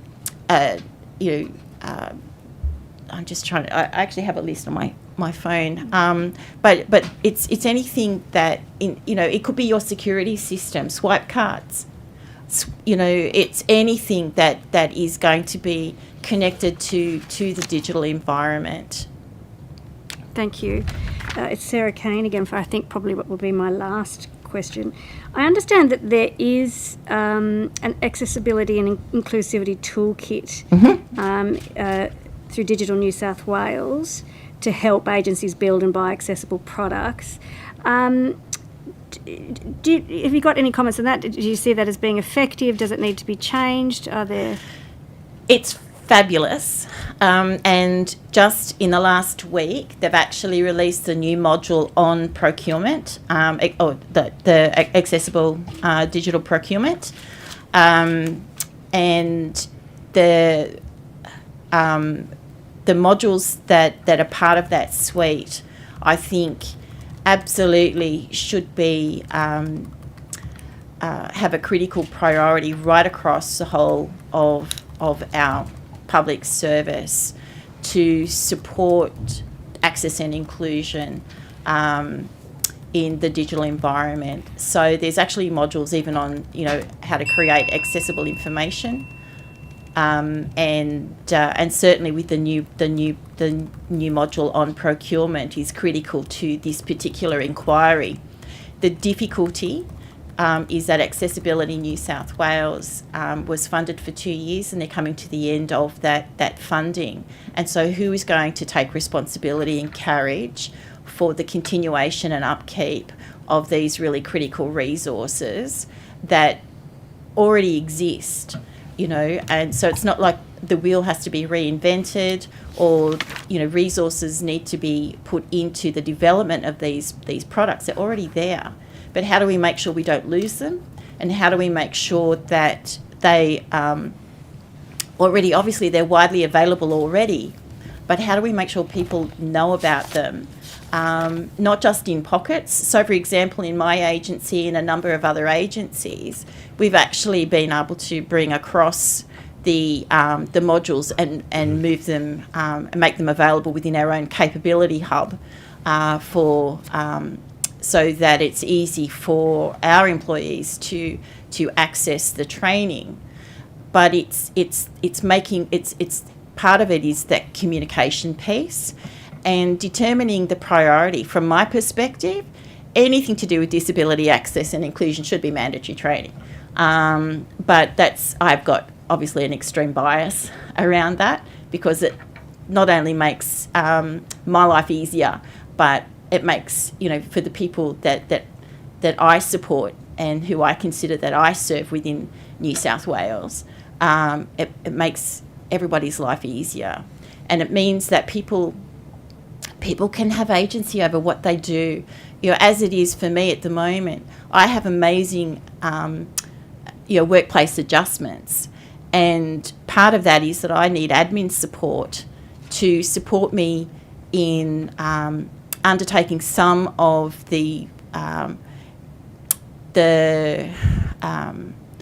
or to mitigate some of the barriers that I experience within accessing certain elements of my digital workplace environment.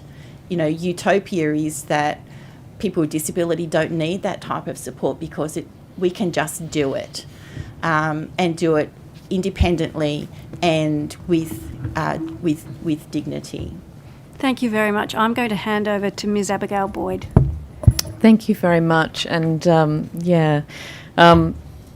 thank you for sharing in such comprehensive detail what it means to actually provide accessible services and products. And I think, from my perspective, I'm constantly frustrated that there isn't more priority given to people with disability, disabled people within government policies and programs. So it's perhaps of no surprise that within government services we also still have significant obstacles to overcome.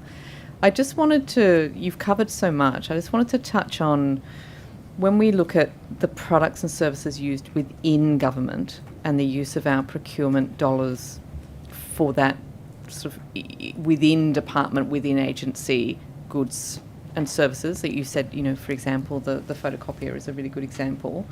I know that sorry, this is a long question, but I will get there, I promise. When we look at the average population of New South Wales, the statistics are telling us that between 5 and 6% of people have a disability that requires some adjustments to be made.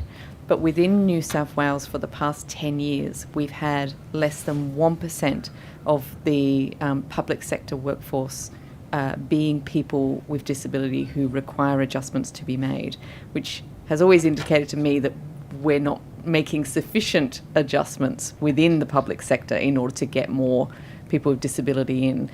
Can you comment on that? Is there obstacles for people coming into the public sector and staying there because we don't have these accessible products and services? For people that know me know, I've got pretty strong opinions. So firstly, at the moment, when we're looking at, identified data across agencies in New South Wales, you're looking at around, say, certainly in my agency, for example, it averages around 2.4% of people that identify in their diversity data that they live with disability, and yet on the PMES, it's sitting at 9%. And so there are more people with disability in the workplace than actually identify themselves. And for me, part of that is it's a cultural thing, and so it's about narrowing that gap. So people are there, but why aren't they asking for adjustments? Why aren't they feeling, psychologically safe to share they live with disability? And so there's two different pieces of work there.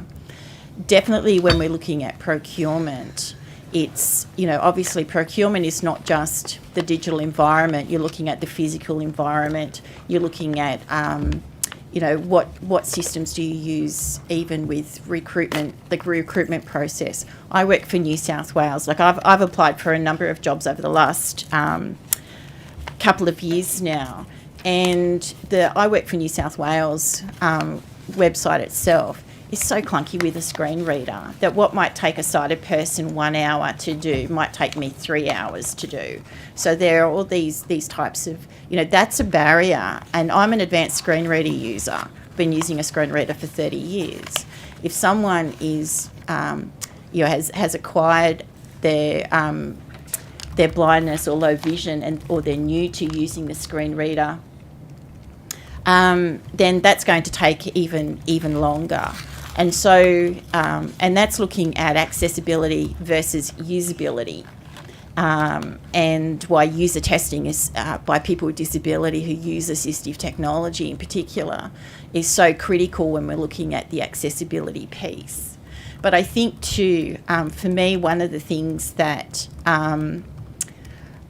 I think is very positive is that New South Wales, out of the EY report with the disability review, we're now looking at a statewide workplace adjustment passport, and we've got a draft now of a workplace adjustments policy that's come out of the PSC. So I think that they're the sorts of things that are going to really support people being able to feel confident to apply for roles in New South Wales Public Service, and to keep their roles. But certainly, even simple things like a server needing to be, you're going to have two hours downtime because the software that you use needs to be updated on a server. And so for me, if it was my screen reader reading software, then I can't just go jump on another computer and continue to work. I can't work for those 2 hours. So I think, it is a very complex situation. One of the issues is that a lot of the adjustments that people require, we go through the job access process, and that can be quite clunky, and then actually organising the assistive technology. So I think that it is complex. One of the issues that I have is that we don't have enough leaders in the public service who openly identify as having lived experience of disability, and I think that's part of the problem. And that we don't have leadership programs to support emerging leaders and established leaders with disability in being able to move forward in their career. And sometimes those barriers, again, are things. I found that as I moved up into management, I needed to use Power BI, Microsoft Power BI, and so it was still very new in my agency. And it's really challenging to create accessible Power BI reports. And so it's actually, as I've moved into management, the products that are being used that in theory can be accessible but are really, really clunky to use, and no one can show me how to use it with a screen reader because we don't know anyone else who uses a screen reader that uses that particular product. So I've got to work it out myself, which takes a lot of, that's a huge cognitive load on top of me doing my job, creates barriers for people to progress through a public service career. So I suppose that's how I would respond to that question. Yeah, it's a really good answer. It's Abigail Boyd speaking again. It's an incredibly good answer, and I think just shows just how those obstacles actually impact on productivity, and then ultimately on whether or not people want to be part of the public sector. In terms of the purchasing power of the New South Wales government when we're looking at digital products, presumably when the New South Wales government does, a tender for laptops or, any type of software or anything like that, there must be opportunities then to ask for accessible features to be put in, I guess. Do you see this as a way of the New South Wales government driving the development of more, if we started demanding more accessibility, that we could drive development? Oh, yes, absolutely, because that, amazing things come out of hackathons and, the innovation that has come about as a result of disability. You've got the typewriter, you have speech recognition. There's so much that has come out of disability innovation. And I think that what happens is that, like with pram ramps or curb cuts, it's, was designed for one reason, for one purpose from a disability perspective. And so many people appreciate being able to use a pram ramp if you're a mum with a pram, or you've got a trolley, or that you've got mobility issues where stepping is really challenging, like for a whole heap of reasons. Pram ramps or curb cuts are great, and I think that it's the same in the digital environment, so that by really creating this expectation and getting people to step up, you'll find that not only will it support, say, someone like myself, but it will, people who don't live with disability will find those levels of convenience in using those products as well. So I think that by creating that expectation from, I think, an expense perspective as well as a productivity perspective, that you would have wins in both of those spaces. The biggest thing when it comes to looking at, when you're looking at the dollar, and we all do, right, is that it costs, and I've got the data on my phone here, but if something has to be remediated and made accessible after it's been built, the cost is like 30 times more than if you had made it accessible in the first place. We call it building in, not bolting it on.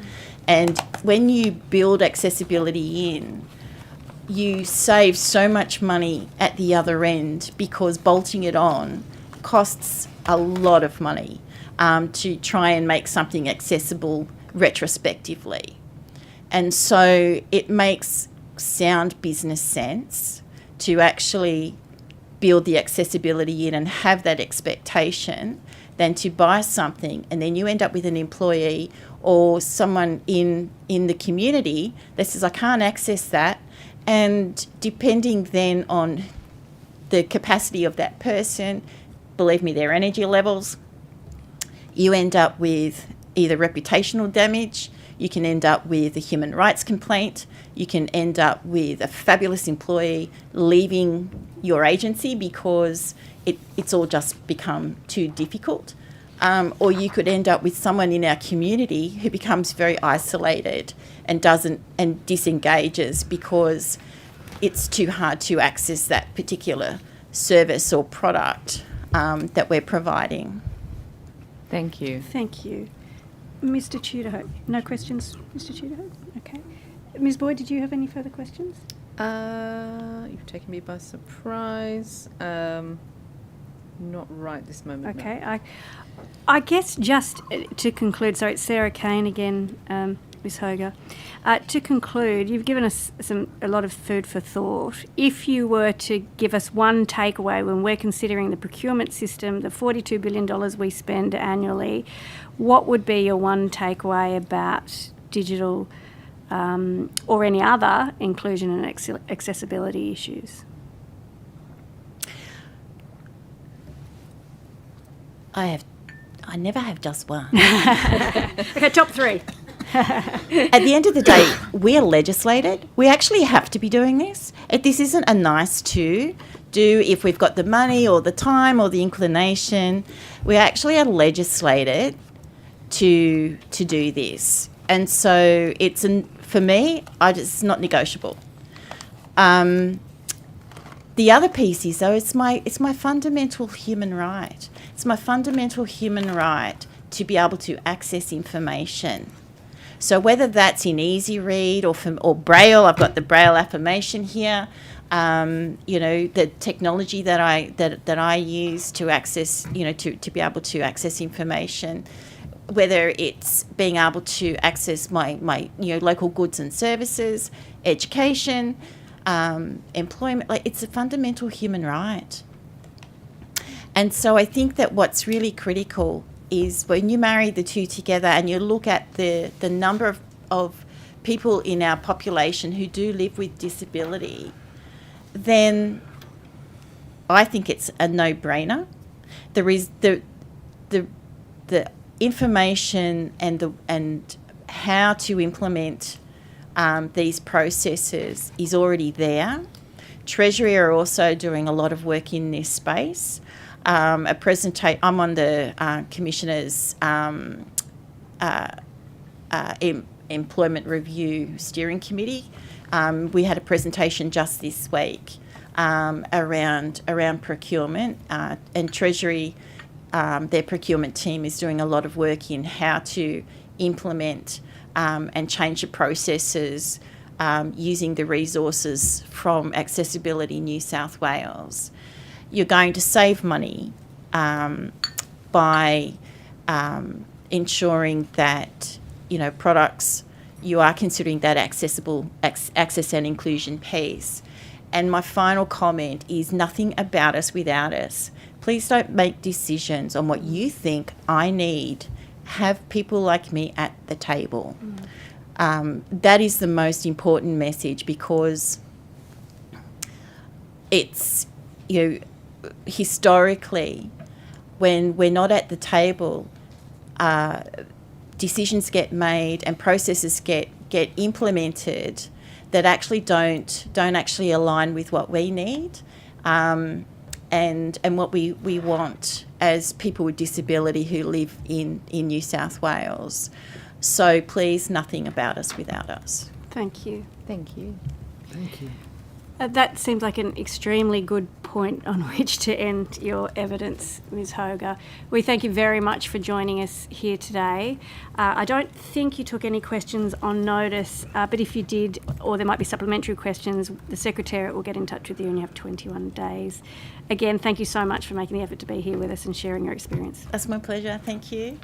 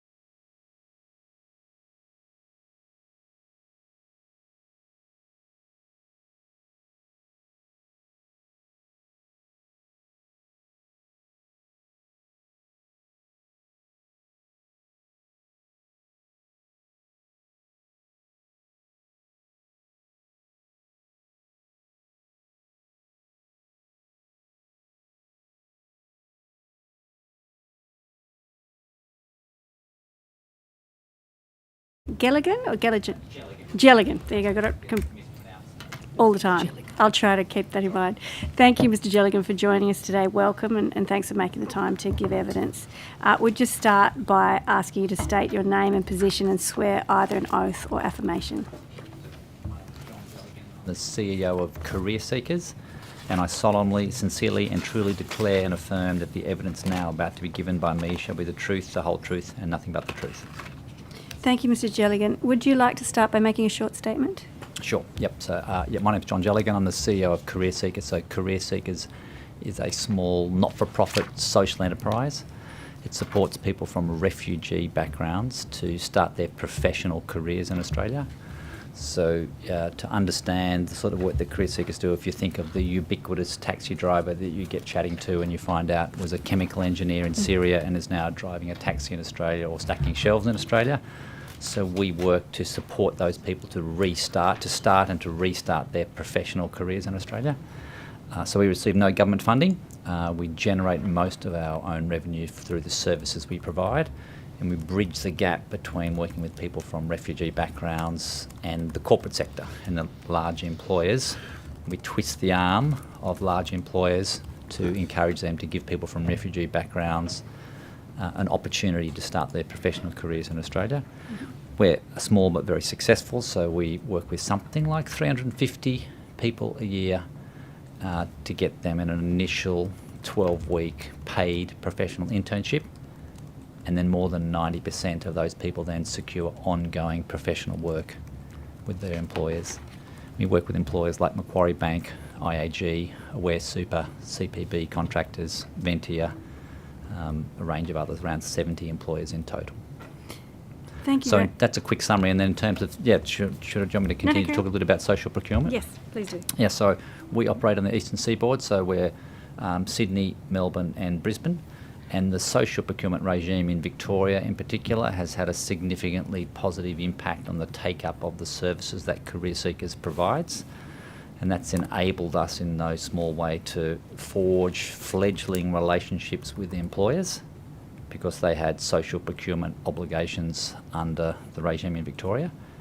Many of those employers initially signed up in a ticking the box, in a compliance mindset around bringing on people from refugee backgrounds into their organisation, but quickly found that actually the people that we were connecting them with had much to offer in terms of their contribution to a talent pool at that organisation, as well as building the diversity and inclusivity of their organisation and helping the company make a really significant contribution to an important social issue.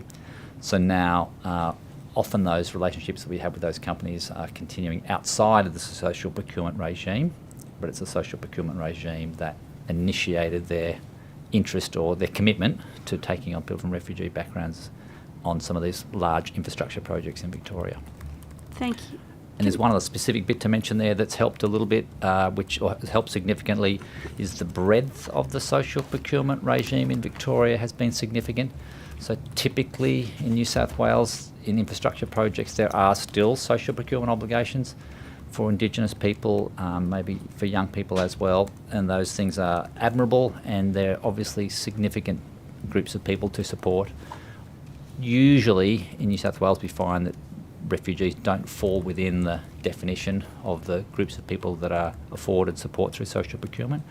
What's happened in Victoria is there's been another element to that social procurement regime is to give companies the opportunity to support priority job seekers, so a broader group of disadvantaged job seekers who might be present in a particular geographical location. So that's meant that some of those companies, when they have been unable to meet their commitments through the other targets in that social procurement regime, have been able to connect with Career Seekers and other organisations to support those other priority job seekers. Okay, thank you very much for that. And I might ask a little bit with regards to the examples you've given with the Victorian scheme, and this idea of what's priority job seeker, etc. Because I note that in your submission you don't make any explicit recommendations. One of the things that we are interested in, I guess, is you're pointing to other schemes, to other examples. Are there sort of explicit aspects that you would suggest to us that we consider in New South Wales? I think the attractiveness of that, the notion of a priority job seeker, and there is a definition of the priority job seeker, the categories of people that can be considered to be a priority job seeker is included in the Victorian legislation or procurement regime. I can't remember the exact categories that are included. Refugees and asylum seekers is one of the groups. But by having a relatively broad definition, it affords the company that is trying to comply with that procurement obligation some flexibility to suit the needs of the community and the area within where that project is taking place. We've certainly heard of extreme examples where sometimes those procurement targets are narrow, and if it might be a metropolitan project and with a high requirement for Indigenous employment opportunities, the company cannot find sufficient number of Indigenous people to meet those to meet that target, and then it can ensue sometimes a farcical situation where they're going out trying to hustle and find people from outside the area and bring them into the area, relocate them into the area in order to try and meet those targets. That's not really meeting the notion of what a social procurement regime trying to achieve improved social policy outcomes. It seems like that's a counterproductive result. Having that broader and more flexible definition, I think, gives much increased chance of companies adhering to and meeting those targets, which I think is a good thing, as well as suiting the nature of the situation or the geographic location in which that project is taking place. Thank you. You spoke about the types of organisations in which career seekers tends to place people, and you noted Victoria. Are you aware? In New South Wales, career seekers just deals with the private sector, or you have engagement with New South Wales government agencies or through contracts? Yep, we have some engagement with New South Wales government, much more with the Victorian government, but mostly the placements that we're talking about under these procurement contracts are with the private sector who have been successful tenderers on Victorian government contracts. So we do independently have a range of people from refugee backgrounds placed with Victorian government departments. That's not connected with the social procurement obligations, that's connected with us forging a relationship with Victorian government. And we have a fledgling relationship with the New South Wales government. Which we'd love to grow, but that's sort of outside the scope of the social procurement regime. Okay. And you spoke about, and I note in your submission and doing a bit of Googling, that you often support professionals or mid-career professionals. Yep. Do you have a sense of, we have a lot of workforce shortages across New South Wales. Yep. Do you have a sense of where you have people, what areas you have people seeking work, or the particular hotspots or particular professions? No, it's very broad. It's very broad. And we will have, I think if you think of the range of professional occupations, we have people applying to our program across the range of university degrees that come out of university. Typically, we don't have people, we can't support people in the medical sciences world as a general proposition. But putting that to one side, then we're working with people across the breadth of the different areas that you would expect. So certainly engineering, construction, project management, IT, finance, law, accounting, business, science, arts, the whole remit. We certainly see lots of people with law backgrounds that we could, if we had more employers, we could find more roles for people with law backgrounds. At the moment, engineering's, despite the talk about the shortage of engineers, it's not easy to find homes for people with civil engineering backgrounds. Some of the government reductions in spending in Victoria in particular have dampened demand for engineers. So there's a significant supply of people coming to Australia with existing qualifications, or indeed gaining those qualifications at university, that are struggling to find professional employment in Australia. And with regards to your organisation, Career Seekers, so in terms of government procurement, it's not your organisation that seeks to engage directly. Yes. It's more that in circumstances where there are social procurement requirements, e.g. Victoria is the example that we've been Yep. talking about, then you facilitate contractors Yep. along the chain in being able to fulfil those requirements. Absolutely, absolutely. So we're a conduit, we're a broker. We spend a lot of time preparing the participants to set them up for success with a workplace. We spend a lot of time with the employers to set them up for success, to bring someone from a refugee background into their organisation. But absolutely, we're a conduit or a broker or a connector between the people from refugee backgrounds and those companies. Okay. And your model, you're funded by employers who Yep. accept those? Yep. So we're charging the employers a program sponsorship fee to participate in the program. Right, okay. Excellent. So, in terms of, I guess one of the points to make here is that in terms of the social benefit that an organisation like Career Seekers delivers, it's substantial at no social cost or no public cost, because we're able to work closely with those employment partners to get fees from them to underpin the cost of the program. And one final question, where do you get your participants? So how do they find you? Yeah, typically it's through word of mouth. So we've worked with 1,500 people over the past 5 years, from Syria, Afghanistan, Ukraine, other parts of the Middle East. So they tend to be close-knit communities. People arrive in this country on humanitarian visas. They all find out about the Career Seekers program from other members of that community and then connect with us that way. So typically it's not a challenge for us to find people from refugee backgrounds who want to join our program. The biggest challenge is finding employers that will get on board. Thank you very much. Ms. Boyd. Thank you for everything you do. It's super interesting. I think you've asked all of the questions I was going to ask, so I don't have anything else at this point. Thank you, Chair. Mr. Tudor. Thank you.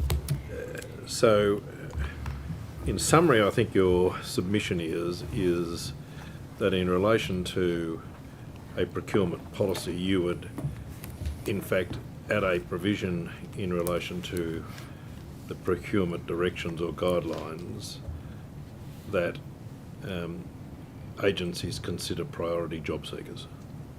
Is that? Yeah, I think it's probably twofold. One is that the strong social procurement regime in Victoria has been an effective model, and looking at that and building upon that. And you have a fairly broad definition of what a priority job seeker looks like, but in any event, the model which you're urging on the committee is that when we're looking at procurement policy, the current procurement board directions, of course, do give or do have mandatory provisions relating to skills, training, and diversity. So but that generally applies to substantial contracts, not.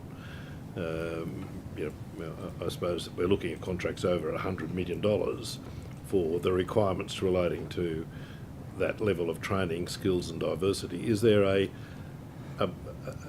a roof that you would put on, a floor that you would put on under those contracts where you would impose that procurement obligation? Look, I don't think I'm equipped to advise on that. I understand that on small, inverted commas, projects, it's challenging to impose additional requirements and costs on the company involved in delivering those contracts. So I leave that to the select committee's discretion to work out where that is. I think in the modern world, and hearing the lady speaking to me beforehand, I think these are things which are more important and should be built more into the fabric of the way we do things on a day-to-day basis, rather than just limited to those particularly large contracts. I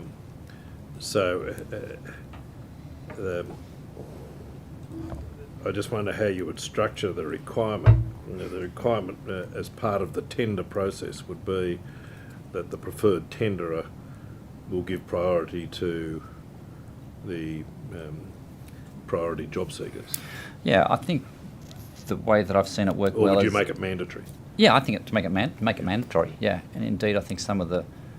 I'm not across the ins and outs of this, but some of the Victorian regime rewards companies that then meet those obligations, and they report back to the relevant committee or the relevant board to say, yes, we've achieved these obligations, and that then leads to them to getting some remuneration back.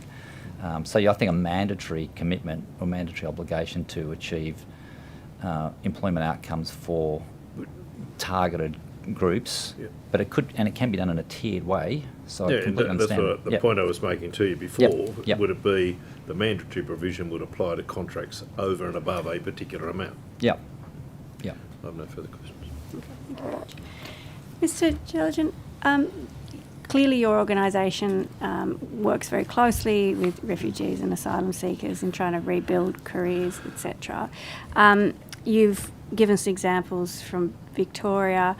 Are there sort of out-of-the-box kind of suggestions that perhaps you haven't seen implemented or are in another jurisdiction that you think would be useful for us to understand or consider?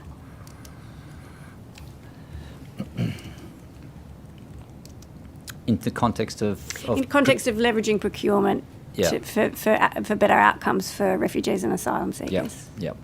I don't think beyond the things that I've suggested, making it a more mandatory regime. I think the way the New South Wales regime, to my one step removed view of it, it feels like it's been a more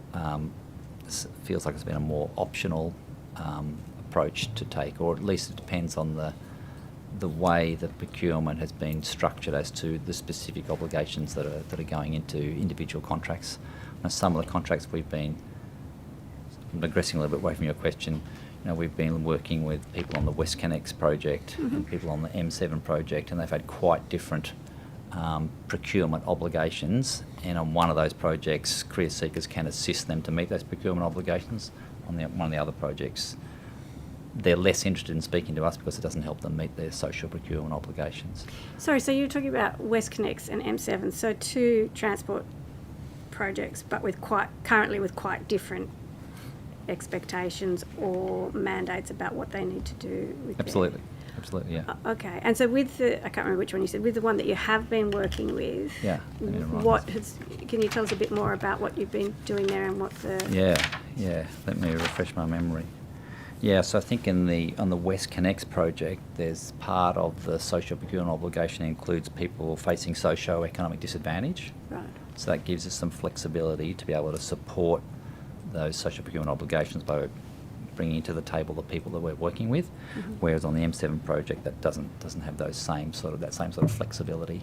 Okay, so they do have some kind of social procurement aspect, but it's not broad enough to allow your scope. Yeah, but it wouldn't be mandatory, would it, in that instance? It's not mandatory to deliver the outcomes for people facing socio-economic disadvantage, but it's one of the. My understanding is mandatory to achieve a range of different employment outcomes for a whole group of people or series of groups of people, one of which is people from socio-economic disadvantage. So when they're struggling to meet if there's a specific requirement around a specific group of people and they're unable to meet that mandatory requirement or that requirement, then there's other ways that they can still achieve that social procurement outcome. Okay. So sorry to... That's right. Half on the same question. So in terms of case examples, so asking about New South Wales, I think I did earlier. So you have had engagement where big projects have had as part of their procurement arrangements the need to fulfil certain requirements, even if it's voluntarily by that project. Yes. Are there other examples? I'm just thinking of where we might go and have a look at what they've done.